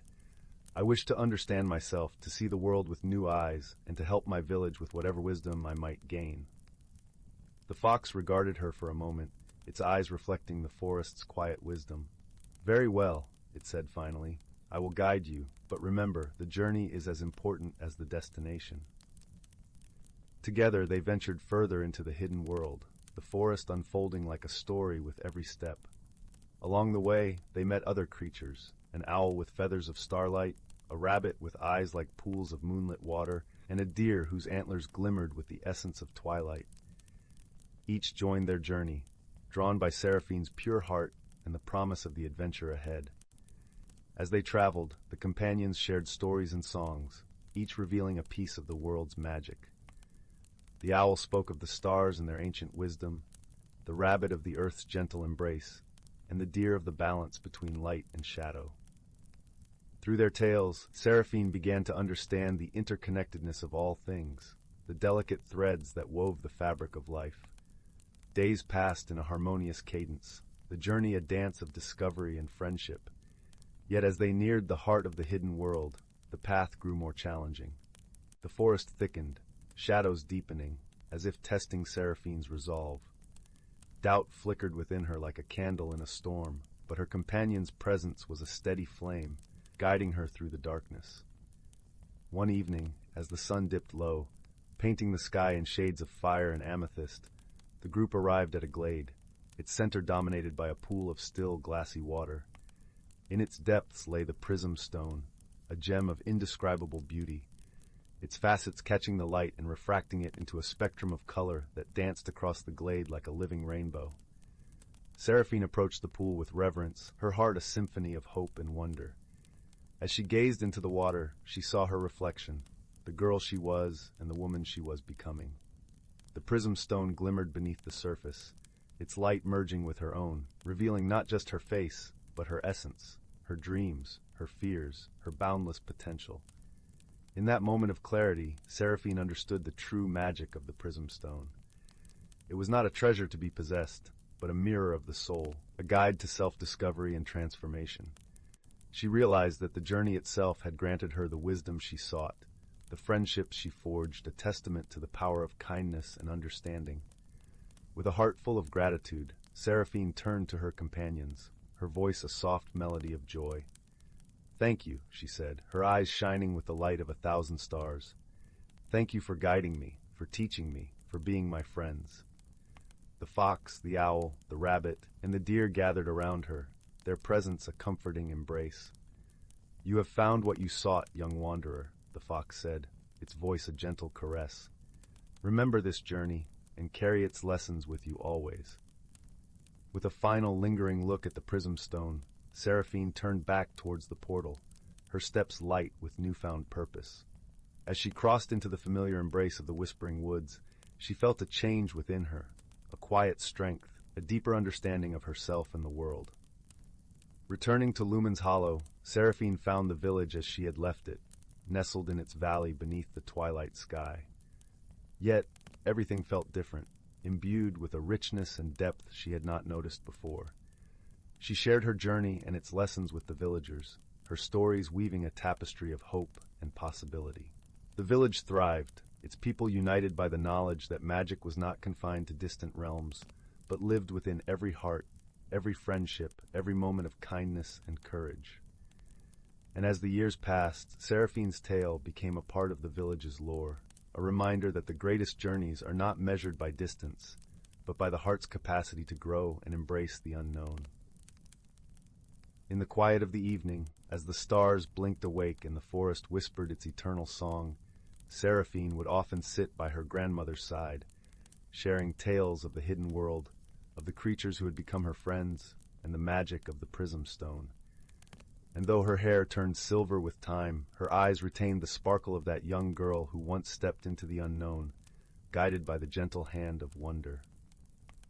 And so, the story of Seraphine and the prism stone became a part of Lumen's Hollow, a testament to the power of friendship, the beauty of discovery, and the enduring magic of the heart. Under the watchful gaze of the ancient oak, the village thrived, a beacon of light and love in the heart of the whispering woods. As the village slumbered, cradled in the embrace of the forest, the hidden world remained, a secret known to those with the heart to seek it. A reminder that within every ending lies the promise of a new beginning. And in that truth, the village found peace, nestled beneath a sky that sang with the light of 1,000 stars, each a promise of dreams yet to be discovered. The fire crackled softly in the hearth, casting dancing shadows upon the walls as the evening settled into a deep, velvety blue outside the window. In a small cottage nestled at the edge of a sleepy village, young Leo sat by the warmth, his knees drawn up to his chin, feeling a familiar loneliness settle over him like a well-worn blanket. It wasn't that he was unhappy, not exactly. But there was an emptiness in his chest, a quiet space that seemed to echo whenever the wind whistled through the old oak tree outside his window. Leo's grandmother had often told him stories of the whispering woods that bordered their village, a place where the trees murmured secrets to those who listened closely, and where magic lingered in the dappled light. But Leo had never ventured beyond the first few familiar oaks. The woods felt too vast, too mysterious, and he was a boy who found comfort in the known, the creak of the cottage floorboards, the smell of baking bread, the steady rhythm of his own breath. But tonight felt different. Perhaps it was the way the firelight flickered, casting shapes that almost looked like beckoning hands. Or perhaps it was the small, smooth stone he had found earlier that day by the stream, a stone that, when he held it just so, seemed to glow with a soft, amber light from within, like a captured ember. He turned it over in his palm now, watching as the light pulsed gently, almost in time with the crackling of the fire. It was warm to the touch, and when he closed his fingers around it, he felt a faint hum, like a distant melody. "What are you?" he whispered to the stone. As if in answer, the glow brightened slightly, and for a moment Leo thought he heard a soft sigh, like the wind, but softer, kinder. He stood and walked to the window, peering out into the deepening twilight. The woods stood dark and silent, but the stone in his hand pulsed again, and this time it seemed to pull him gently toward the door. Something stirred in Leo's heart, a curiosity he hadn't felt in a long time. Pulling on his warmest cloak and tucking the glowing stone safely into his pocket, he slipped outside into the cool night air. The path into the whispering woods was faint, lit only by the sliver of moon overhead and the gentle glow from his pocket. With each step the world seemed to grow quieter, as if the very air was holding its breath. The rustle of leaves underfoot was soft, and the scent of damp earth and pine filled his senses. He could hear the distant hoot of an owl, the whisper of the wind through the branches, and beneath it all, a low, melodic hum that seemed to come from the stone itself. He walked for what felt like both moments and hours, until the familiar lights of the village had disappeared entirely behind him. The trees grew taller here, their branches weaving together into a canopy that should have blocked out the moonlight, and yet a soft, silvery light filtered through, illuminating a path that Leo felt certain hadn't been there before. And then he saw it, a faint, golden glow flickering between the trees ahead. It pulsed in time with the stone in his pocket, and as he drew closer, he realized it was a small, lantern-like orb, hovering just above the forest floor. It bobbed gently, as if waiting for him. "Hello," Leo called softly, his voice barely more than a breath. The orb brightened and drifted closer, and as it did, Leo saw that it wasn't a lantern at all, but a creature, a small, furry being with large, luminous eyes and wings that shimmered like moths' wings in the moonlight. It regarded him with a tilted head, and then let out a soft, chiming sound, like tiny bells.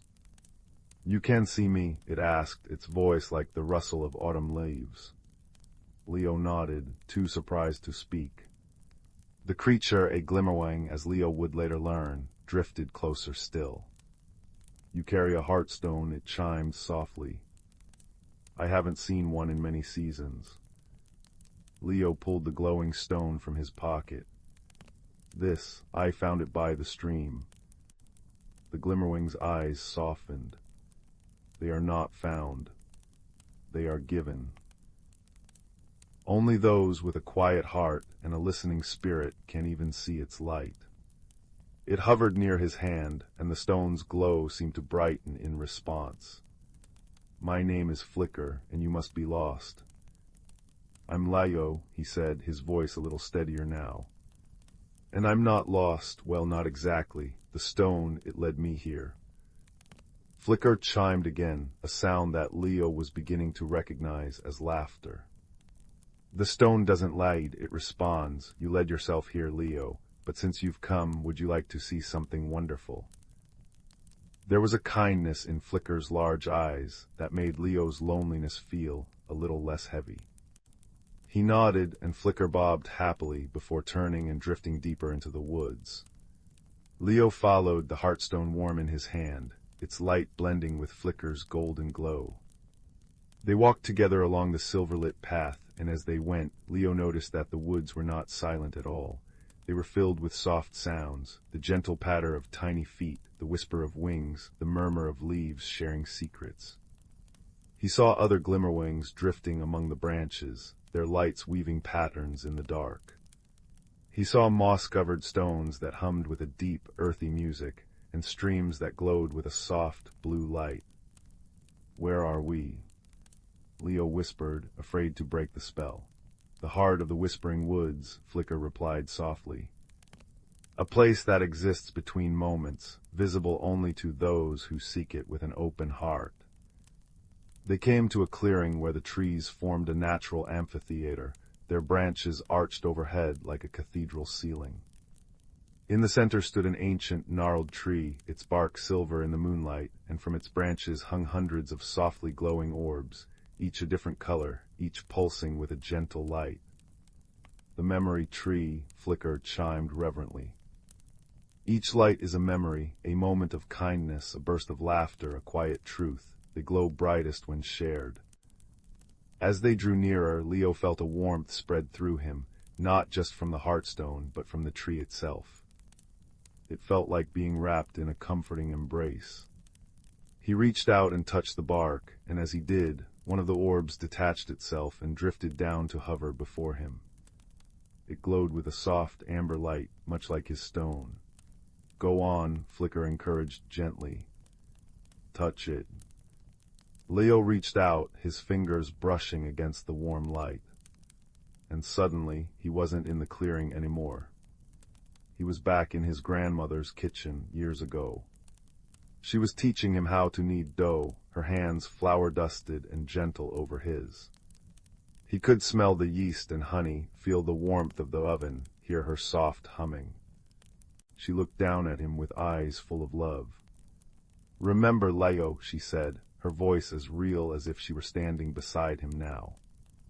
"The most important ingredients are patience and kindness. They make everything rise." The memory faded, and Leo found himself back in the clearing, tears prickling his eyes. The orb pulsed softly before drifting back to its branch. "She had a kind heart," Flicker chimed softly. "She visited here often." Leo looked at the Glimmerwing, surprised. "You knew her." "All who carry heartstones are known to us," Flicker said. "They leave echoes of their kindness here, in the memory tree." For a long moment Leo stood in silence, the weight of his loneliness lifting slightly, replaced by a warmth that felt like understanding. He had been so focused on the empty space inside him that he had forgotten how to fill it, but here, in this hidden world, he remembered. Kindness. Connection. The simple act of sharing a moment with another. As if reading his thoughts, Flicker drifted closer. "The heartstone responds to what is already within you, Leo. It glows for those who have light to share, even if they've forgotten how to see it themselves." Leo looked down at the stone in his hand. Its light seemed brighter now, steadier. "What do I do with it?" he asked. "Whatever feels right," Flicker replied. "Some leave their stones here, adding their light to the tree. Others carry them back into the world to remember." But before Leo could decide, a sudden change swept through the clearing. The gentle hum of the woods grew strained, and the lights of the memory tree flickered uneasily. From the shadows beyond the clearing, a cold draft swept in, carrying with it a sense of deep sadness. Flicker's glow dimmed slightly. The sorrow wind they chimed, their voice worried. "It comes sometimes when loneliness grows too heavy in the world outside. It seeks to dim the lights of the memory tree." Leo watched as the darker shadow crept closer, and with it, the glowing orbs on the tree began to flicker more urgently, some growing dim. He felt a chill that had nothing to do with the night air. It was a cold that seeped into the heart. "What can we do?" he asked, his voice barely a whisper. Flicker looked at him, their large eyes serious. "The sorrow wind feeds on isolation. It cannot withstand shared light, but to stand against it, it requires courage and trust." Leo thought of his grandmother's words, patience and kindness. He thought of the loneliness he had carried, and how it had lessened here, in this place of connection. He looked at the heartstone in his hand, now glowing steadily, and then at Flicker, whose light, though dimmed, still held firm. Without another word, he walked toward the approaching shadow, holding the stone out before him. Its amber light pushed back against the darkness, creating a small circle of warmth around him. "You are not alone," he said to the shadow, his voice stronger now. "And neither am I." The sorrow wind seemed to hesitate, swirling uncertainly at the edge of his light. But Leo stood firm, thinking of all the memories in the tree, all the moments of love and kindness that had been shared here. He thought of his grandmother, of Flicker, of the Glimmerwings watching from the trees. And then he began to hum, the same tune his grandmother had hummed in the memory. It was a simple, gentle melody, one of warmth and home. As he hummed, the heartstone's glow brightened, spreading until it touched the nearest branches of the memory tree. One by one, the orbs there brightened in response, their lights joining with his. Flicker drifted to his side, and their chime joined his hum, adding a bell-like harmony. Then other Glimmerwings joined, their lights brightening as they added their voices to the song. The moss-covered stones hummed their deep notes, the streams added their watery whisper, and even the leaves rustled in rhythm. Together they created a melody of light and sound that pushed back against the sorrow wind, not with force, but with warmth. The shadow wavered, thinning like mist in the morning sun, until finally it dissolved entirely, leaving behind only the gentle night and the steady glow of the memory tree. For a moment there was silence. Then the wood seemed to sigh, a sound of relief and peace. The lights of the tree glowed brighter than ever, pulsing in a soft, steady rhythm. Leo lowered the stone, his heart feeling lighter than it had in years. He turned to Flicker, who was glowing with a warm, golden light. "You see," Flicker chimed softly. "You had the light all along, you just needed to remember how to share it." Leo smiled, a real, genuine smile that warmed him from the inside out. He looked at the heartstone in his hand, then at the memory tree. Slowly he walked to the ancient tree and placed the stone gently among its roots. As he did, a new orb formed on one of the lower branches, a soft, amber light that pulsed in time with his heartbeat. "Now a piece of your light will always be here," Flicker said, drifting closer. "And you can visit whenever you wish." Leo nodded, feeling a sense of peace settle over him. The emptiness inside was gone, replaced by a warmth that he knew would never truly fade. As the first hints of dawn began to lighten the sky, Flicker led him back to the edge of the woods. The path seemed shorter this time, or perhaps it was just that Leo walked with a lighter step. At the tree line, Flicker hovered before him. "Remember, Leo, the world is full of hidden light. Sometimes we just need to look for it, and sometimes we need to be it." Leo reached out, and Flicker brushed against his hand, their warmth lingering even after they drifted back into the woods. He walked back to his cottage as the sun began to rise, painting the sky in shades of pink and gold. The familiar creak of the door, the smell of home, it all felt the same and yet completely different. He had brought the warmth of the woods back with him.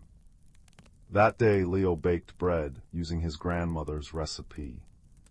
He shared it with his neighbors, and as he did, he found himself listening more closely to their stories, offering a kind word, a smile. He noticed how their faces lit up, and how his own heart felt fuller with each connection.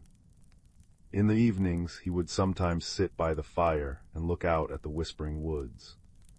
They no longer seemed mysterious or lonely, they felt like a friend. And sometimes, if he looked very closely, he would see a soft, golden light flickering between the trees, and he would smile, knowing that he was never truly alone. The memory of that night stayed with him, a warm, glowing ember in his heart. And though he never again found a heartstone by the stream, he didn't need to. He had learned that the truest light comes not from stones or magic, but from the connections we make, the kindness we share, and the courage to be a light for others, even on the darkest nights. And so, as the fire crackled and the stars twinkled outside his window, Leo would close his eyes, feeling the warmth of friendship and the peace of knowing that somewhere in the whispering woods, a tree full of memories glowed softly, reminding all who sought it that they too carried a light within, steady, true, and always enough.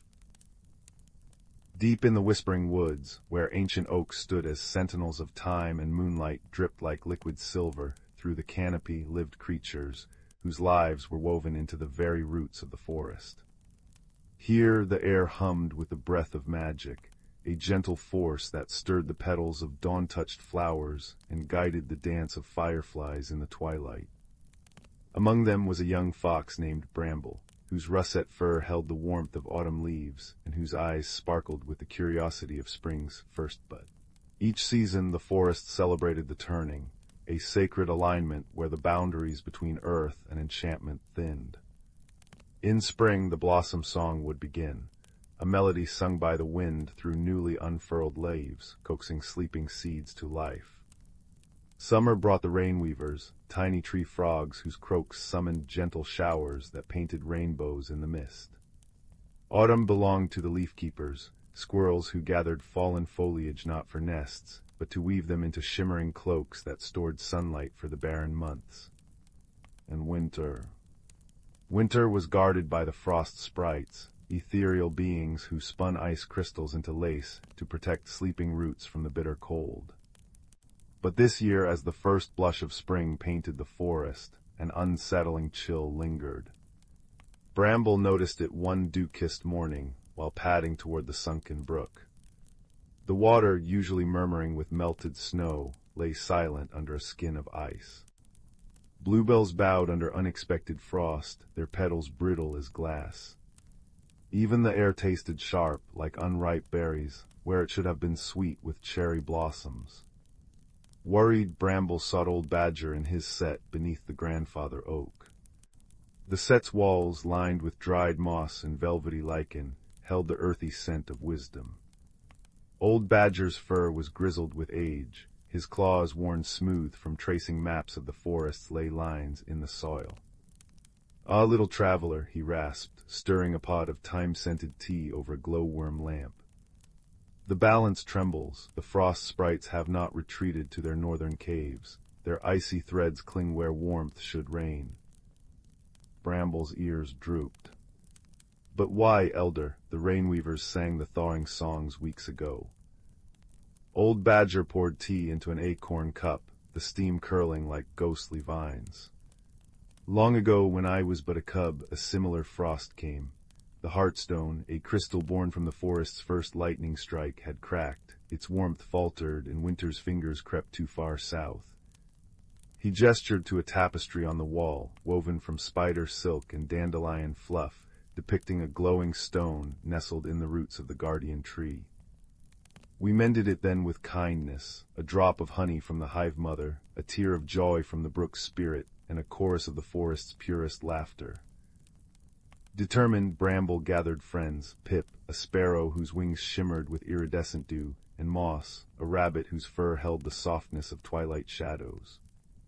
Together they journeyed to the guardian tree, a colossal willow whose branches wept silver tendrils into a pool of liquid starlight. At its base the heartstone pulsed weakly, its usual amber light dimmed to a flicker. Frost sprites fluttered nearby, their delicate forms shivering not from cold, but sorrow. "Our queen is lost," whispered one, her voice like icicles chiming. "She wandered into the shadowed vale, lured by echoes of eternal winter. Without her song, we cannot weave the frost away." The shadowed vale lay beyond the forest's edge, a place where sunlight dared not tread. Bramble's heart quivered, but Pip trilled courageously. "We'll find her, the veil fears laughter, it melts gloom like sunshine." Moss nodded, thumping a steady rhythm on the earth.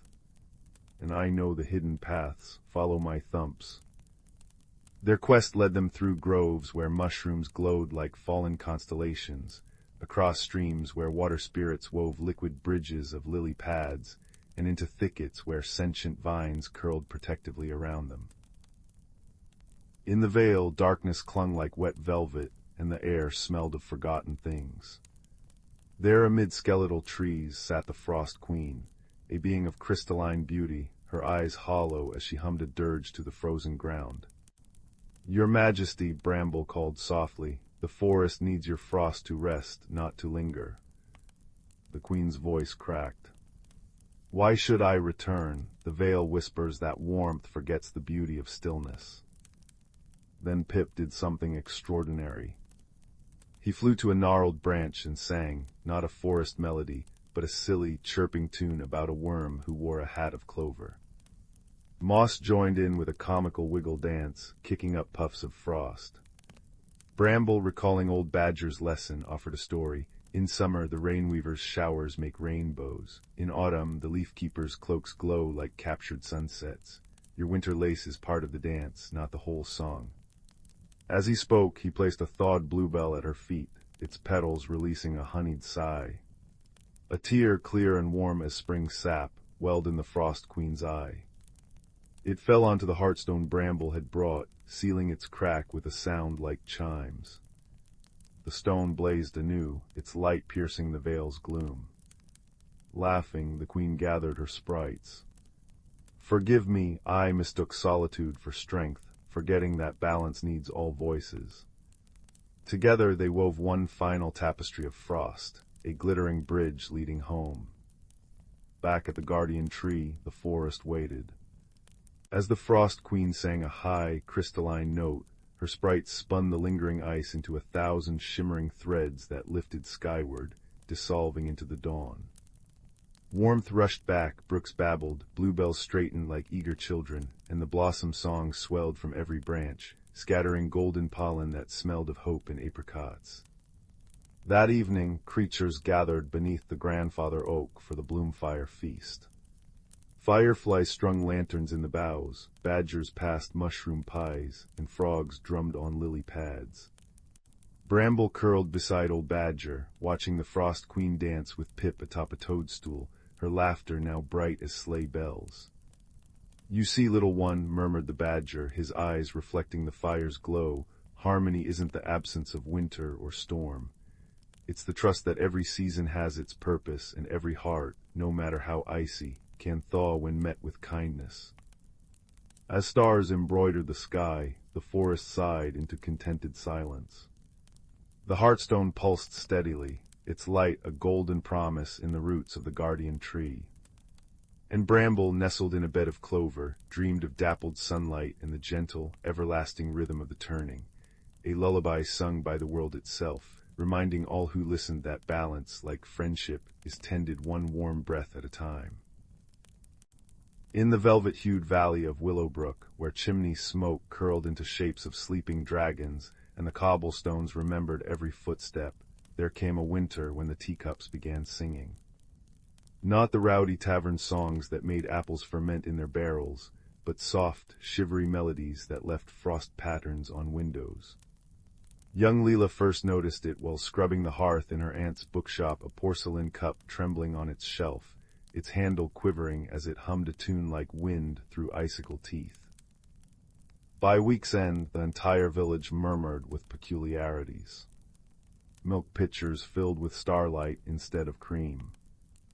Bootprints appearing on ceilings. The great copper weather vane at the town square spun not with the wind, but with the rhythm of distant laughter. "The frost fairies are restless," declared old Granny Heddleworth, her knitting needles clicking like beetle mandibles. But Lyra, whose braids perpetually smelled of pine needles and curiosity, noticed the clues others missed, how the singing always began near the abandoned clock tower, how the frost patterns formed tiny arrowheads pointing northwest. Her investigation began with a lantern carved from a wintermelon, its light smelling faintly of candied rind. The trail led past Mrs. Bramble's bakery, where raisin buns levitated in apologetic formations, to the edge of the whispering woods. There, beneath a moon-washed oak, sat a hedgehog wearing a waistcoat of frost crystals. "You're smaller than the last troubleshooter," it observed, adjusting its pince-nez.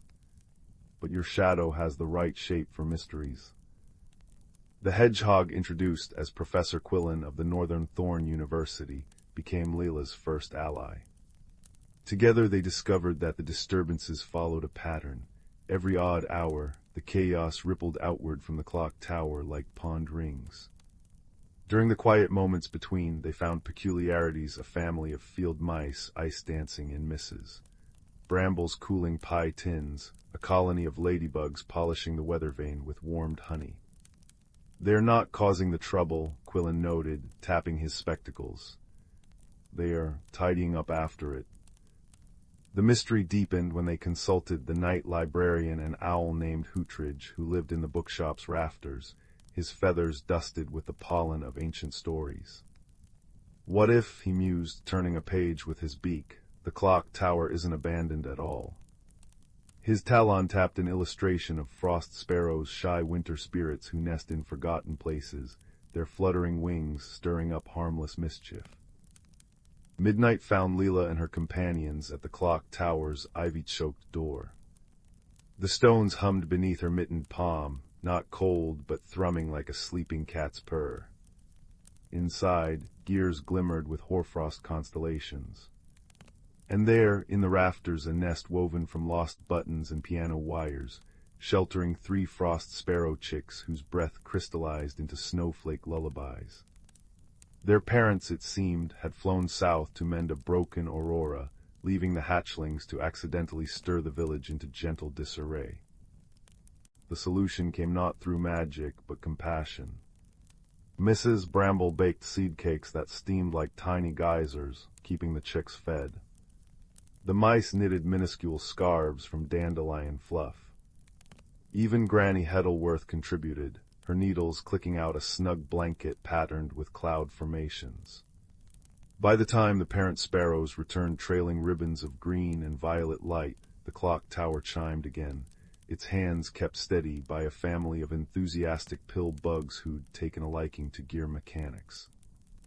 Years later, when travelers asked about Willowbrook's weather vane, now spinning tales instead of wind directions, or the teacups that occasionally harmonized with passing songbirds, villagers would smile and say, "All homes have hearts, even those we think are empty." And if you linger near the clock tower at twilight, you might glimpse a young woman with pine-scented braids, reading aloud to a hedgehog in a frost-trimmed waistcoat, while owl wings turn the pages of a story that hasn't quite ended, only paused for tea. Title: The Whisper of the Willow. In a quaint village nestled between rolling hills and the edge of a vast, whispering forest, lived a gentle young girl named Lyra. Her days were filled with the hum of bees in the meadow, the scent of wildflowers on the breeze, and the comforting embrace of her grandmother's stories by nightfall. Lyra's world was one of serene beauty, yet she harbored a yearning for something more, a spark of magic to ignite her heart's deepest dreams. The village was surrounded by legends of the enchanted forest, a place where the old trees told tales to those who would listen, and the streams sang lullabies to the moon. But the heart of these stories was the ancient Willow of Whispers, a tree said to hold the power to reveal one's true path in life. Many sought its wisdom, but few returned unchanged, for the forest had a way of showing each visitor not only who they were, but who they could become. Lyra often wandered to the forest's edge, her fingers brushing the soft moss that clung to the trunks of the trees. Her grandmother's stories painted images in her mind, of brave explorers and wise creatures, but the Willow of Whispers remained an enigma, a mystery she longed to unravel. It was on one such day, with the sun dappling through the leaves and a gentle breeze rustling the branches, that Lyra felt the forest calling to her more strongly than ever before. With a heart full of anticipation and a small satchel packed with essentials, bread, cheese, and her grandmother's knitted shawl, Lyra stepped into the forest. The air was cool and filled with the earthy scent of pine and damp earth. As she ventured deeper, the trees seemed to lean closer, their boughs whispering secrets that only the forest knew. Lyra felt a tingling at the back of her neck, a sensation both thrilling and comforting, as if the forest was welcoming her into its embrace. As the path wound deeper into the forest, Lyra met a curious friend, a small, bright-eyed squirrel named Pip. His fur was a tawny gold, and he chittered merrily as he bounded from branch to branch beside her. "Where are you headed, young traveler?" Pip asked, his voice a soft, musical note in the forest symphony. Lyra smiled, her heart lightened by the squirrel's friendly demeanor. "I'm seeking the Willow of Whispers," she replied, her eyes alight with determination. Pip twitched his whiskers thoughtfully. "Ah, the willow," he said, nodding. "Many have sought its wisdom, but it is not easily found. The forest has a way of testing those who desire its secrets." "I am ready," Lyra declared, her voice steady with resolve. "I believe the willow will guide me." With Pip scampering alongside her, Lyra continued her journey. The forest was a tapestry of colors and sounds, each step revealing new wonders. Birds sang sweetly in the canopy above, their songs weaving through the leaves like a gentle lullaby. The sunlight danced across the forest floor, painting patterns of light and shadow that seemed to shift with every breath of wind. As they walked, Pip told Lyra tales of the forest's inhabitants. A wise old owl who knew the stars by heart, a family of foxes who danced under the moon, and a mischievous sprite who played tricks on unwary travelers. Lyra listened with delight, her imagination painting vivid pictures of these magical creatures. Yet, as the day wore on, the path grew more tangled and overgrown. Vines draped like curtains across their way, and the underbrush thickened, whispering against Lyra's legs as she pushed forward. The air grew cooler, and the forest seemed to hold its breath, waiting. "Do not be discouraged," Pip chirped, sensing her unease. "Every journey worth taking has its trials." Lyra nodded, brushing aside a strand of ivy. Her determination was unwavering, her heart guided by the stories her grandmother had woven, a tapestry of courage, kindness, and the endless potential within. At last, as the sun began to dip below the horizon, casting the forest in hues of gold and amber, they arrived at a clearing. In its center stood the Willow of Whispers, its trunk wide and gnarled with age, its branches sweeping gracefully to the ground like a curtain of leaves. The air around the tree shimmered softly, as if infused with magic. Lyra approached the willow with reverence, her steps slow and deliberate. She felt the weight of the forest's silence, a sacred hush that enveloped the clearing. Pip perched on a nearby rock, watching with bright, curious eyes. With a deep breath, Lyra reached out to touch the willow's bark, her fingers brushing against its rough, ancient surface. As her hand made contact, a gentle warmth spread through her, and she closed her eyes, allowing the magic to wash over her. In the stillness, Lyra heard the whisper of the willow, a soft, melodic voice that seemed to come from the very heart of the tree. It spoke not in words, but in feelings and images, a tapestry of memories and dreams. She saw herself as she was, a young girl filled with wonder and longing. But she also saw glimpses of what could be, a future shaped by choices and courage, by kindness and discovery. The willow showed her paths that twisted and turned, each leading to a different version of herself. As the visions faded, Lyra opened her eyes, her heart brimming with understanding. The willow had not given her clear answers, but it had shown her the possibilities, the power of choice, and the strength within her to forge her own path. Pip hopped to her side, his eyes gleaming with approval. "You have the heart of a true adventurer," he said, his voice full of warmth. Lyra smiled, her heart light with newfound clarity. "I see now," she said softly. "The journey is as important as the destination. It's not just about finding answers, but about discovering who you are along the way." With the willow's wisdom nestled in her heart, Lyra and Pip began their journey back through the forest. The path seemed brighter now, the forest's secrets a little less mysterious. As they walked, Lyra felt a deep sense of peace, knowing that she was not alone, that the forest, with its whispers and wonders, would always be there to guide her. As they emerged from the trees, the village lay before them, bathed in the soft glow of dusk. The familiar sense of home wrapped around Lyra like a comforting embrace, and she knew that she was forever changed by her journey.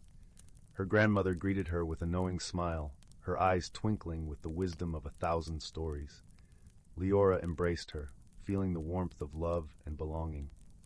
That night, as she lay beneath the stars, Lyra closed her eyes and listened to the forest's lullaby, her heart full of gratitude and dreams yet to be realized.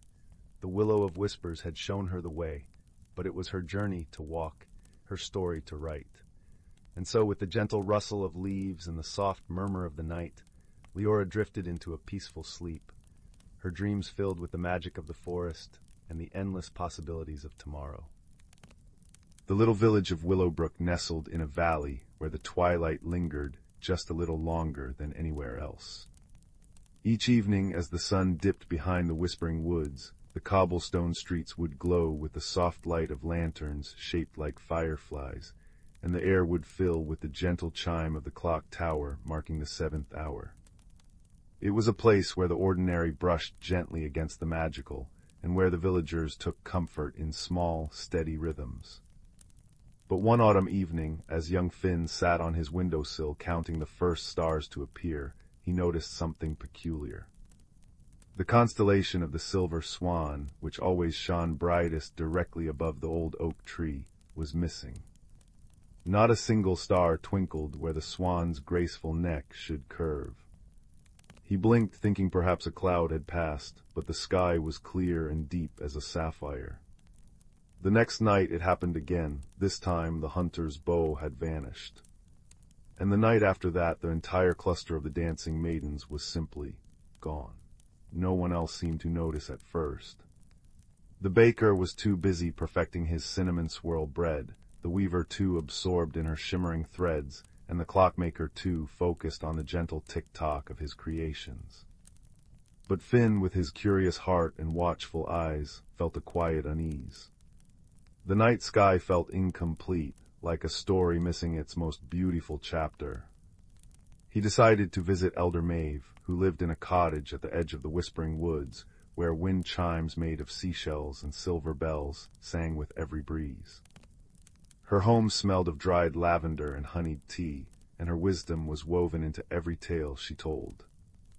"The stars aren't just lights, dear Finn," she said, her voice like the rustle of autumn leaves. "They're keepers of stories. If they're disappearing, perhaps a story is being forgotten." She hummed an old nursery rhyme half under her breath. "When the swan takes flight and the bowstring sighs, seek the weaver who threads the skies. Find the map that the moon once knew. Follow the path of the morning dew." Finn repeated the words, letting them settle in his mind like seeds waiting to sprout. Could it be a clue? The next morning, with a small satchel of oat biscuits and a warm woolen scarf, he set off to solve the mystery. His first thought was the village weaver, whose looms clacked rhythmically from dawn till dusk. Her workshop was filled with bolts of cloth in colors that seemed to shift in the light, deep blues that hinted at midnight, greens that shimmered like forest moss, and golds that glowed like captured sunlight. "Missing stars," she mused, not looking up from her work. "Perhaps they've simply grown tired of shining. Even stars need rest, you know." But then she paused. "Although last week my threads kept tangling into shapes like constellations, I thought it was my eyes playing tricks, and my blue dye, it's been fading faster than usual, almost as if the night itself is losing its color." Finn thanked her and continued on, his mind whirring. Fading dye. Tangled threads. It felt significant, but not quite the answer. Next, he visited the clockmaker, whose shop was filled with the gentle, rhythmic ticking of 100 timepieces.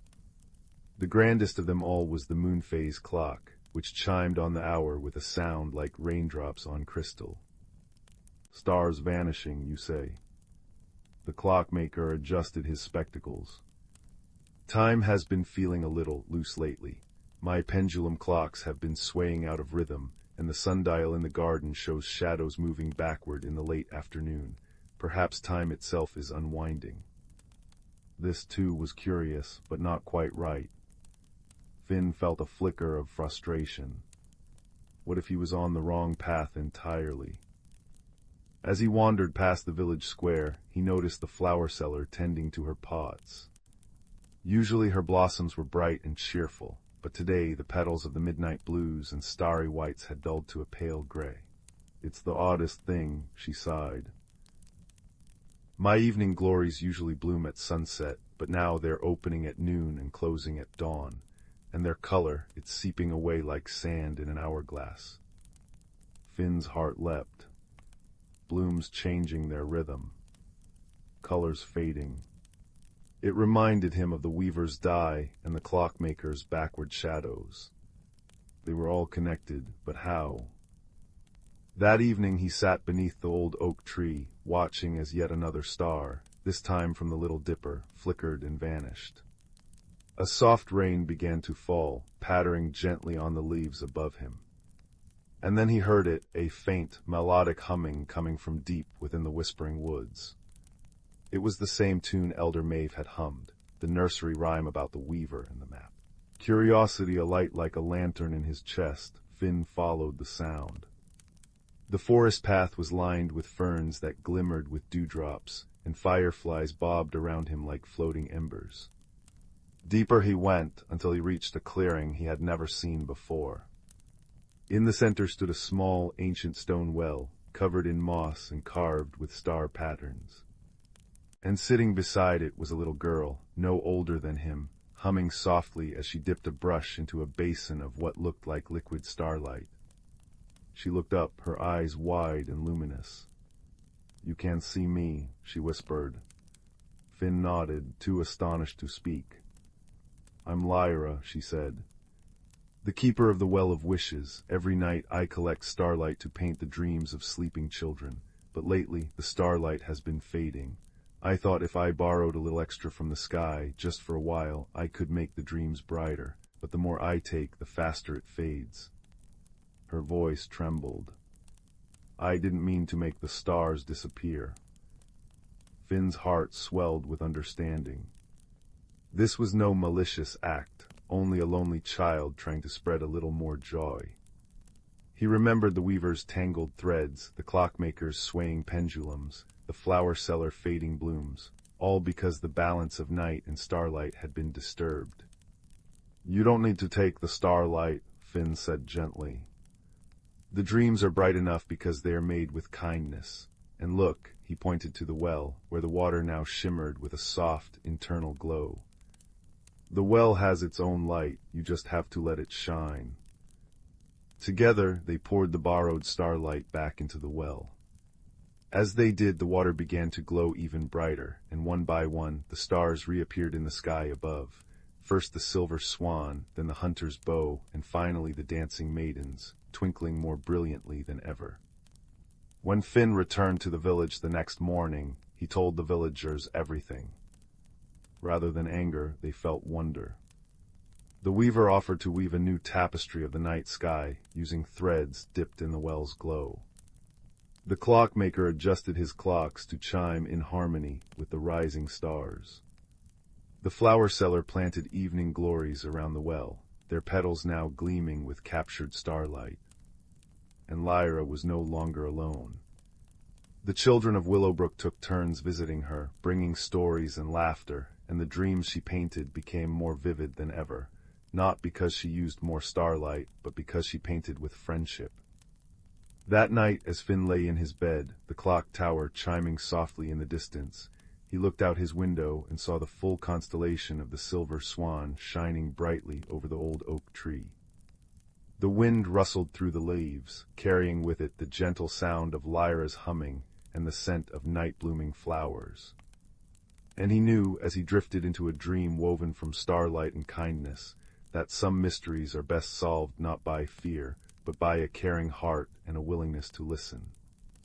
For in the quiet moments just between waking and sleeping, the truest magic reveals itself, gentle, persistent, and full of light. In the heart of the ancient forest, where the moonbeams wove silver threads through the canopy and the air hummed with quiet magic, there existed a world that only truly awakened when the sun dipped below the horizon. Here the trees stood as sentinels of time, their bark etched with stories older than memory, and their leaves whispered secrets in a language only the heart could understand. On this particular night, the forest was bathed in the soft glow of a full moon, casting everything in shades of silver and shadow. A gentle breeze rustled through the leaves, creating a soothing symphony that seemed to harmonize with the distant babble of a hidden stream. High above, the stars twinkled like scattered diamonds, and in the clearings below, tiny points of bioluminescent light danced, glowworms tracing patterns in the air, and luminous fungi carpeting the forest floor like fallen constellations. It was in one such clearing that a young fox, with fur the color of autumn leaves and eyes that held the curiosity of countless moonlit adventures, found herself sitting beside a moss-covered stone. She was listening not just with her ears but with her very soul to the murmurs of the forest. The trees spoke in creaks and sighs, sharing tales of seasons long past. The stream gurgled melodies of journeys to distant lands, and the stones, warm from the day's sun, hummed with the deep, steady wisdom of the earth. But tonight the fox noticed something unusual. The usual gentle glow of the moon petals, flowers that bloomed only under moonlight and cast a soft, silver radiance, seemed dimmer than usual. Their light flickered uncertainly, as if hesitant to shine. A subtle tension threaded through the forest's nightly chorus, a note of concern woven into the rustle of leaves and the whisper of the wind. Determined to understand, the fox padded softly through the undergrowth, her steps silent on the bed of pine needles and moss. She followed the sound of the babbling brook, knowing that water often carried answers from deeper parts of the forest. As she walked, she passed ferns that glimmered with dewdrop jewels and mushrooms that pulsed with a gentle, greenish light. The air itself seemed to shimmer with magic, cool and refreshing against her fur.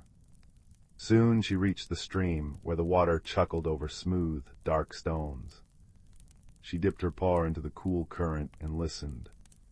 The stream's language was one of flow and change, and tonight it murmured of a stillness creeping into the forest, a quietness that felt heavy rather than peaceful. The balance wavers, the water seemed to say. The time of deep rest approaches, but something resists. Puzzled, the fox continued her journey, now climbing a gentle slope where the trees grew older and grander. Their trunks were thick with lichen, and their branches reached like wise, gnarled fingers toward the sky. Here the air was scented with damp earth and the faint, sweet fragrance of night-blooming jasmine. She knew that somewhere among these ancient beings lived the great horned owl, a creature whose wisdom was as deep as the roots of the oldest oak. It wasn't long before she found him, perched on a low branch of a towering cedar, his feathers speckled with moonlight and his eyes glowing like amber pools of knowledge. He turned his head slowly, regarding her with a calm, knowing gaze. "You have heard it too, little one," the owl said, his voice a soft, resonant hoot that blended seamlessly with the night sounds. "The forest holds its breath." The fox nodded. "The moon petals are fading and the stream speaks of stillness. What does it mean?" The owl shifted slightly, his feathers rustling like parchment. "The seasons turn as they always have. The time of autumn's surrender to winter's rest is upon us, but sometimes the forest forgets how to let go. It clings to the light, fearing the darkness rather than trusting in the renewal that follows."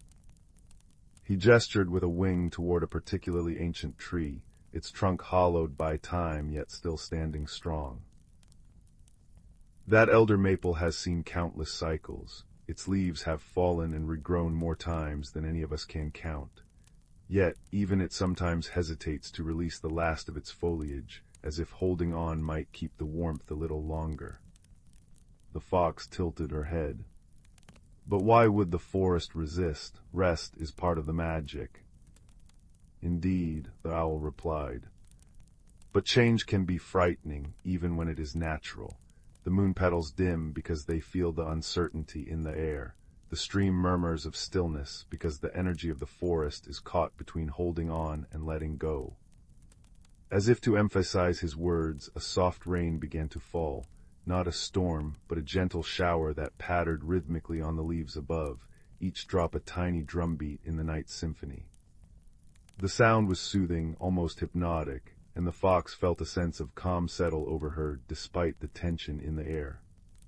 "What can be done?" she asked. The owl's eyes seemed to deepen with warmth. "We must remind the forest of the beauty in release. We must show it that rest is not an end, but a promise of renewal. The magic of this place is not only in its light, but in its shadows, not only in its warmth, but in its cool, quiet moments of reflection." Together they decided to journey to the heart of the forest, a starlit clearing where the moon petals grew thickest, and and where the trees formed a protective circle around a small, crystal-clear pond. As they walked, the owl shared stories of winters past, of how the snow blanketed the earth in silence, allowing the roots to dream deeply, and how the spring always returned with vibrant life, fueled by that very rest. The rain continued to fall, its gentle percussion mingling with the whisper of the wind through the pines and the distant hush of the stream. The fox felt each sound deep within her, a natural lullaby that eased her worries. When they reached the clearing, they found the moon petals indeed glowing faintly, their silver light wavering like a timid heartbeat. Around the pond, the trees stood solemnly, their leaves trembling slightly in the breeze as if unsure whether to hold on or let go. The owl alighted on a stone at the water's edge, and the fox sat beside him. For a time they simply listened, to the patter of rain on the pond's surface, to the sigh of the trees, to the soft cheer-up of crickets hidden in the grass. Then the owl began to speak, not in words, but in a series of soft, melodic hoots that wove through the night like a thread of comfort. It was a song of cycles, of trust, of the deep and abiding truth that every ending is a beginning in disguise. Inspired, the fox moved to the center of the clearing. She closed her eyes and let the forest sounds fill her, the rustle, the babble, the patter, the hum. And then she began to dance. It was a slow, graceful movement, a mimicry of falling leaves and flowing water, of shifting shadows and returning light. Her steps were gentle on the damp earth, and as she moved, she poured all her love for the forest into her dance. Something shifted in the air. The moon petals seemed to brighten, their glow strengthening as if drawing courage from her grace. One by one, the trees began to release their hold on their final leaves. They drifted down silently, spinning and twirling in the moonlight, each a testament to the beauty of letting go. The stream's murmur grew cheerful once more, chuckling with the joy of renewed flow. The stones hummed a little louder, their vibration a steady, grounding presence. And the rain, now softening to a drizzle, left behind a fresh, clean scent that spoke of washing away doubt and fear. As the fox danced, she noticed other nocturnal creatures emerging from the shadows, a badger with a striped face, a family of hedgehogs, a doe with her fawn, and even a circle of rabbits with ears perked in curiosity. They gathered at the edge of the clearing, their eyes reflecting the now bright glow of the moon petals. Together they added their own quiet presence to the symphony of the night, a collective embrace of the forest's natural rhythm. When the dance ended, the fox stood still, breathing deeply. The clearing was now awash with silver light, brighter than she had ever seen it. The moon petals shone with renewed vigor, and the air thrummed with a peaceful, settled energy. The forest had remembered how to trust. The owl flew down to land beside her. "You see, little one," he said softly, "sometimes all that is needed is a gentle reminder that we are part of something greater, a cycle that has turned long before us and will continue long after. There is wisdom in rest and magic in release." The fox nodded, her heart full. She looked around at the gathering of creatures, at the glowing clearing, and at the ancient trees now standing with a sense of peaceful surrender. The subtle tension had melted away, replaced by a deep, abiding calm. One by one, the animals slipped back into the shadows, returning to their nightly routines, but carrying with them the renewed sense of trust and peace. The owl gave a final, soft hoot and took flight, disappearing into the dark branches above. The fox remained for a while longer, sitting by the pond as the moon began its slow descent toward the horizon. She listened to the gentle lap of water against the shore, the distant whisper of the wind, and the steady, rhythmic pulse of the forest at peace. She knew that come winter, the snow would fall, silencing the world in a blanket of white. The streams would slow, the creatures would sleep, and the trees would stand bare against the sky. But she also knew that beneath that stillness, the magic would continue, dreaming, waiting, gathering strength for the return of spring. As she finally turned to make her way home, the first flakes of snow began to drift down, soft, silent, and gentle. They landed on her fur like cold kisses, and she smiled. The forest was embracing its rest, and she felt honored to have played a small part in reminding it of the beauty in letting go. And so, under the fading moonlight and the watchful eyes of the stars, the ancient forest settled into its seasonal slumber, wrapped in the quiet magic of renewal, and filled with the peaceful certainty that after every night without fail, the dawn would always come. In the sleepy village of Elderglow, nestled between verdant hills and cloaked in the gentle embrace of ancient oaks, there existed a whisper of magic that danced on the crisp, cool air. Eldergrove was a place where time seemed to linger, where the seasons drifted slowly through the landscape, painting it with hues of emerald and gold. The villagers lived simple lives, touched by the subtle magic that flowed like an unseen river beneath their world. In this quaint village, a young girl named Lyra found solace in the natural world that surrounded her. With eyes as curious as the morning sun peeking over the horizon, Lyra spent her days wandering the meadows, her heart in tune with the rhythms of the earth.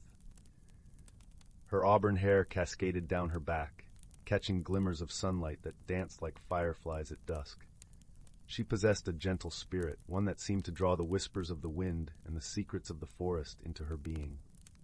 One fateful afternoon, as the golden light of the setting sun bathed the landscape in a warm embrace, Lyra discovered a peculiar object nestled beneath the roots of an ancient oak tree. It was a small, intricately carved wooden box, its surface adorned with swirling patterns that seemed to shift and shimmer in the fading light. Drawn by an inexplicable pull, Lyra knelt beside the tree, her fingers tracing the delicate carvings that spoke of forgotten tales and hidden wonders. As she opened the lid, a soft, ethereal glow emanated from within, casting a gentle light upon her face. Inside, nestled upon a bed of moss, lay a tiny silver key. It was unlike anything Lyra had ever seen, its surface glinting with a luminescence that seemed to pulse with a life of its own. With a sense of awe and wonder, she gently lifted the key, feeling a warmth spread through her fingertips and into her heart. From that moment on, Lyra felt a change within her, as if the key had unlocked a door to a hidden world just beyond the reach of ordinary sight. The air seemed thicker with mystery, the colors of the forest more vibrant, the songs of the birds more melodious. It was as if the very essence of nature had revealed itself to her, inviting her to explore the depths of its magic. Emboldened by this newfound connection, Lyra ventured deeper into the heart of the forest, her footsteps light upon the leaf-strewn path. As she walked, she noticed the world around her transforming, the trees whispering secrets in a language she could almost understand, the brook singing a melody that resonated with the rhythm of her heart. Her journey led her to a secluded glen, where the sunlight filtered through the canopy above, casting dappled patterns upon the forest floor.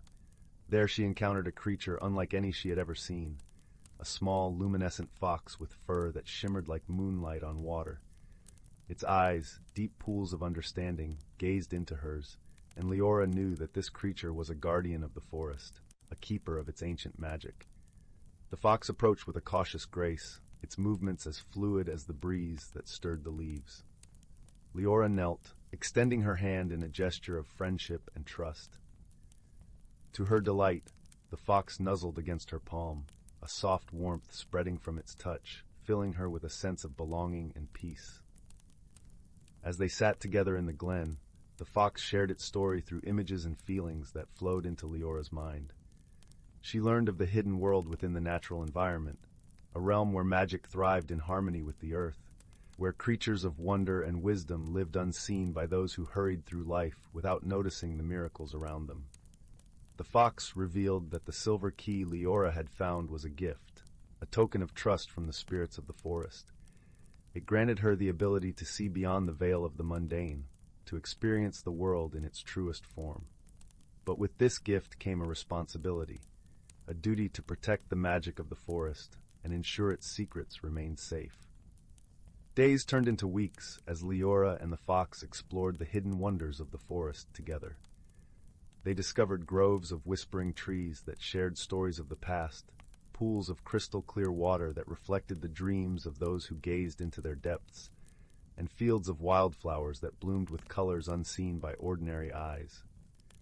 Each new discovery deepened their bond and strengthened their resolve to protect the magic that thrived within their world. As the seasons changed, so too did Lyra. She grew wiser, her heart attuned to the delicate balance of nature, her spirit intertwined with the ancient magic that flowed through the forest. She learned to understand the language of the wind, to listen to the wisdom of the stars, and to dance with the rhythms of the earth. One moonlit night, as they rested beneath the protective canopy of the trees, Lyra confided in the fox her dreams of understanding more about the origins of the forest's magic.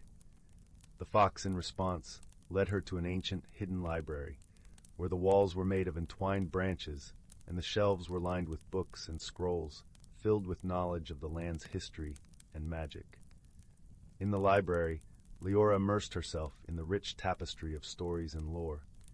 She read about the ancient guardians of the forest, legendary creatures who had once roamed the earth, and the delicate balance that sustained the magic around them. She discovered tales of courageous souls who had defended the forest in times of peril, and she felt a kinship with these protectors of old. But with knowledge came challenges. One crisp autumn morning, as leaves of amber and gold carpeted the forest floor, Lyra sensed a disturbance, a shadow that crept upon the edges of her awareness, a chill that whispered of danger. The forest spoke in hushed tones, warning of an impending threat that could unravel the delicate threads of magic that bound their world together. Determined to protect the hidden realm she had come to love, Lyra set out with the fox by her side, their path illuminated by the soft glow of the silver key. They ventured to the heart of the forest, where an ancient stone circle stood as a sentinel against the encroaching darkness. The air crackled with energy, the stones humming with a power that resonated deep within Lyra's soul. As they approached, a figure emerged from the shadows, a tall, cloaked stranger whose presence seemed to draw the light from the very air. His eyes glinted with a cold, calculating gleam, and his voice was a low, menacing whisper that curled around Lyra's heart like a tendril of smoke. "You possess something that does not belong to you," the stranger intoned, his gaze fixed upon the silver key that hung around Lyra's neck. "It is a power too great for one so young, so inexperienced." Lyra felt the weight of his words, the doubt they sowed in her heart. But she drew strength from the warmth of the fox by her side, from the ancient magic that thrummed through the stones beneath her feet. She met the stranger's gaze with unwavering resolve, her voice steady and clear. "This key was entrusted to me by the spirits of the forest," she declared, her heart burning with the courage that comes from knowing one's purpose. "I will protect the magic of this world, and I will not allow you to harm it." The stranger's eyes narrowed, a flicker of frustration crossing his face. "You are but a child," he sneered, "and you cannot hope to stand against me." But Lyra knew she was not alone. She felt the presence of the forest around her, the strength of the trees, the wisdom of the creatures, the power of the earth itself rising to support her. She reached for the silver key, feeling its warmth spread through her fingertips, its magic flowing into her being. In that moment, Lyra understood the true nature of the gift she had been given. The key was not a weapon, but a bridge, a connection between her and the magic of the forest, a conduit through which she could draw upon its strength. She closed her eyes, feeling the energy of the forest pulse through her, filling her with light and certainty. When she opened her eyes, the stranger recoiled, his expression shifting from arrogance to fear. The air around Lyra shimmered with a radiant glow, the light of the forest shining from within her, banishing the shadows that had crept into their world. "You are not alone," Lyra whispered, her voice carrying the strength of the forest, the wisdom of the trees, the courage of the fox by her side. "I stand with the magic of this world, and together we will prevail." The stranger's form wavered, his image dissolving like mist before the rising sun. With a final, defiant snarl, he vanished into the ether, leaving behind only the whisper of his defeat. As the light faded, Lyra felt the forest's gratitude surrounding her, a warm embrace that filled her heart with joy and contentment. She turned to the fox, her faithful companion and guide, and they shared a moment of understanding, a bond forged in the fires of adversity, tempered by the shared love of the world they had vowed to protect. With the threat vanquished, Lyra and the fox returned to their exploration of the forest, their hearts light and their spirits unburdened. Together, they continued to discover the hidden wonders of the natural world, delighting in the magic that flowed through every leaf, every stone, every whisper of the wind. As the years passed, Lyra grew into a wise and gentle guardian of the forest, her bond with the hidden realm deepening with each passing season. She learned that true strength came not from power, but from understanding, from friendship, from the willingness to stand for what was right. To deepen her understanding, Lyra embarked on a journey beyond Elderglow. She traveled to distant villages and met with other guardians of the natural world, each with their own unique connection to the magic that intertwined their lives. Through these interactions, Lyra gained insight into the vastness of the magic that permeated the land, realizing that Elderglow's enchantment was part of a larger tapestry that spanned the world. During her travels, Lyra encountered a wise elder named Thalion, who had spent his life studying the ancient lore of the earth. Thalion spoke of the Great Convergence, a time when all the magical energies of the world would align, allowing those attuned to their power to glimpse the very fabric of creation. Intrigued, Lyra listened intently as Thalion shared his knowledge, his words weaving a vision of a world brimming with potential and wonder. Eager to witness this event, Lyra made her way to the sacred gathering place, a vast plateau overlooking the convergence of 5 great rivers. As the day of the Great Convergence dawned, guardians from across the land assembled, their presence a testament to the enduring bond between the natural world and those who cherished it. As the sun reached its zenith, the air shimmered with a kaleidoscope of colors, a radiant tapestry woven from the threads of magic that bound their world. Lyra felt the energy coursing through her, a symphony of light and sound that resonated with the deepest part of her being. In that moment, she understood her place in the grand design, the interconnectedness of all things, the unity of purpose that linked every guardian, every creature, every leaf and stone. She realized that the true magic of the world lay not in the objects or the powers they wielded, but in the connections they forged, the harmony they nurtured, the love they shared. And so the magic of the forest endured, its secrets safe in the hands of those who cherished them, its wonders preserved for generations yet to come. Lyra's journey had transformed her, not only in her understanding of the world, but in her understanding of herself, a journey of discovery, of friendship, of courage and compassion. In the end, Lyra knew that the true magic of the forest lay not in the mysterious objects or the hidden powers, but in the connections forged between those who dared to see beyond the ordinary, to embrace the extraordinary, and to protect the beauty and wonder that surrounded them. And so, under the gentle light of the moon, with the forest as her eternal companion, Lyra's heart swelled with gratitude, her spirit forever intertwined with the magic that had changed her life. She sat beside her fox friend, the crackling leaves beneath them a comforting symphony, and whispered a promise into the night, a vow to cherish the magic of their world, to guard it with all her heart, and to share its wonders with those who would listen, those who would see, those who would believe. With the stars as her guide and the forest as her home, Lyra found peace in the knowledge that she was part of something greater, something timeless and beautiful. And as the gentle night wrapped its arms around the world, she closed her eyes, the warmth of the fox by her side, and drifted into a dreamless sleep, content in the certainty that she was exactly where she was meant to be. For in Elderglow, where magic whispered through the trees and danced upon the breeze, there was always a place for those who believed, those who listened, those who loved. And in that enchanted world, Lyra had found her home. On a particularly golden autumn afternoon, while the sun dipped low in the sky, casting long shadows across the forest floor, Lyra felt a stirring within her heart, a call to return to the ancient oak where her journey had begun. With the fox at her side, she retraced her steps through the woods, the path familiar yet ever-changing in the dance of light and shadow. As they approached the oak, Lyra noticed a gathering of creatures, deer, birds, and even a curious squirrel assembled around the tree, as if drawn by the same mysterious force. The air was thick with anticipation, a gentle hum of energy that vibrated through the ground beneath her feet. Lyra knelt before the oak, the silver key in her hand, and placed it gently upon the mossy earth. The creatures watched in silence, their eyes reflecting the glow of the setting sun. As the key touched the ground, a ripple of light spread outward, weaving through the roots and branches, illuminating the tree from within. In that moment, Lyra understood the true purpose of the key.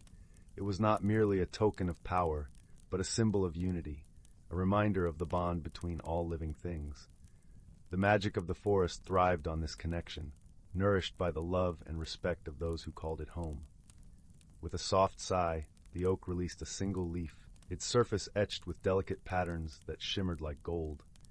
The leaf drifted down to Lyra, settling in her open palm, a gift from the heart of the forest.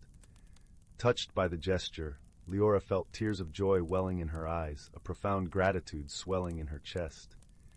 She understood now that her journey had come full circle, that her role as a guardian was not to wield power, but to nurture and protect the fragile web of life that bound them all together. As the sun dipped below the horizon, painting the sky in hues of pink and lavender, Lyra stood with the fox by her side. The creatures of the forest gathered around them in a silent vow of solidarity. Together they watched as the stars emerged, each one a beacon of hope, a reminder of the magic that flowed through their world. And in the quiet of the night, with the forest as her witness, Lyra whispered a promise to the stars, a vow to cherish and protect the magic of Elderglow, to honor the connections that gave it life, and to share its wonders with those who would listen, those who would see, those who would believe. For in Elderglow, where magic whispered through the trees and danced upon the breeze, there would always be a place for those who believed, those who listened, those who loved. And in that enchanted world, Lyra had found her home, her purpose, and her peace. The fire crackled softly, its flames dancing like golden memories against the stone hearth. In the flickering light, shadows stretched and curled into shapes that almost looked like faces, like hands reaching across time. And in that warm, ancient glow, a story begins to unfold, a story of roots that run deep and remembrance that bridges generations. Lena lived in a small apartment in the city, where the stars were often hidden behind the glare of streetlights, and the past felt like something that happened to other people. She was a weaver of tapestries, her fingers skilled at threading colors into patterns, yet she often felt a peculiar emptiness, as if her own life's pattern was missing a crucial thread. One autumn afternoon, a package arrived from her grandmother's old house in the countryside, a house Lena hadn't visited since she was a child. Inside, swathed in tissue paper that smelled faintly of lavender and thyme, was a music box. It was carved from dark, rich wood, inlaid with mother-of-pearl that shimmered like captured moonlight. Tucked beside it was a note in her grandmother's elegant script, "For you, my dear. May it help you find your song." Lena lifted the lid. Instead of a melody, the box played a soft, rhythmic ticking, like a heartbeat or the gentle fall of rain on leaves. And with that sound came a whisper, so faint it might have been the wind sighing through an unseen crack. "Remember, remember." That night, Lena dreamed. She stood in a forest she somehow knew, though she had never walked there in waking life. Ancient oaks stretched toward a sky scattered with stars clearer and brighter than any she had ever seen. A woman was waiting beneath the largest tree, her form woven from dappled moonlight and shadow. She wore a dress patterned with constellations, and her eyes held the patient depth of roots delving deep into the earth. "You've come," the woman said, her voice like the rustle of leaves. "I am Lena. I have been waiting." Waiting for what? Lena asked, her own voice small in the vast, quiet wood. "For you to listen," Lena replied. "The music box does not play a tune, it holds time. It holds stories, and it is time for you to hear them." She placed a hand on the oak's bark, and the tree seemed to hum in response. "Our family has always been keepers of stories," Lena said. "We are the rememberers, but remembering is not about holding on to old things. It is about understanding why they mattered and carrying their meaning forward. Then she began to sing, her voice low and soothing, a melody that wove through the dream like a silver thread. Where the roots run deep and the memories sleep, listen close, dear heart, and you shall keep the tales of old in actions bold. A story lived is a story told. When Lena woke, the words of the lullaby lingered in her mind, gentle and persistent. The music box sat on her bedside table, silent now. But she could still feel the forest's cool breath, still see Lena's starry eyes. Over the following days, Lena found herself drawn to the music box. Sometimes, when the light hit it just right, she would catch glimpses in the mother of pearl, not her own reflection, but other faces, other places. A young woman stitching a quilt under a lantern's glow, a man charting stars onto parchment, a child learning to knead dough for bread that had been made the same way for generations. One evening, as the first winter frost painted her window pane, Lena opened the music box once more. The rhythmic ticking began, and this time she felt herself slipping not into sleep, but into a waking dream. She was no longer in her apartment. She stood in a cozy kitchen where the air smelled of yeast and honey. A woman with kind eyes and flour-dusted hands was teaching a little girl how to braid a loaf of bread. The woman hummed as she worked, and Lena recognized the melody, the same lullaby from her dream. "Now, my dove," the woman said to the child, "remember, the bread is not just flour and water. It is patience. It is care. It is the warmth of your hands giving life to the dough. This is your great-grandmother's recipe, but it becomes yours each time you make it with love." Lena watched, mesmerized, as the woman shaped the dough with practiced hands, her movements a dance of grace and purpose.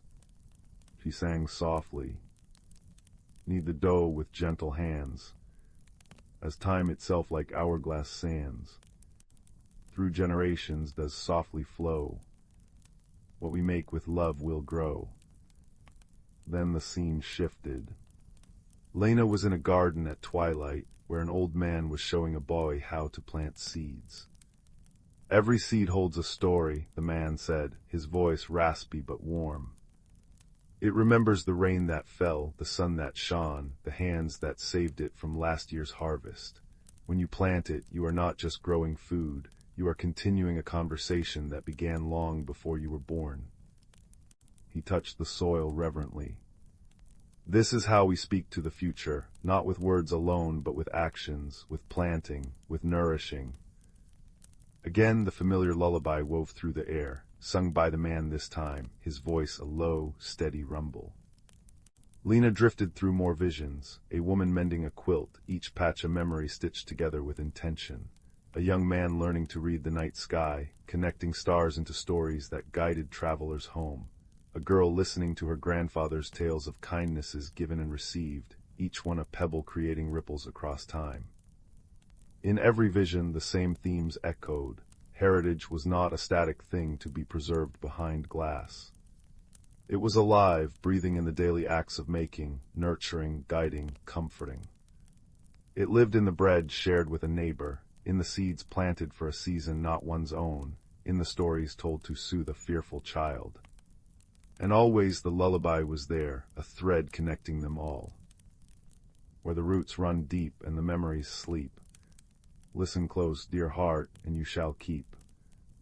One night, Lena found herself back in the moonlit forest with Elena.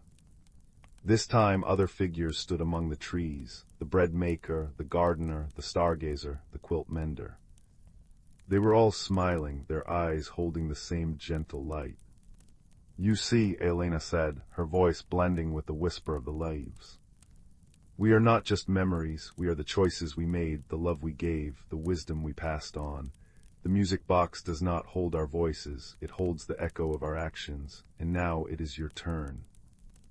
Lena looked down at her own hands, the hands that wove tapestries but had never planted a seed, never baked bread, never guided anyone by the stars. "But I don't know how," she whispered. "I've spent so long feeling disconnected, What if I forget? What if I fail? The bread maker stepped forward. You already remember, she said. You have been listening. The remembering is in the doing. The gardener nodded. You do not need to live in the past to honor it. You need only live with purpose in the present. Then from among them, a figure emerged that made Lena's breath catch. It was her grandmother, looking just as she had when Lena was small, her eyes crinkled with warmth. My dear Lena, her grandmother said, I always feared you would feel alone in the city, cut off from where you came from. That is why I sent you the music box, not to tie you to the past, but to show you that you carry it with you, in your hands, your heart, your choices. She reached out and touched Lena's cheek, her fingers cool and real. I regret that I did not teach you these things myself while I had the chance. I thought there would be more time, but see, the stories find their way, the love finds its way. Lena felt a tear trace a warm path down her cheek. I miss you, she said softly. And I you, her grandmother replied. But I am not gone. I am in the bread you will bake, the seeds you will plant, the stories you will tell. I am in the lullaby you will sing to your own child one day. She began to sing, and the others joined her, their voices weaving together into a tapestry of sound that filled the forest, filled Lena's heart. Where the roots run deep and the memories sleep. Listen close, dear heart, and you shall keep the tales of old in actions bold. A story lived is a story told. When Lena opened her eyes, she was back in her apartment, the first light of dawn tinting the sky. The music box was silent, but she could still feel the warmth of her grandmother's hand on her cheek. She rose and went to the kitchen. She found a recipe for honey oat bread, one she had never made before, and began to measure and mix. As she kneaded the dough, she hummed the lullaby, her hands learning the rhythm of emotion that was both new and ancient. She planted herbs in pots on her windowsill, whispering blessings into the soil as she had seen the gardener do. She began a new tapestry, weaving into it patterns of stars and seeds, trees and bread loaves, and all the stories she had been given. And that evening, as the fire crackled in her hearth, she opened the music box one last time. The ticking began soft and steady, but now it felt like a companion rather than a mystery. She knew she didn't need the box to remember. She carried the memories in her actions now. She closed the lid and the ticking faded. But the lullaby remained, singing softly in her heart. Years later, Lena would sit with her own daughter on her lap before a fire, weaving stories of star-guided travelers and bread that tasted of love. And she would sing the lullaby, the words now as familiar as her own breath. And sometimes in the flickering light she would see faces in the flames. Lena, the bread maker, the gardener, her grandmother, all smiling, all nodding, their legacy alive not in objects, but in the warm, daily acts of remembering and nurturing. For heritage is not a thing to be stored away. It is a seed planted in the soul, tended by love, and blooming in every kind choice, every shared story, every passed-down song. And so the roots grow deeper. And so the remembering continues. In a corner of the galaxy where stardust painted the skies with hues of lavender and gold, there existed a quaint little planet named Luminara. This planet was home to the lumens, gentle beings who glowed softly in the dark, their light a beacon of warmth and kindness. They thrived in harmony, living amidst forests of shimmering crystal trees and lakes that reflected the swirling galaxies above. One evening, as the lumens prepared for their nightly glow gathering, a time when they would sing and share stories, a peculiar event disrupted the gentle rhythm of their lives. A streak of fiery light tore through the velvet sky, crashing into the heart of their tranquil forest. The lumens, curious and concerned, gathered around the smoking crater that had formed amidst the crystal trees. From the crater emerged a creature unlike any they had ever seen. It was a mechanical being, a construct of metal and wires, with eyes that flickered like tiny screens. It was a Arzon, a species known across the cosmos for their technological prowess and analytical minds. Its name was Corwin, and it had crash-landed on Luminara due to a navigation error in its spaceship. The Lumens, despite their initial apprehension, approached Corwin with gentle curiosity. Their leader, a wise elder named Solara, extended a glowing hand in greeting. "Welcome, traveler," she said, her voice as soothing as a lullaby. "You are among friends here." Corwin, though grateful for the hospitality, felt out of place. The Arzan were a solitary species, and the concept of friendship was as foreign to it as the lush, vibrant world it now found itself in. It communicated through a series of beeps and mechanical whirs, which the Lumens found both fascinating and perplexing. Despite their differences, Solara invited Corwin to stay and recover.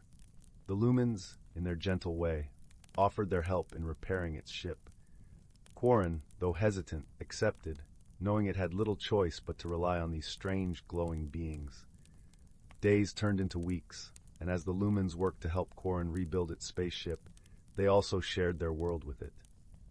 They showed Corwin the beauty of Luminara, the way the crystal leaves sang in the wind, the way the moonlight danced upon the lakes.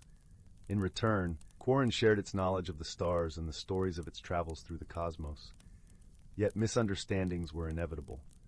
The Lumens, who thrived on emotion and intuition, often found Corwin's logical nature perplexing. One day, as they gathered by the lakeside, a young Lumen named Lyra expressed her sadness over a wilting crystal tree. Corwin, in its analytical way, suggested cutting it down to make room for new growth. Lyra was taken aback, interpreting Corwin's suggestion as cold and unfeeling. Solara, sensing the tension, gently intervened. "Corwin did not mean to hurt you, Lyra," she soothed. "To the Arzan, logic is their language, just as light is ours. Let us listen with understanding, and we might learn something new." Corwin, realizing its mistake, attempted to explain. "In my world, we seek efficiency and order. I did not understand the emotional bond you share with the trees. I am sorry if I caused you distress." Lyra, with Solara's guidance, began to see beyond Corwin's mechanical exterior. "Perhaps," she said softly, "we can learn from each other. You teach us about the stars, and we will teach you about the heart." As time passed, Corwin began to understand the Lumens in ways it never expected. It learned to appreciate the beauty of emotion, the strength and vulnerability. In turn, the Lumens adopted some of Corwin's logical insights, finding ways to strengthen their homes and improve their community. Their bond deepened when a sudden storm threatened Luminara. Dark clouds loomed, and fierce winds howled through the crystal trees. The Lumens, unaccustomed to such violent weather, were frightened. Corwin, with its knowledge of technology, suggested constructing a temporary shelter using materials from its spaceship. Together, Lumens and Arzan worked side by side, their efforts a testament to their growing friendship. Corwin's careful calculations ensured the shelter was strong, while the Lumens infused it with their light, creating a space of warmth and safety. As the storm raged outside, they huddled together, sharing stories and laughter, their fears dissipating in the glow of their companionship. Corwin, feeling a strange warmth in its circuits, realized it had found something it never knew it was missing, a sense of belonging. When the storm finally passed, leaving the air crisp and clean, Corwin's ship was finally ready. The Lumens gathered to bid farewell, their hearts heavy yet full of gratitude for the lessons learned and the bonds forged. Before departing, Corwin addressed the Lumens, its voice filled with newfound emotion. "I came to your planet as a stranger, and I leave as a friend. You have taught me the beauty of connection, the power of understanding. For that, I am eternally grateful." Solara smiled, her light brighter than ever. "And you have shown us the stars, Corwin. May your journey be safe, and may you carry our light with you wherever you go." With that, Corwin's ship ascended into the azure skies, its path marked by the shimmering luminescence of its newfound friends. The Lumens watched until the ship was but a speck against the vast tapestry of the universe, their hearts aglow with the knowledge that true friendship transcends all boundaries, be they of stars, species, or worlds. And so, in the gentle embrace of Luminara's nights, the Lumens continued their glow gatherings with stories of a mechanical being who taught them to see the stars and themselves anew. In a lush, whispering forest where sunbeams threaded through the canopy like golden threads, the air was perfumed with the sweet scent of blooming wildflowers and the earthy aroma of damp moss. Here, amid the rustling leaves and gentle babbling of a brook, lay a world both ancient and alive, where every creature understood its role in the grand tapestry of nature. In a cozy nook beneath the roots of a towering oak tree lived a wise old tortoise named Tullius. His shell was a mosaic of green and brown, polished smooth by the passage of time. Tullius was known far and wide for his deep understanding of the forest's mysteries, and many sought his counsel when the balance of nature seemed to waver. One crisp autumn morning, as the forest was adorned in a brilliant cloak of amber and crimson, a young squirrel named Pippin scampered up to Tullius's doorstep. Pippin's eyes were wide with worry, reflecting the dappled sunlight like polished hazelnuts. "Tullius," he chattered, his voice a blend of youthful eagerness and concern, "the acorns are not falling as they should. The trees are whispering of a change, and the wind carries a chill that speaks of something amiss." Tullius nodded, his eyes twinkling with ancient wisdom.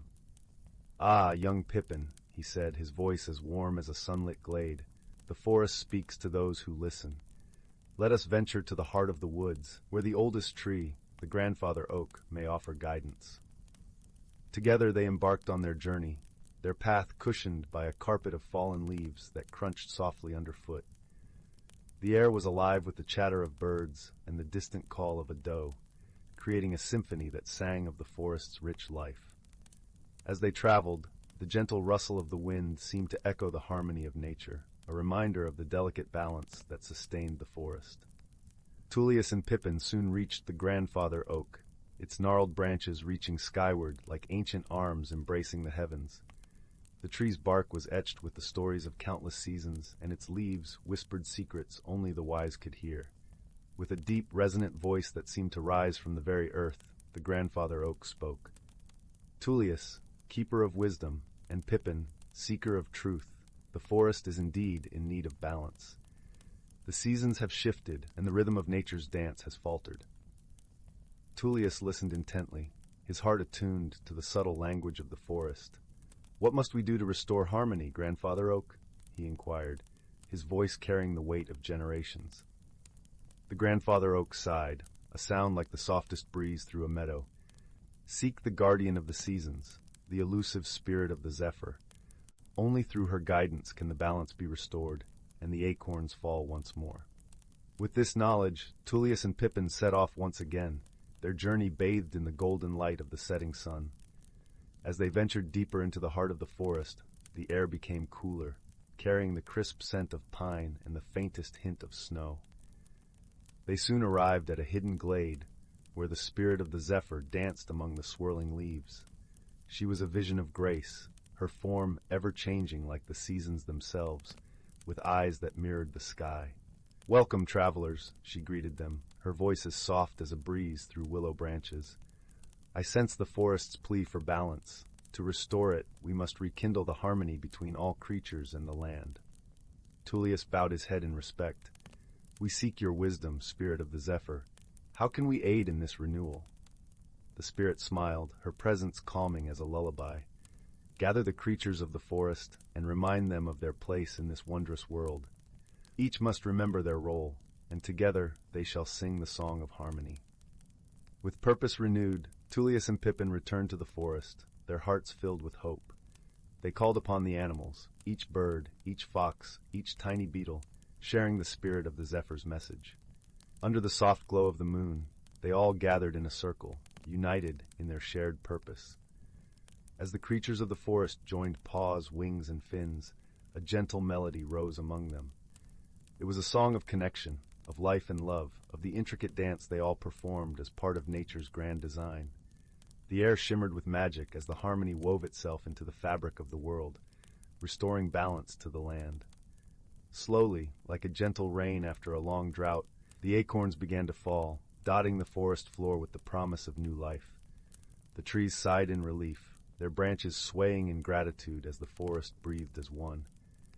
As dawn painted the sky in hues of soft lavender and gold, Tullius and Pippin stood together, watching the first light of a new day. The forest was alive with the sound of renewal, and a sense of peace settled over the land. "Thank you, Tullius," Pippin chirped, his eyes bright with newfound understanding. The forest is truly a wondrous place when we listen and work together. Tullius nodded, his heart full. Indeed, young Pippin, wisdom and friendship are the keys to overcoming any challenge, and together we have ensured the forest's harmony for generations to come. And with that, the forest awoke to the gentle embrace of a new season, where every creature, great and small, played their part in the timeless symphony of nature, a song that would linger in their hearts forever. In the quiet village of Meadowshire, where cobblestone lanes wound like sleepy serpents between thatched cottages, lived a boy named Silas. His world was one of ordinary wonders, the scent of baking bread drifting from Mrs. Bramble's oven, the way sunlight turned the mill pond into liquid gold each dawn. Yet Silas often felt a quiet longing, as if the world held secrets just beyond his reach. That longing led him to the dusty attic of his grandmother's cottage one misty afternoon, where he discovered an old wooden music box tucked beneath a quilt of faded stars. Its surface was carved with spiraling patterns that seemed to shift like smoke when touched, and when Silas wound its tiny key, it played no melody at all. Instead, it released a soft, shimmering light that painted pictures in the air, memories not his own. The first vision showed a locket shaped like a teardrop, lost deep within the whispering woods on the edge of the village. Silas recognized it at once. It belonged to his grandmother, who'd spoken of it with wistful sighs, calling it her heart's compass. The music box hummed, and Silas understood this was no ordinary trinket.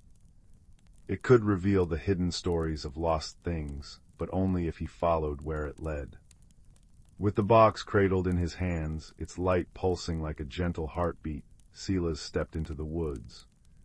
Shadows draped the path like velvet curtains, and the air smelled of damp moss and secrets. His journey began with uncertainty, but soon helpers emerged from the greenery. First came Thistle, a badger with fur like twilight and eyes that held the patience of ancient stones. He moved with a slow, deliberate grace, teaching Silas to read the language of roots and rivulets. Every bend in the path has a tale, Thistle rumbled, his voice a soothing rasp. Listen with your feet, not just your ears.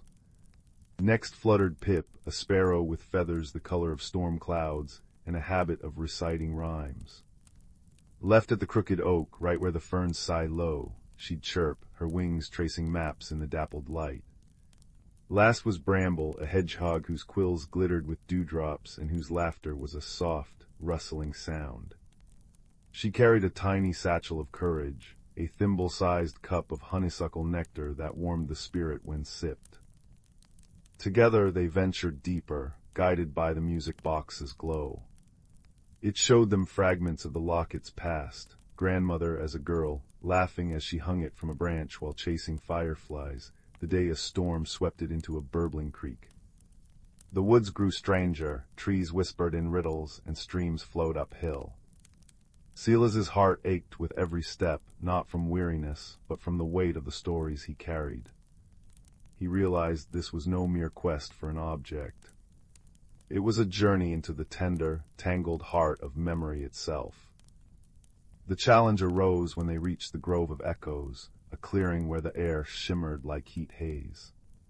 There the locket lay cradled in the roots of an ancient willow, but guarding it was the keeper of whispers, a being woven from starlight and sorrow, with eyes like frozen ponds.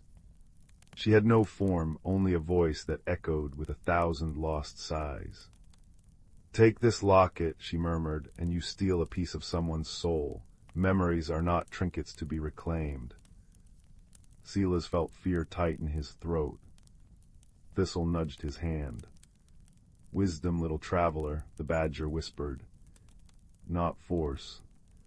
Pip landed on Silas's shoulder, humming a rhyme about letting go.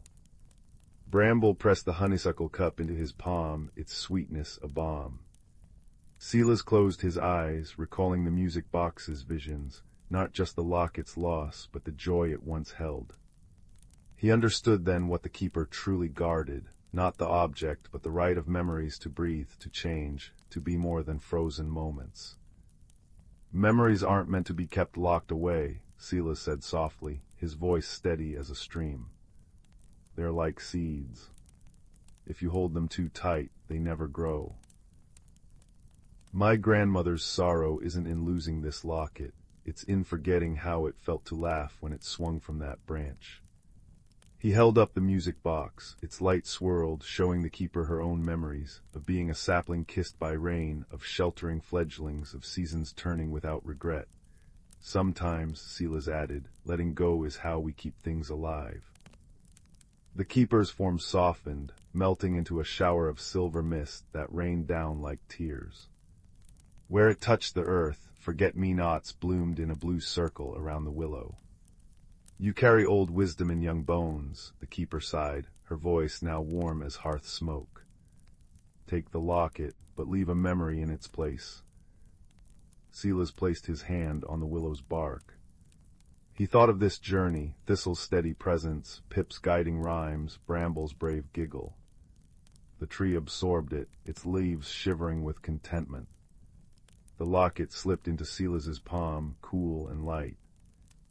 The return to Meadowshire was lit by a buttery sunset. Grandmother's eyes welled when Silas pressed the locket into her hands, but he quickly opened the music box. Its light wove a new vision, not the past, but the present, the four friends walking home, the willow grove blooming behind them, the village glowing ahead like a promise. The memory isn't in the locket, Grandma, Silas whispered. It's in us, and now we have a new one to share. That night, as crickets sang outside and the cottage breathed with the scent of chamomile tea, Silas wound the music box one last time. Its light danced across the ceiling, painting not just lost things but found joys, the gleam in grandmother's eyes, the badger's wise nod from the garden fence, the sparrow's evening song. And as Silas drifted to sleep, he knew the greatest magic wasn't in objects or visions. It was in the quiet courage to listen, the warmth of companions, and the gentle truth that some journeys don't end, they bloom inside you forever. In a cozy woodland clearing, beneath the sheltering boughs of ancient oaks, there lived a community of gentle forest folk. Their cottages were carved into the sturdy trunks, adorned with whimsical mushroom roofs and windows framed by vines that danced in the breeze. At the heart of this enchanting hamlet stood the great hollow tree, its vast interior transformed into a warm, inviting gathering place. Here the forest folk would come together to share stories, music, and the simple joys of friendship. One crisp autumn evening, as the leaves swirled in golden eddies, an unusual hush fell over the hollow tree. The forest folk noticed something amiss. The glowing lanterns that typically illuminated the space had dimmed to a faint flicker. Tilly, a young squirrel with an inquisitive nature, was the first to voice her concern. "Friends, have you noticed the strange way the lanterns are behaving? It's as if their magic is waning." Murmurs of agreement rippled through the gathering, and Willow, the wise old oak spirit, stepped forward. Her bark-etched face creased with concern as she spoke. "You are right to be troubled, little one. The lanterns are indeed behaving strangely, and we must uncover the reason before their light is extinguished completely." With a wave of her gnarled branch, Willow summoned a cluster of glowing sprites, their luminous bodies casting a warm glow around the hollow. "These faithful friends will guide you on your quest to restore the lantern's magic," she said, her voice carrying the weight of ancient wisdom. Tilly's eyes widened with excitement, and she eagerly gathered a small band of companions. Thistle, the hedgehog, Mossy the toad, and Piper, the songbird. Together they set off into the forest, their path illuminated by the dancing sprites. As they ventured deeper into the woods, the friends noticed peculiar signs. Twisted branches that seemed to have minds of their own, mushroom rings that pulsed with an eerie glow, and whispers carried on the wind that spoke of forgotten enchantments. Piper, with her keen eyesight, was the first to spot a clue. Perched atop a fallen log, she noticed a trail of shimmering dust leading into a thicket of brambles. "Look, friends," she trilled. "Could this be the key to unraveling the mystery?" Mossy hopped closer, his bulbous eyes studying the glittering trail. "Why, I believe you're right, Piper. That dust looks awfully familiar. It's the same sparkle that fuels the lantern's magic." With renewed determination, the friends followed the shimmering path, carefully navigating the tangled brambles until they emerged into a secluded glade. There, in the center, stood an ancient stone pedestal, its surface etched with intricate runes. Thistle, ever the observant one, noticed a faint glow emanating from the pedestal's base. "Look there, friends! Could that be the source of the lantern's magic?" As they approached cautiously, the sprites swirled around the pedestal, their ethereal light revealing a hidden chamber beneath. Within the chamber, they found a glimmering crystal, its facets refracting the sprite's glow in a kaleidoscope of colors. Tilly gasped in wonder. This must be the heart of the lantern's magic. But why has it been hidden away? Suddenly, a deep, rumbling voice echoed through the glade. "Well done, little ones, for uncovering the ancient secrets of this sacred place." From the shadows emerged a majestic stag, his antlers adorned with twisting vines and his flanks shimmering with an otherworldly sheen. "I am the guardian of this crystal, charged with protecting its power from those who would misuse it." The friends listened, captivated, as the stag wove a tale of an ancient evil that had once threatened to extinguish the light of the forest. In a desperate bid to safeguard the crystal's magic, it had been hidden away, its power dimmed to prevent its discovery. "But now," the stag continued, "the darkness has passed, and it is time for the light to shine once more. You have proven yourselves worthy guardians of this sacred trust." With a graceful bow of his antlered head, the stag stepped aside, allowing the friends to approach the crystal. Tilly, her heart swelling with courage, reached out and gently touched its glimmering surface. In an instant, a surge of warmth and radiance burst forth, the crystal pulsing with renewed life. The sprites danced in jubilation, their bodies trailing streams of shimmering stardust as they swirled through the air. As the friends emerged from the glade, they gasped in delight. The lanterns in the hollow tree had been restored to their full, brilliant glory, casting a warm, welcoming glow throughout the woodland hamlet. Willow, her face alight with pride, welcomed the heroes back with open branches. "Well done, my brave friends. Thanks to your courage, cleverness, and unwavering friendship, the light of our home has been rekindled."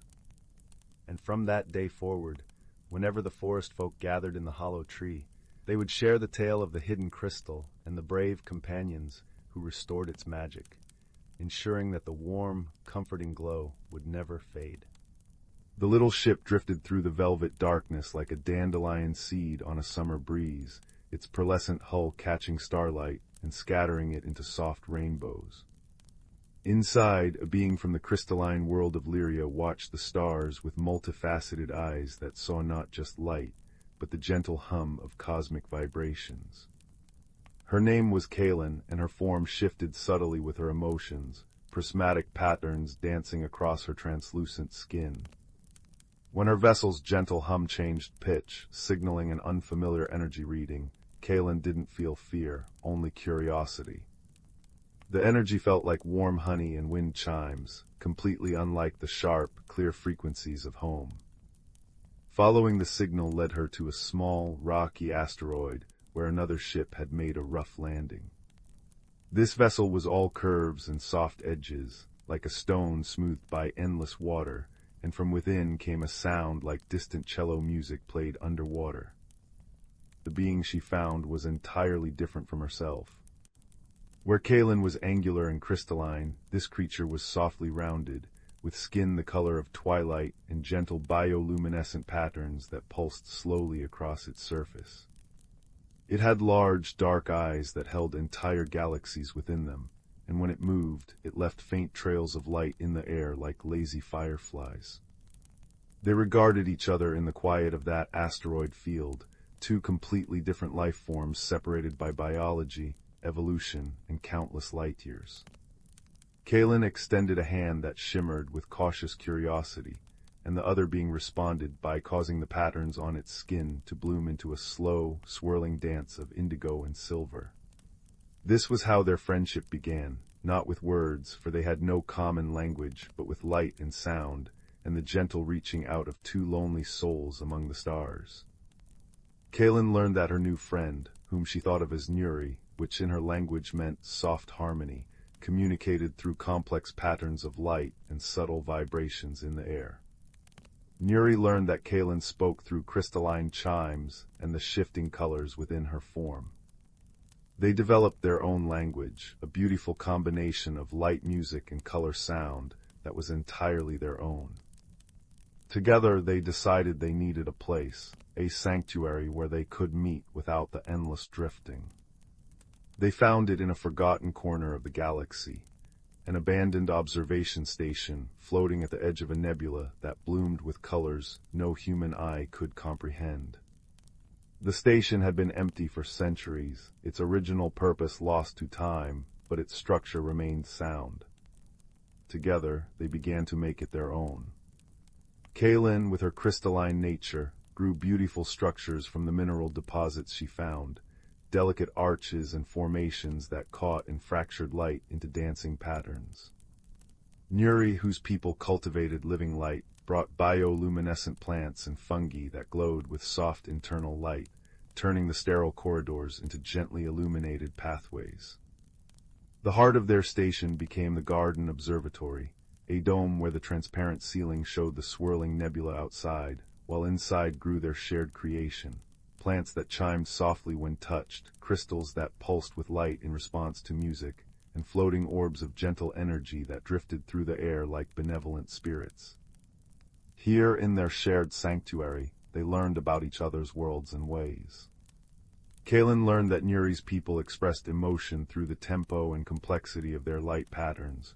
Rapid swirling meant excitement, slow pulses indicated contentment, and the gentle fade to a single color signaled deep thought or sadness. Nuri discovered that Kaelen's crystalline form changed opacity with her feelings, becoming more transparent when curious, taking on deeper, richer colors when joyful, and developing tiny fracture patterns along her surface when concerned. Of course, misunderstandings occurred, as they always will when cultures meet. There was the time Nuri brought what she considered a great delicacy from her world, a glowing fruit that pulsed with soft blue light. When Kaelen attempted to eat it, her crystalline digestive system reacted rather dramatically, causing her to chime at frequencies that made all the glass in the station vibrate for hours. Nuri's light patterns had swirled with alarm and apology, but once they realized no permanent harm was done, both found themselves communicating in the equivalent of laughter, Kaelen's chimes taking on a musical, bouncing quality, while Nuri's lights danced in playful spirals. Another time, Kaelen had tried to show Nuri the Lyrian way of showing affection, by gently aligning her crystalline structure with her friend's energy signature. To Nuri's people, however, such energy alignment was what they did with inanimate objects they were repairing, and Nuri had pulsed with embarrassed orange lights for a full day until they sorted through the cultural misunderstanding. These moments never created distance between them. Rather, they became stories they would tell each other later through playful reenactments, their unique communication style allowing them to laugh together at their own earlier confusion. Their favorite times were the quiet ones, when they would float together in the garden observatory, watching the nebula outside perform its slow, majestic dance of color and light. Nuri would often create soft, harmonic vibrations that resonated through the crystals Kaelen had grown, turning the entire observatory into a living instrument that played music composed by the stars themselves. In these moments, without any need for complex communication, they simply existed together in peaceful companionship. Kaelen would often extend a crystalline hand, and Nuri would place her softly glowing one against it, not needing to merge energies or exchange information, just enjoying the simple contact between friends. One evening, or what passed for evening in the timelessness of space, as they watched a particularly beautiful stellar phenomenon, a shower of comets painting silver trails across the nebula, Kaelen noticed Nuri's light patterns had taken on a quality she'd never seen before, slow, deep pulses of violet and gold with tiny silver sparks. When she chimed a question, Nuri responded by creating a complex pattern that showed two beings meeting, then parting, then one looking back with something akin to sadness. Kaelen understood. Nuri's people were migratory, following ancient paths through the stars, and the season had come for her to continue her journey. There was no sadness in their parting, for they had both known this day would come. Instead, they spent their remaining time together creating something permanent, a communication device that would allow them to send their light music and color sound across the vast distances between them. The device itself was beautiful, a combination of living crystal and pulsating light that stood in the center of their garden. When activated, it would project their communications as holographic patterns that danced among the plants and crystals. When the day finally came, they stood together at the airlock, communicating not sorrow but gratitude, Kaelen's form shining with brilliant prismatic colors, while Nuri's light patterns swirled in complex, joyful spirals. They had learned that friendship wasn't about perpetual togetherness, but about the connection that persists across time and space. As Nuri's ship disappeared into the star-dusted darkness, Kaelen returned to their garden observatory. There, floating in the center of the room, was a new light pattern Nuri had left, a slowly pulsing constellation of gold and blue that meant, in their shared language, "You are always with me." Kaelen chimed softly in response, her sound activating crystals throughout the room that glowed with affectionate pink light. She knew that somewhere out there, Nuri would sense the response through their communication device.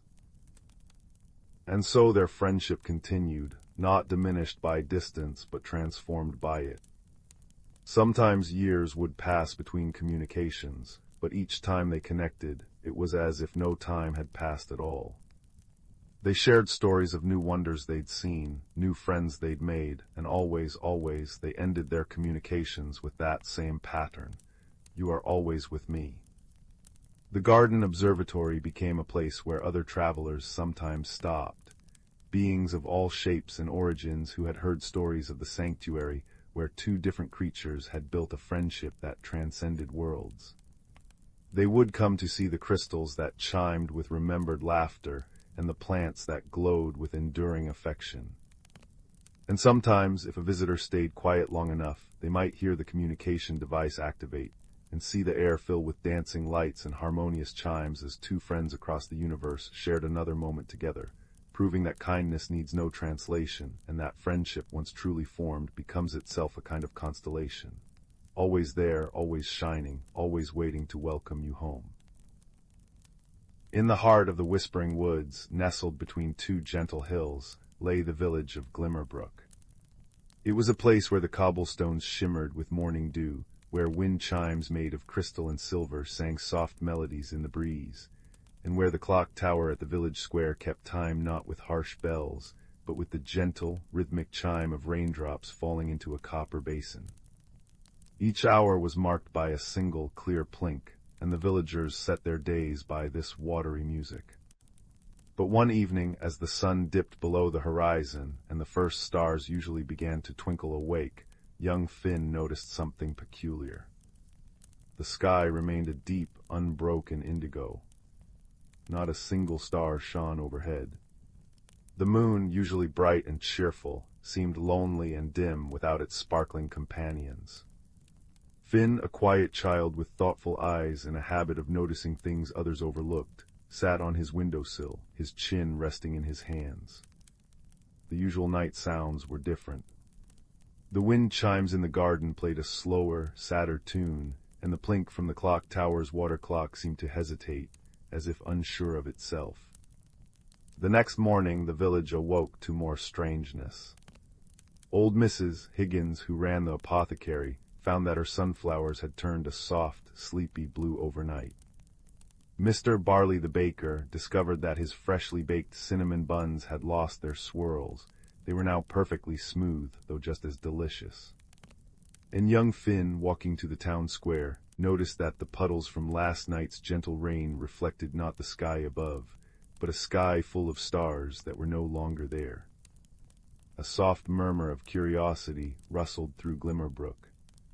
The villagers gathered under the clock tower, their faces lit by the warm, golden light of lanterns, for the sun seemed hesitant to fully rise. "Perhaps it's the work of the shadow spinners," whispered one villager, though everyone knew the shadow spinners were gentle weavers of dreams and not prone to mischief. "Or maybe the stars are simply tired and need a rest," suggested another. But Finn noticed something else. As the water clock plinked the hour, he saw that the ripples in the copper basin moved not outward, but inward, as if time itself were flowing backwards. That afternoon, Finn visited the village library, a cozy building that smelled of old paper and lavender. The librarian, a kind woman with spectacles perched on her nose, helped him find a book of ancient nursery rhymes, said to be written by the founders of Glimmerbrook. One rhyme in particular caught Finn's eye. When stars do hide and colors slide, and time forgets its way, seek the map the moon has made, at the closing of the day. Follow where the reflections lead, to find what's gone astray. Finn's heart beat a little faster. A map made by the moon. He thought of the starry puddles. That evening, as the sky darkened into a starless navy blue, he took a small lantern and went to the village square. He knelt by a rain puddle near the clock tower and gazed into its depths. There, shimmering on the water's surface, was a perfect map of constellations, but not as they usually were. The stars were connected by lines that formed a path leading toward the oldest oak tree in the Whispering Woods. Just then Mr. Barley came by, carrying a basket of his smooth but still warm cinnamon buns. "Looking for stars in puddles, Finn?" he asked with a warm smile. "I was looking for the swirls in my buns this morning. Found none, but little Lily from next door said they taste better this way. Easier to share, she says, since there's no swirl to argue over." He offered Finn a bun and wandered off, humming. Finn smiled, munching on the sweet bun. A red herring, but a delightful one. The missing swirls weren't part of the mystery. They were just a change, and one that brought a small joy. The next clue came from the wind chimes. As Finn stood under the old oak tree, the crystal chimes hanging from its branches played a series of notes that sounded almost like a tune. Finn recognized it, an old lullaby his grandmother used to sing, about the moon weaving a blanket of light for the stars. He noticed that one of the chimes, shaped like a crescent moon, had a tiny inscription, "Only the patient ear hears the true hour." Patient. Finn sat down under the tree, closed his eyes, and listened. Beyond the rustle of leaves, beyond the distant plink of the water clock, he heard it, a faint, rhythmic sound like a heartbeat. It was coming from the base of the tree. Gently he brushed away the layer of moss and fallen leaves. There, nestled among the roots, was a small, silver pocket watch. But its hands were moving counterclockwise. Finn picked it up carefully. As he held it, he felt a strange sensation, a memory of sitting with his grandmother, listening to her stories, feeling completely safe and loved. The watch was warm to the touch. He realized then that this wasn't a thing of mischief, but of sadness. The watch belonged to someone who missed the past, who wanted to turn back time. Just then, a soft sound made him look up. Old Mr. Hemlock, the clockmaker, stood there, his eyes kind but filled with tears. "I made that watch for my wife," he said softly. "She loved the stars. She used to say that each one was a memory, shining down on us. When she passed, the stars felt too far away. I tried to make time slow down, even reverse just a little. I adjusted the water clock, hoping to delay the nights without her. I never meant to hide the stars themselves." Finn understood.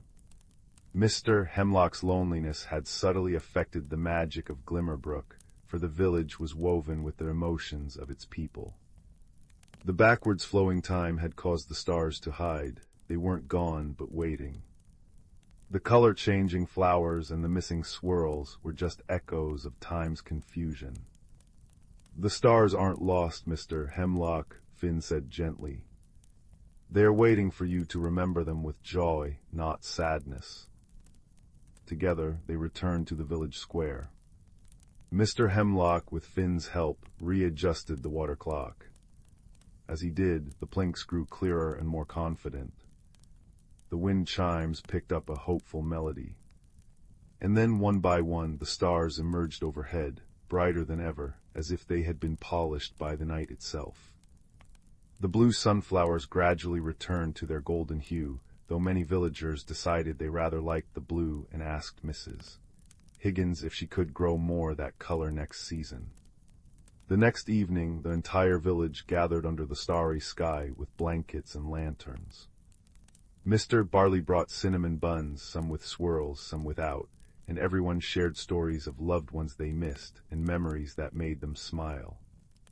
The stars seemed to twinkle in agreement, and the moon beamed down, full and warm. Mr. Hemlock sat among them, a peaceful smile on his face.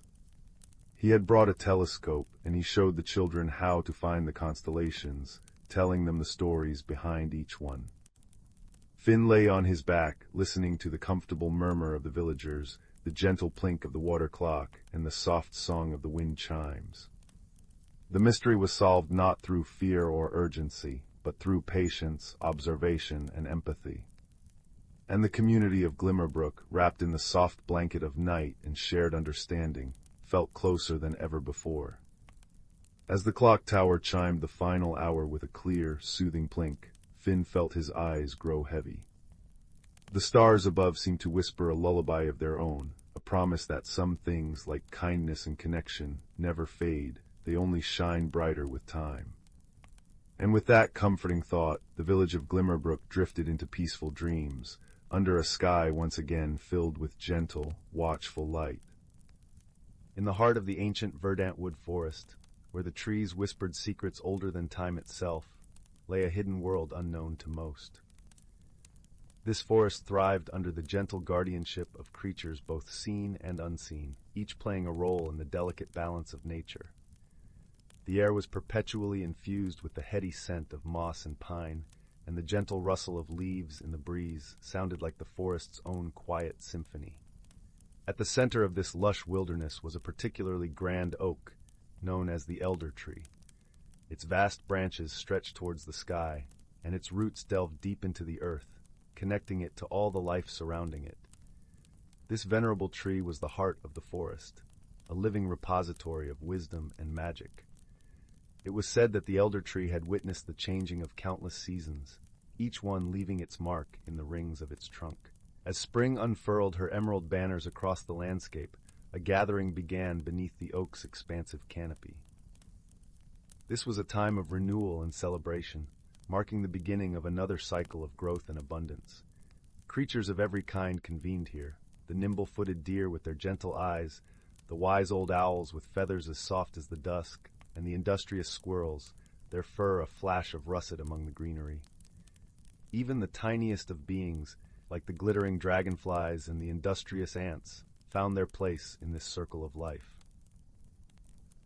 Among these creatures was a young fox named Rowan. With fur as bright as autumn leaves and eyes the color of amber, he was known for his curiosity and kindness. Rowan had grown up hearing the stories of the elder tree and the magic that pulsed throughout the forest, and he dreamed of understanding the mysteries that lay hidden within the woods. On this particular day, the air was alive with the scent of blooming wildflowers and the distant song of the river winding its way through the forest. Rowan found himself seated at the foot of the elder tree, listening intently to the stories being shared. The forest elders, wise creatures who had lived through many seasons, spoke of the importance of harmony and balance, of how every creature, no matter how small, contributed to the whole. As the sun dipped lower in the sky, casting a warm, golden light across the forest floor, an unexpected visitor arrived. It was Zephyr, a gentle spirit of the wind, who often roamed the skies and danced among the treetops. Zephyr's presence was as light as a whisper, and whenever he appeared, the leaves would shimmer and sway, as if greeting an old friend. "Rowan," Zephyr called softly, his voice barely more than a breeze, "come walk with me." Intrigued, Rowan rose to his paws and followed the wind spirit. They moved through the forest, Zephyr guiding him with a playful gust here, a gentle nudge there.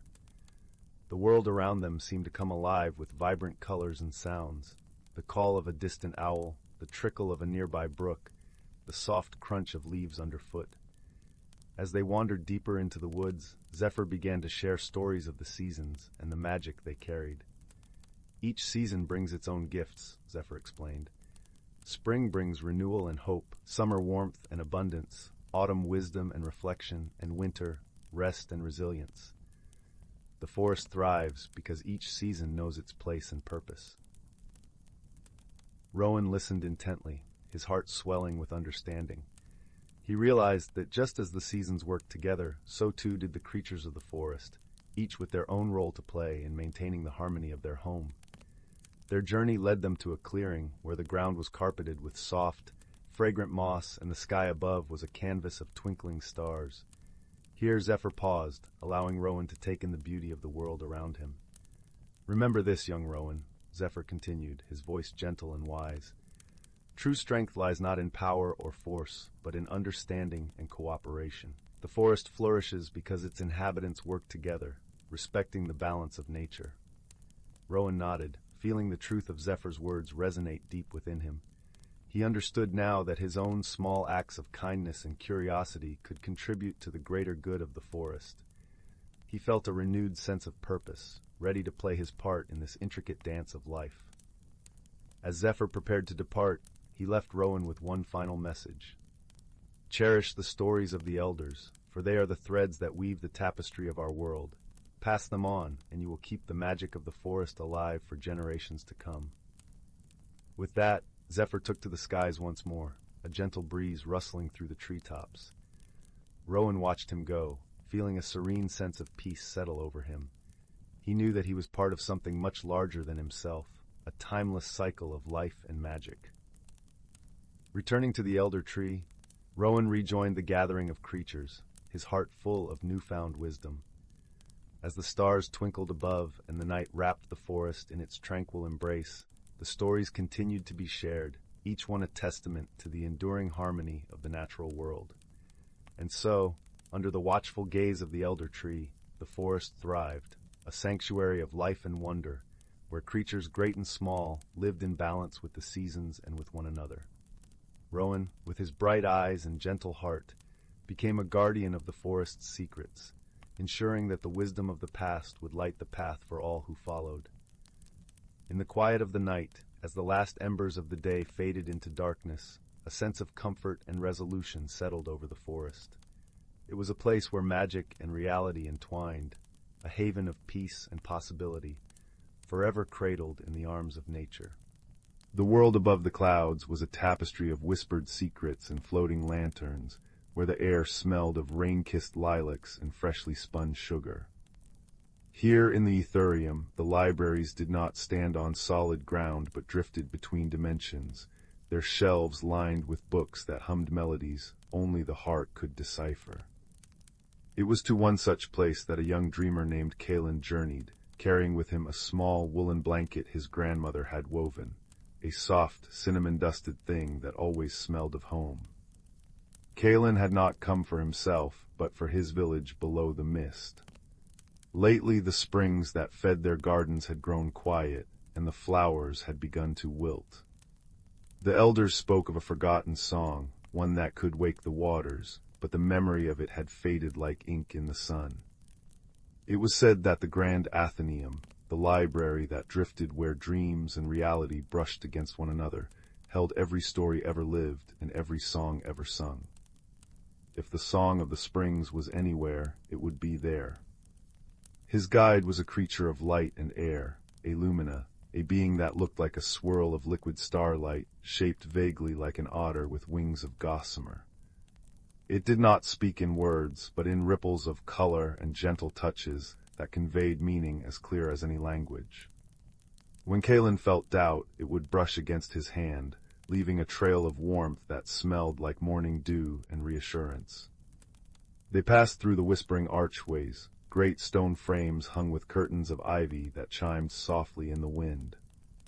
Each archway led to a different wing of the library, and each was guarded by gentle sentinels, stone giants who moved with the grace of clouds and whose eyes glowed with the soft light of forgotten constellations. They did not bar entry, but offered riddles woven from starlight and memory. Kaelen answered with stories from his own life, tales of kindness, of shared bread, of laughter around evening fires. And the giants would step aside, their stone faces curling into something like a smile. Deep within the Athenaeum, they found the Starlight Atrium. Here, books did not rest on shelves, but floated in the air like lazy fireflies, their pages turning to a music only they could hear. The air was thick with the scent of old paper, vanilla, and something else, something like the electric tang of a coming storm. And there, nestled between a volume on ocean tides and one on mountain echoes, was the book Kaelen sought, bound in silver-blue leather that felt like cool water to the touch. But as he reached for it, the lumina trilled a warning, a cascade of amber light. From the shadows emerged a creature of melancholy, a shade weaver. It was not evil but lonely, a being made from forgotten memories and lost sighs. It communicated not in light or sound but in temperature, a cold touch that spoke of isolation. It guarded the book not out of malice, but because it contained the very song of connection, something it had never known. Kaelen felt a chill wrap around his heart. He could have turned away, could have searched for another path. But he remembered his grandmother's words, "Sometimes the bravest thing you can do is understand what frightens you." So he sat. He did not reach for the book. Instead, he unfolded his blanket, the one that smelled of cinnamon and home, and wrapped it around his shoulders. Then, softly, he began to hum. It was no magical tune, just a lullaby his grandmother sang, one that spoke of steady hands and kind eyes. The shade weaver stilled, its form flickering like a dying ember. Kaelen reached out, not for the book, but for the creature. His fingers brushed against its cool, mist-like form. And in that touch, he shared warmth. He shared memory, the feel of sun on skin, the sound of shared laughter, the taste of fresh-baked bread. He shared home. The shade weaver did not pull away. Instead, it leaned into the touch, and its coldness softened into something like gratitude. It moved aside, and the book drifted gently into Kaelen's waiting hands. He did not need to read it. As his fingers traced the water-like text, the song unfolded in his mind, a melody of underground streams and patient roots, of rain that nourishes and rivers that remember. It was a song of return. The lumina glowed with approval, a soft, gold-green light that filled the atrium with the scent of blooming jasmine. Together they retraced their steps, past the stone giants who nodded in silent respect, through the archways that chimed a little sweeter now, and back to the edge of the Etherium. Kaelen returned to his village as the first stars pricked the evening sky. He stood by the silent spring, closed his eyes, and let the song flow from him, not in a loud voice but in a whisper, as though sharing a secret with the earth. And the spring remembered. It began to murmur, then to chuckle, then to sing. Water, clear and cool, bubbled up from below, carrying with it the scent of wet stone and renewal. The villagers gathered, their faces lit by lanterns and wonder. Flowers lifted their heads, and the world felt whole again. That night, as Kaelen wrapped himself in his grandmother's blanket, he looked up at the sky. Somewhere between the dimensions of dreams and waking, a library drifted, and a creature of light and a being of mist kept watch over stories yet to be discovered. And he knew, as sure as he knew the scent of cinnamon and the feel of wool, that every act of kindness, every shared understanding, became part of that great and humming library, a song that would never truly be forgotten. And in the gentle silence that followed, sleep came like a soft tide, carrying him into dreams of floating lanterns and whispered harmonies, where every heart found its melody, and no one was ever truly alone. Once upon a time, nestled between lush, rolling hills and the whispering babble of a crystal-clear brook, lay the quaint village of Meadowdown. This little village was known for its charming cobblestone streets, the scent of sweet lavender drifting from cottage gardens, and the gentle chime of bells from the old stone chapel at the village square. But beyond the common sights and sounds, Meadowdown held a secret known only to those who had the heart to discover it. In a small, ivy-clad cottage at the edge of the village lived a young girl named Clara.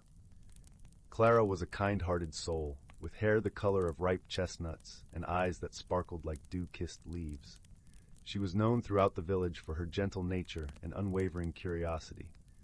Her days were filled with helping her neighbors, tending her garden, and dreaming of adventures beyond the horizon. One crisp autumn morning, as Clara wandered through the golden-hued forest that bordered Meadowdown, she stumbled upon an object unlike any she had seen before. It was a delicate, silver key, its surface intricately etched with swirling patterns that glinted in the dappled sunlight. Intrigued, Clara picked up the key, feeling a gentle warmth spread through her fingers as she held it. As she examined the key, a soft voice broke the gentle rustling of the leaves. "Ah, you have found it," the voice said, seemingly coming from nowhere and everywhere at once. Startled, Clara looked around until her eyes fell upon a small rabbit with fur as white as freshly fallen snow and eyes as blue as the summer sky. This was no ordinary rabbit, for it wore a tiny emerald-green waistcoat and a pair of spectacles perched upon its twitching nose. "Who are you?" Clara asked, her voice filled with wonder rather than fear. "My name is Thistle," the rabbit replied, adjusting his spectacles with a practiced paw. "I am the guardian of the Whispering Woods, and it seems you have found the Key of Whispers." Clara looked at the key in her hand, now understanding its significance. "What does the key unlock?" she asked, her curiosity piqued. Thistle hopped closer, his whiskers twitching with excitement. "The key unlocks the Door of Secrets, a magical portal that reveals the hidden wonders of the forest. But beware, only those with a pure heart and a wise mind can truly benefit from its magic." With Thistle guiding her, Clara embarked on a journey deeper into the forest. The path was lined with towering trees whose branches formed a canopy of vibrant reds and oranges, and the air was filled with the earthy scent of fallen leaves. As they walked, Thistle shared stories of the forest's hidden magic, of creatures that sang to the moon and flowers that bloomed only under starlight. Their journey was not without challenges. At one point, they came upon a wide, rushing stream, its waters too deep and swift to cross easily. Clara paused, thinking deeply. Instead of attempting to force her way across, she noticed the pattern of stepping stones hidden just beneath the surface, revealed only to those who took the time to truly observe. With careful steps, Clara and Thistle made their way across the stream, their trust in each other growing with every challenge they faced. Along the way, they encountered other forest inhabitants who offered their unique wisdom. There was Luna, the wise old owl with feathers like moonlit shadows, who taught Clara the importance of patience and listening to the world around her. And there was Fern, the playful squirrel with a tail like a plume, who showed Clara the joy of laughter and the beauty of small, everyday wonders. Finally, after a journey filled with learning and laughter, they reached the Door of Secrets. It stood nestled between two ancient oak trees, its surface shimmering with a light all its own. Clara hesitated for a moment, feeling the weight of the key in her hand, before turning to Thistle. "Are you ready?" he asked, his eyes twinkling with encouragement. Taking a deep breath, Clara nodded and inserted the key into the lock. As she turned it, the door swung open with a gentle creak, revealing a world of breathtaking beauty. A world where the trees whispered secrets of the ages, and the air was filled with a melody only the heart could hear. Clara stepped through, feeling a sense of peace and belonging wash over her. She had embarked on this journey with a heart full of curiosity and returned with a heart full of wisdom and wonder. She realized that the true magic of the key was not in the wonders it revealed, but in the journey itself and the friendships she had forged along the way. As the sun began to set, painting the sky in hues of pink and gold, Clara and Thistle made their way back to Meadowdown. The village welcomed them with open arms, its lights twinkling like stars in the gathering dusk. Clara placed the key in a special place in her garden, knowing its magic would always be there, ready to guide those who were willing to listen and learn. And every evening, as the village settled into the comforting embrace of night, Clara would share stories of her adventures, her voice a gentle melody that lulled the village to sleep. And so in the heart of Meadowdown, where ordinary objects held extraordinary secrets, Clara's story of discovery and wonder was whispered from generation to generation, a reminder that the true magic of life lies not in the destination, but but in the journey itself.